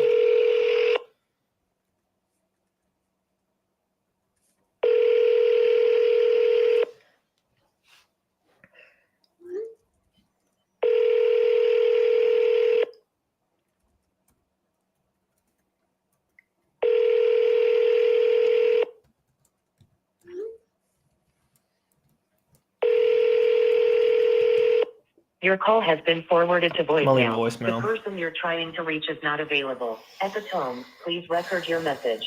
When you have finished recording, you may hang up. Hey, Stacy, it's Ajay. My friend Tom referred your info over to me. Just for some background, I'm just a small real estate guy here that specializes in properties that might have some title issues and some messy stuff going on with it. If that's something y'all are still needing help with and I might be able to help, just give me a call back here. Thanks. Bye-bye. I said small real estate guy is not the right sequencing of words there. Really short real estate guy. He's tiny. Yeah, small stature. Also, what's up, Jerry? Good to see you, dude. I owe you an intro here in a second.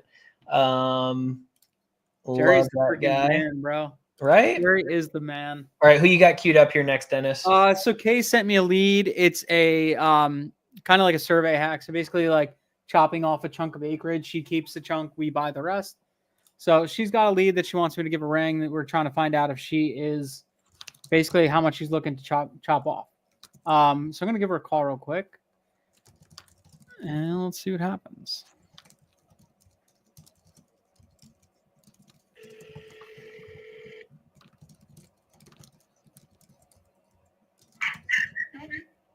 Hey, Miss Sutton. This is Dennis with Future Ground. I think you talked to Candace a little while ago about your property over there in Rock Hill.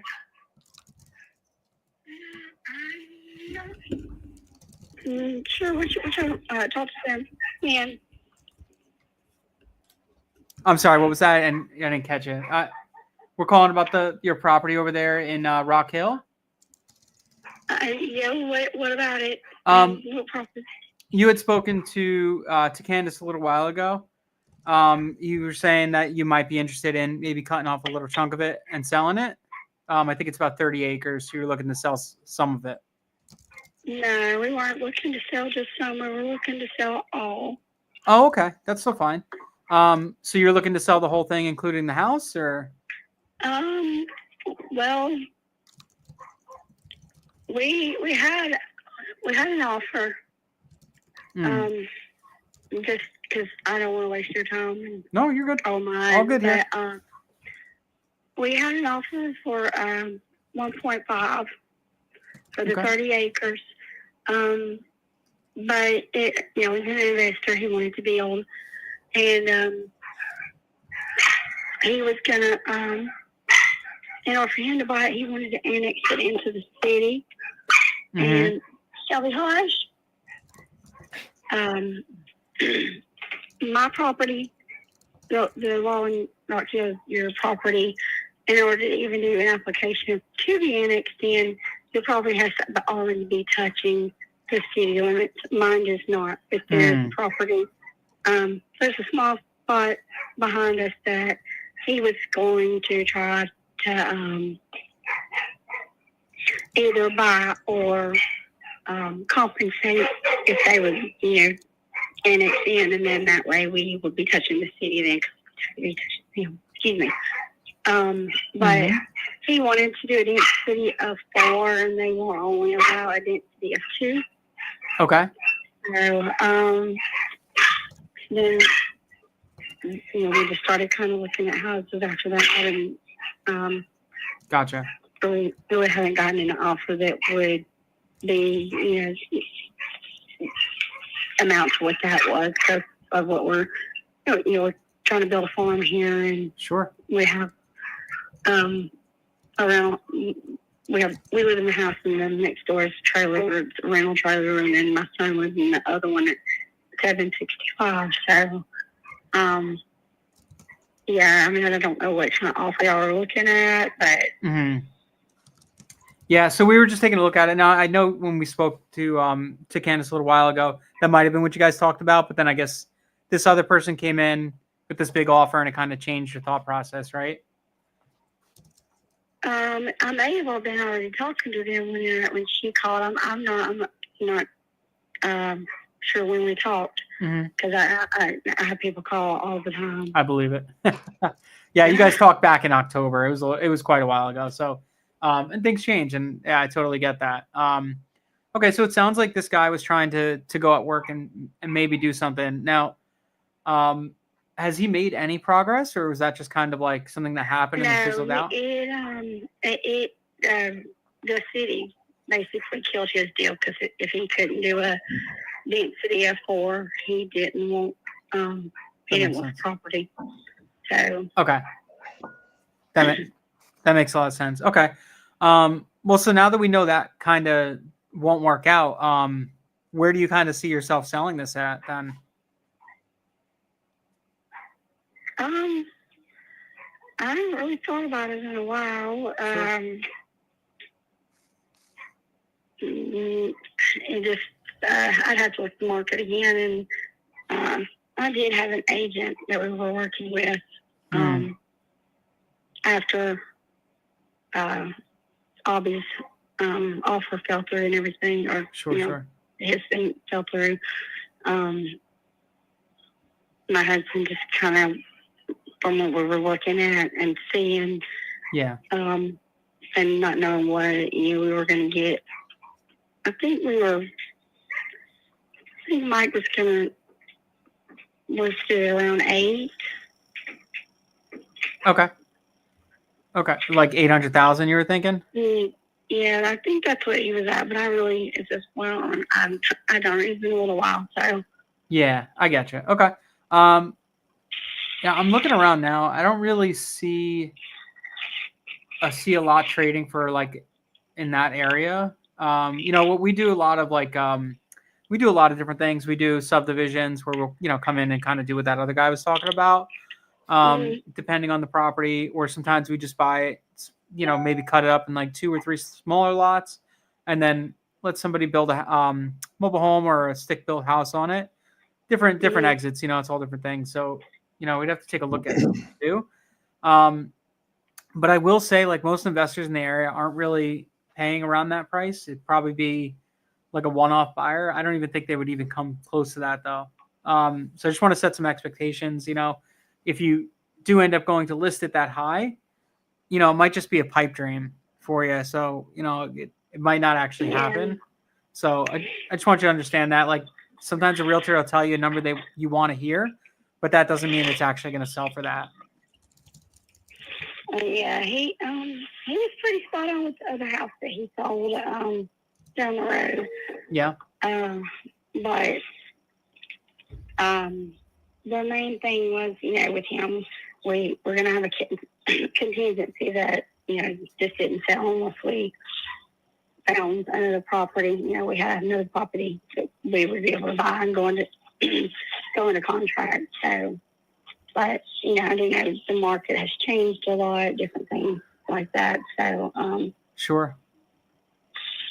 Yeah. Market changes all the time. And that's the thing we got to be careful with a lot of this stuff is, one, if we wait too long and the market shifts, it might not be in our favor, right? So that is a big thing. But the other way, what could also happen is... I think he was going to... I do think he was going to break it up, but have a contingency on there as well that Opry had to sell or... Sure. Or, none. But just because he thought that would probably bring in more of the profit. Selling it, that way, because he had a couple people already interested, and like I said, he was showing us houses and things, and my husband just kind of shut down on it. Yeah, and he decided he didn't. This has been his family's land for I don't even know how long I've been in this house. 1959, so somewhere around in there. And when his grandfather bought, originally it was 80 acres here. So okay, nice. Yeah, it's something that you guys have had for a long time, right? You've kind of kept it in the family, and it's hard to detach yourself from it, right? Especially living on it. Yeah, not so much myself. I would, but yeah, I was excited and ready to, but sure. Yeah. I totally got you. Yeah, I mean, if we, it would just have to be one of those types of things where we found something and, sure. could sell this for enough to be able to buy that and, just be the perfect thing. But I got you. Okay. And the house you guys have on there now, is that like a stick-built house, or what kind of property is that? The one we live in is stick built. It's bricks. Okay. And then there's 2 mobile homes. There's I think it's 1982, which probably would be just taken down and taken off the property. And then the one my son lives in is a 2010. I had bought it when my first husband passed away. Okay. So that was something else that we were looking at is, either him, us having the money to move it for him. Sure. And, or them, being able to find a place that they could afford to, because he's I only owe like $9,000 on the trailer, so he's taking up payments and paying it off. So. Okay, I gotcha. Okay, I mean, look, we could take a look at this and kind of see where we're at with price. I'm not sure we'd be near like 800. That probably wouldn't make sense for us. The only difference with us is we are cash, so it's you're paying for that time and convenience. You're not really waiting for the market to dictate what it says. We kind of just come up with a price and we go ahead and give it to you cash, and then the benefit of that. No inspections, no realtor fees or anything like that. It's basically the number we give you is the number you get in your pocket. That's the major benefit. The other things, if you do end up listing it, obviously, you know what it's like when you sell a home. There's inspections and this clause and that clause. And, you pull your hair out and then you're like, I don't care, just sell it for me. Just whatever it is, just let's go. Yeah, that's what I had to do with that house down the road. It was my husband's grandfather's part of the an estate. It was in a life estate, and I'm literally still almost in 2 years fighting with his family over that property because I don't know if you know about life estates, but the life tenant did not do what she was supposed to do, and then the remainder, she also did not do what she should have been doing, and but there was a debt against the estate anyway, and the taxes, and there's no money, so I had to sell it. And I get you. Now the daughter, don't speak. His father doesn't even speak to me, which is, I'm like, you got to communicate about the probate. It's kind of not looking good for you if you don't communicate. But anyway, so I totally get it. So let's do this then. I don't want to cut you off, but what we'll do is I'm going to talk to Candace. We're going to come back and circle back with you, and we'll shoot to reach out to you about like this week, and we'll kind of go over, see what we could do. If we were able to come up with a cash price, I know you have to talk to your husband about it and maybe see if it makes sense. And skip all the realtor stuff and everything like that. We could probably make something work, but it's just got to be something that makes sense for us and for you, right? If you do end up coming with an offer and we do come to that agreement, you accept it, do you have another place to go, or would it be contingent on you finding another place to live at? It would probably have the contingent on it, finding something like that.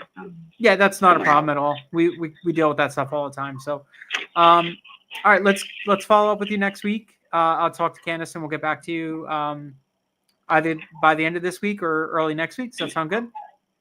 Okay, yeah, that's fine. Great. Thank you. Awesome. Appreciate it. Thanks for taking the time to talk with me. You have a good night. Absolutely. You too. Bye. All right. Bye now.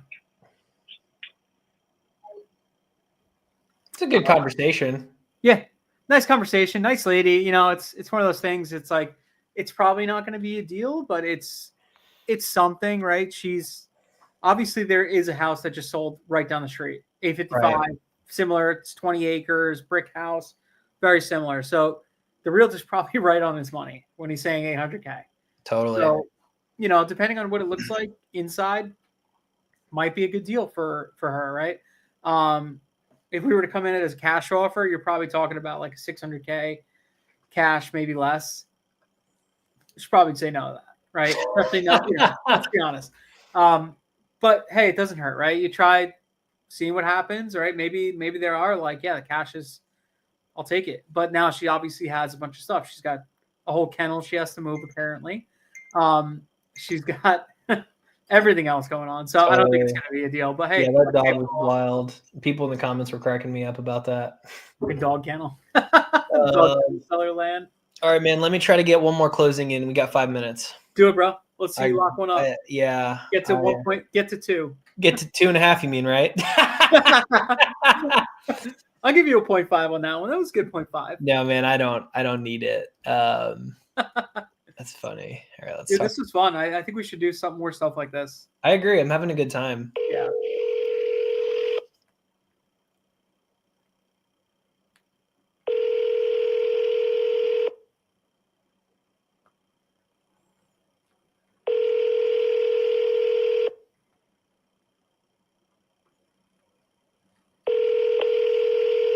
Hello? Hey, Gary, it's Ajay. How are you, sir? It's who? It's Ajay. You had chatted with my team a ways back about your 38 acres. Did I catch you at a bad time? No time's a good time about that one because I get about a call a week. Oh boy, I bet you do. I bet you do. Okay, just straight up, do you want to buy it? Are you willing to pay for it immediately? Or you just want to hold it and see if you can sell it to somebody else? Well, Gary, that depends on what kind of terms we can work out here. We buy plenty of properties outright. I buy about 50 a year. And, the numbers just need to make sense for everybody to win. What are you offering? I don't have a number in front of me right this second. This is our, first. When you get one fixed. I can certainly do that, Gary. Would it be okay if I asked you a couple of questions before we? Damn it. He hung up on me. Gary doesn't want your bullshit is what happened. Oh, man. I don't blame him. He probably wasn't going to sell, but man. Is that Gary? God damn you, Gary. Yeah, those are tough, man. I don't blame Gary because he probably does get those calls all the time. And it probably is super frustrating, especially with everybody telling him like, hey, Gary, I'm going to double close your property. He's like, F you. Well, I mean, he's asking too much. I'll give him, he tells me he wants 20 grand. I'll wire it to him tomorrow. Right? So what I do all the time is like, I love when people hang up on me like, hey, sorry, I think we got disconnected. Anyway, I've done that. And I just roll back into it and they're just like, motherfucker, no, I hung up on you. Yeah, man, I've done that a couple of times. I had a lady I cold called a few weeks back. She said, I double dot. So she sent me to voicemail. I called her again on the double dot. She answered and said, please stop calling me. I said, I will stop calling you right after I just ask you a couple of quick questions. And just went right into my questioning. And she ended up having a 30-minute phone call with me. I had another one where, when people answer and they just are ready to rain down hell, Oh, yeah. Gotta love this guy, hello. I was like, oh, boy. So I started. I said, hey, Sam, would you hang up on me if I told you this was a cold call? And he said, yes, I would. You want me to hang up first or you want to? I said, well, I'd love for you to just give me 30 seconds to explain why I called first. And we ended up chatting for 6 minutes. I got his attorney's phone number, ended up not turning into anything, but man, it's fun stuff. Well, dude, we're 2 minutes out. I'm going to be honest. I think I'm out of juice. Yeah, I think I'm good. This takes a lot out of you, man. It sounds like it's just calling people, but honestly, being doing acquisitions is freaking tough, man. Especially at the end of the day, dude. I've been up since 5 a.m. It's 7 p.m. my time. I'm getting hungry. I know. I love putting on a show for everybody. We had like 150 people come in and out, and honestly, like with a lot of my training, one of the biggest requests I get is like, dude, I want to hear you on the phones, or what does it sound like to actually close the deal? Right. And so I agree, man. I'd be down to do this more for people that are still with us. Would you guys want us to do some version of this? I may do some without Dennis. I'm also down to do more battles because, dude, I can't lose. What a terrible way for me to end the day, Okay, she's gonna stop by the lady's house with dog treats. Oh, that's hilarious. I love it. That's what you do, Kay. That's it. That's the benefits of being local to your market and marketing directly where you are, because you could do stuff like that. And you can stand up, hey, Kay, we could send her a box of cookies with some dog treats in it. Just let me know. TutyCookies.com. There we go. There we go, baby. I love it, man. Yeah, Ajay, you got to start closing with these, man. We do my wife's cookies. These are like custom boxes we make. Oh, that's sick. We send these out. I got to send you a box. Text me your address and I'll send you a box next week. Got you, man. I actually think Sumner sent me one of these once upon a time. He did. I remember filling out the card. That's right. Yeah, I lived in Chicago at the time. That was the best birthday ever, dude. I had Sumner sent me cookies. My team in the Philippines found a Filipino bakery, and they had it custom delivered to my apartment. This ube cake. It was insane. I was like, this is so cool. And so, yeah, man, that was a sick birthday. But I remember this. Yeah, I remember her sending those out to you. That was funny. Sweet. Well, hey, we got some follow-up to do. It was funny, man. I was texting with what's his name, Preston, because I was like, I told him to DM me on Instagram on this call. And then on Instagram, I was like, hey, dude, honestly, I'm way more responsive over text. I just didn't want to blast out my cell phone number to all these people. And then he texts me on his open phone number. And I'm like, dude, give me your real number if I'm going to give you mine. So, Preston, if you're still here, dude, I probably came off super aggressive via message because tone's not in it. I'm being playful as I say it, but also when I do business with people, I'm like a big just text me kind of guy. Yep, so excited to do that deal together. For the leads that end up like calling me back and there's some follow-up in here and stuff, guys, we'll reach out to you if some of these turn into deals and like what's going on here. But I had a lot of fun doing this. I would be down to do more of these. Dennis, you were awesome, man. I appreciate just like the banter and having fun. Yeah. And competition just keeps the fire under your butt a little bit. Yep. Right. So this was good, man. At the end of the day, we're not really competition. The way I look at it is like we're two parallels to the business, right? We're both running down the same path, right? It's just sometimes we deviate and sometimes we cross the other side of the road. That's all it really is, right?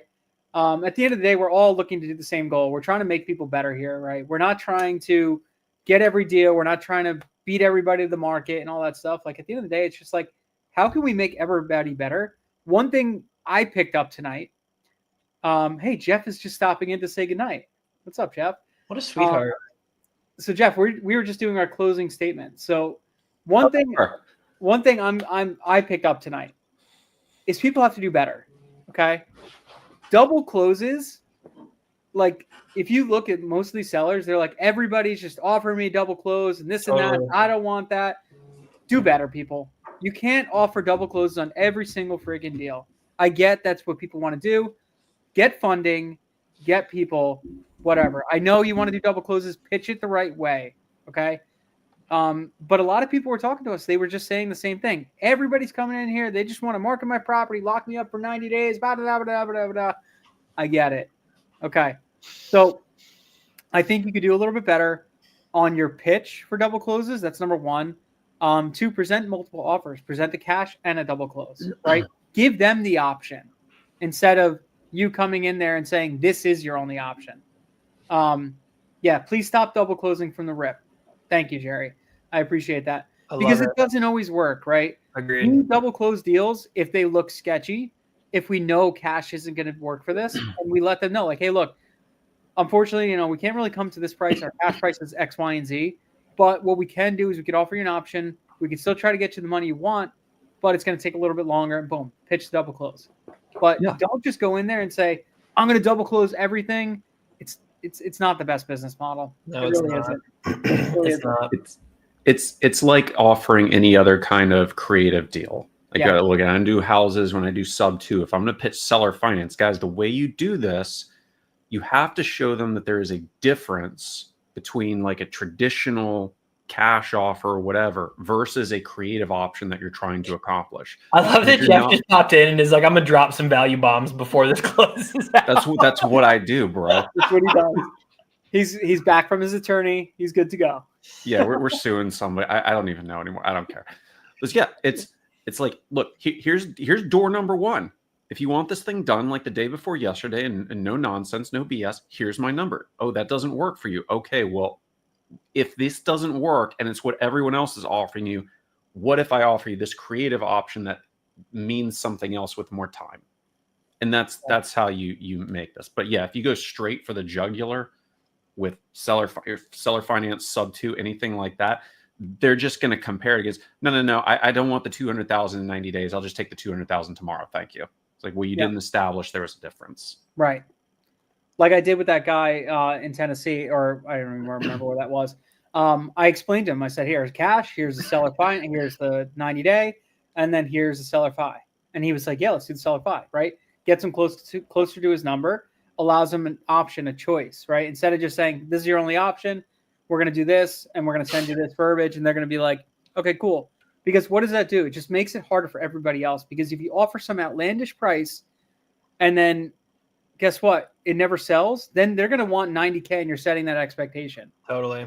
It doesn't make sense. So, all right.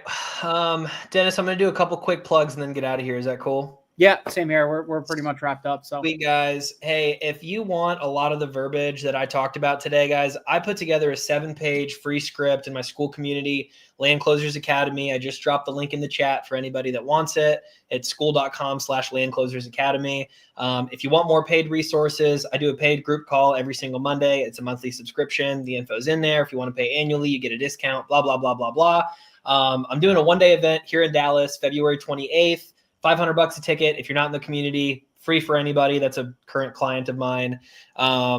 Just a one day, we're calling it a sales blitz. Basically, we're going to be talking about how do you have conversations exactly like Dennis and I had today.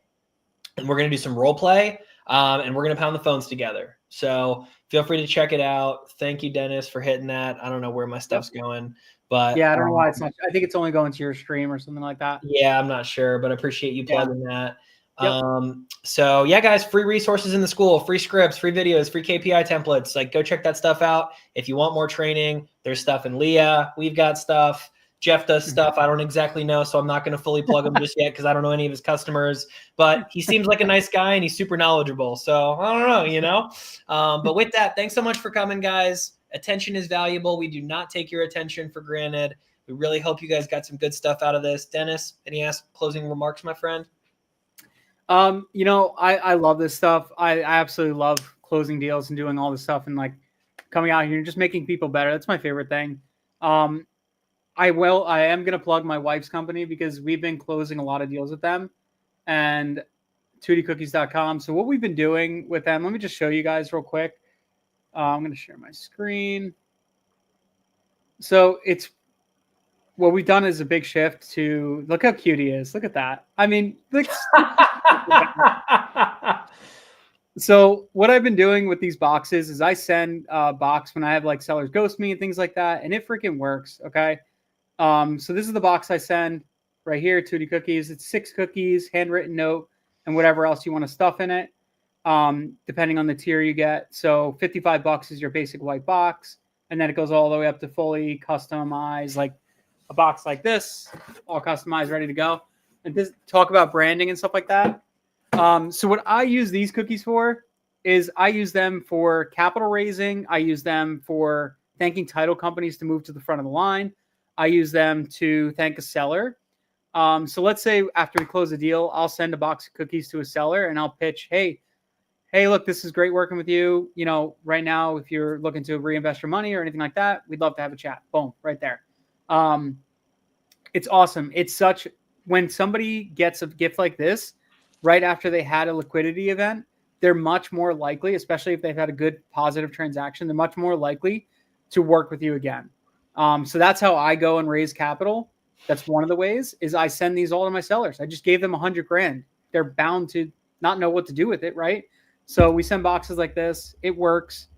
This is just like a tip for everything. It's not just because I'm trying to plug my wife's company.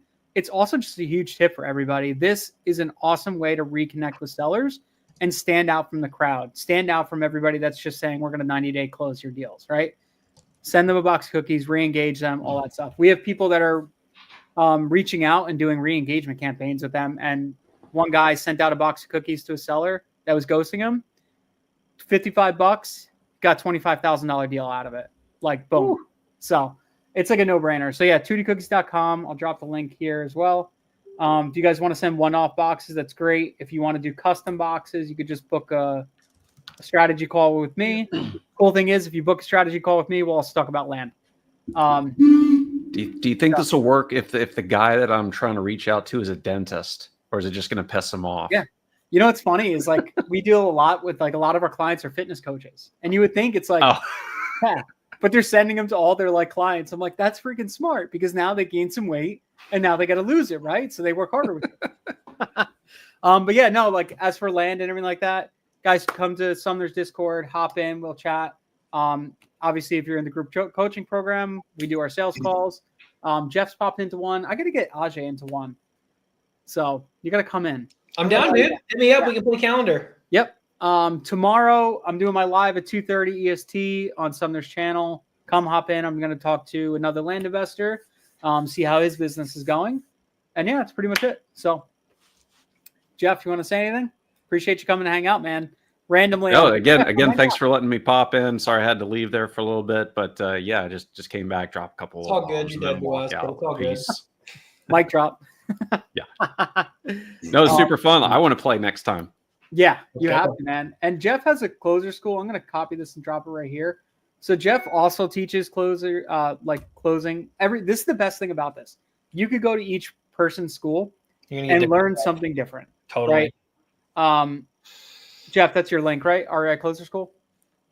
Yeah, that's me. So I really, my big thing, like I'll tell this story real quick. The reason I got so crazy about learning sales, my first big deal, guys, was a land deal.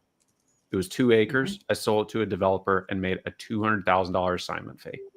If I hadn't taken the time to learn sales and communication the way Ajay and Dennis have, if I didn't do any of that, that deal never would have happened. And so I went I was like, by God, I am going to learn this. Because here's the thing, a lot of you guys doing land right now, that's great. Keep doing it. But you're going to encounter different people, and you're going to encounter different types of land and different properties, all this different stuff. So if you get kind of pigeonholed into, well, I'm only doing single family sales, for example, or I'm only doing rural land sales. When that new thing pops up, because real estate, things come and go, uses come and go. I mean, we just had the guy with the license for growing in South Carolina for good. You have to communicate with these people, right? So this is a universal skill that you're going to learn. So that's why I got so crazy. Like, I'm going to learn this. And then I had a bunch of people say, Jeff, like, we need to understand this too. Because guys, if I hadn't done that deal, if I hadn't learned sales skills, I wouldn't be here right now if that deal hadn't happened. And that's the best thing about sales. Sales is not just one specific thing. It is going to take you for the rest of your life. You're going to be able to do anything, right? Yeah. Whereas, I have a couple businesses that I run too. And sales is the most important thing in any business, right? Once you learn how to close deals, it doesn't matter. You could take that exact same information and go to the next different asset class and close the same deal. So learning sales is probably one of the most important things you could do, realistically. So, and my number one thing is just, dude, don't ever it's great to do all these courses and all this stuff and read all these books. Be yourself. Just be yourself on a call and you'll have a lot of success. So, guys, this is awesome. I love it. I freaking love it. So, same time next week. Yeah, let's do it again. Another 6 hours next time now. Cool. I thank you guys for coming. Thank everybody for coming out and staying. All the people that are still here. It's insane. I will see you guys tomorrow. Thanks, everybody. Good night. Bye.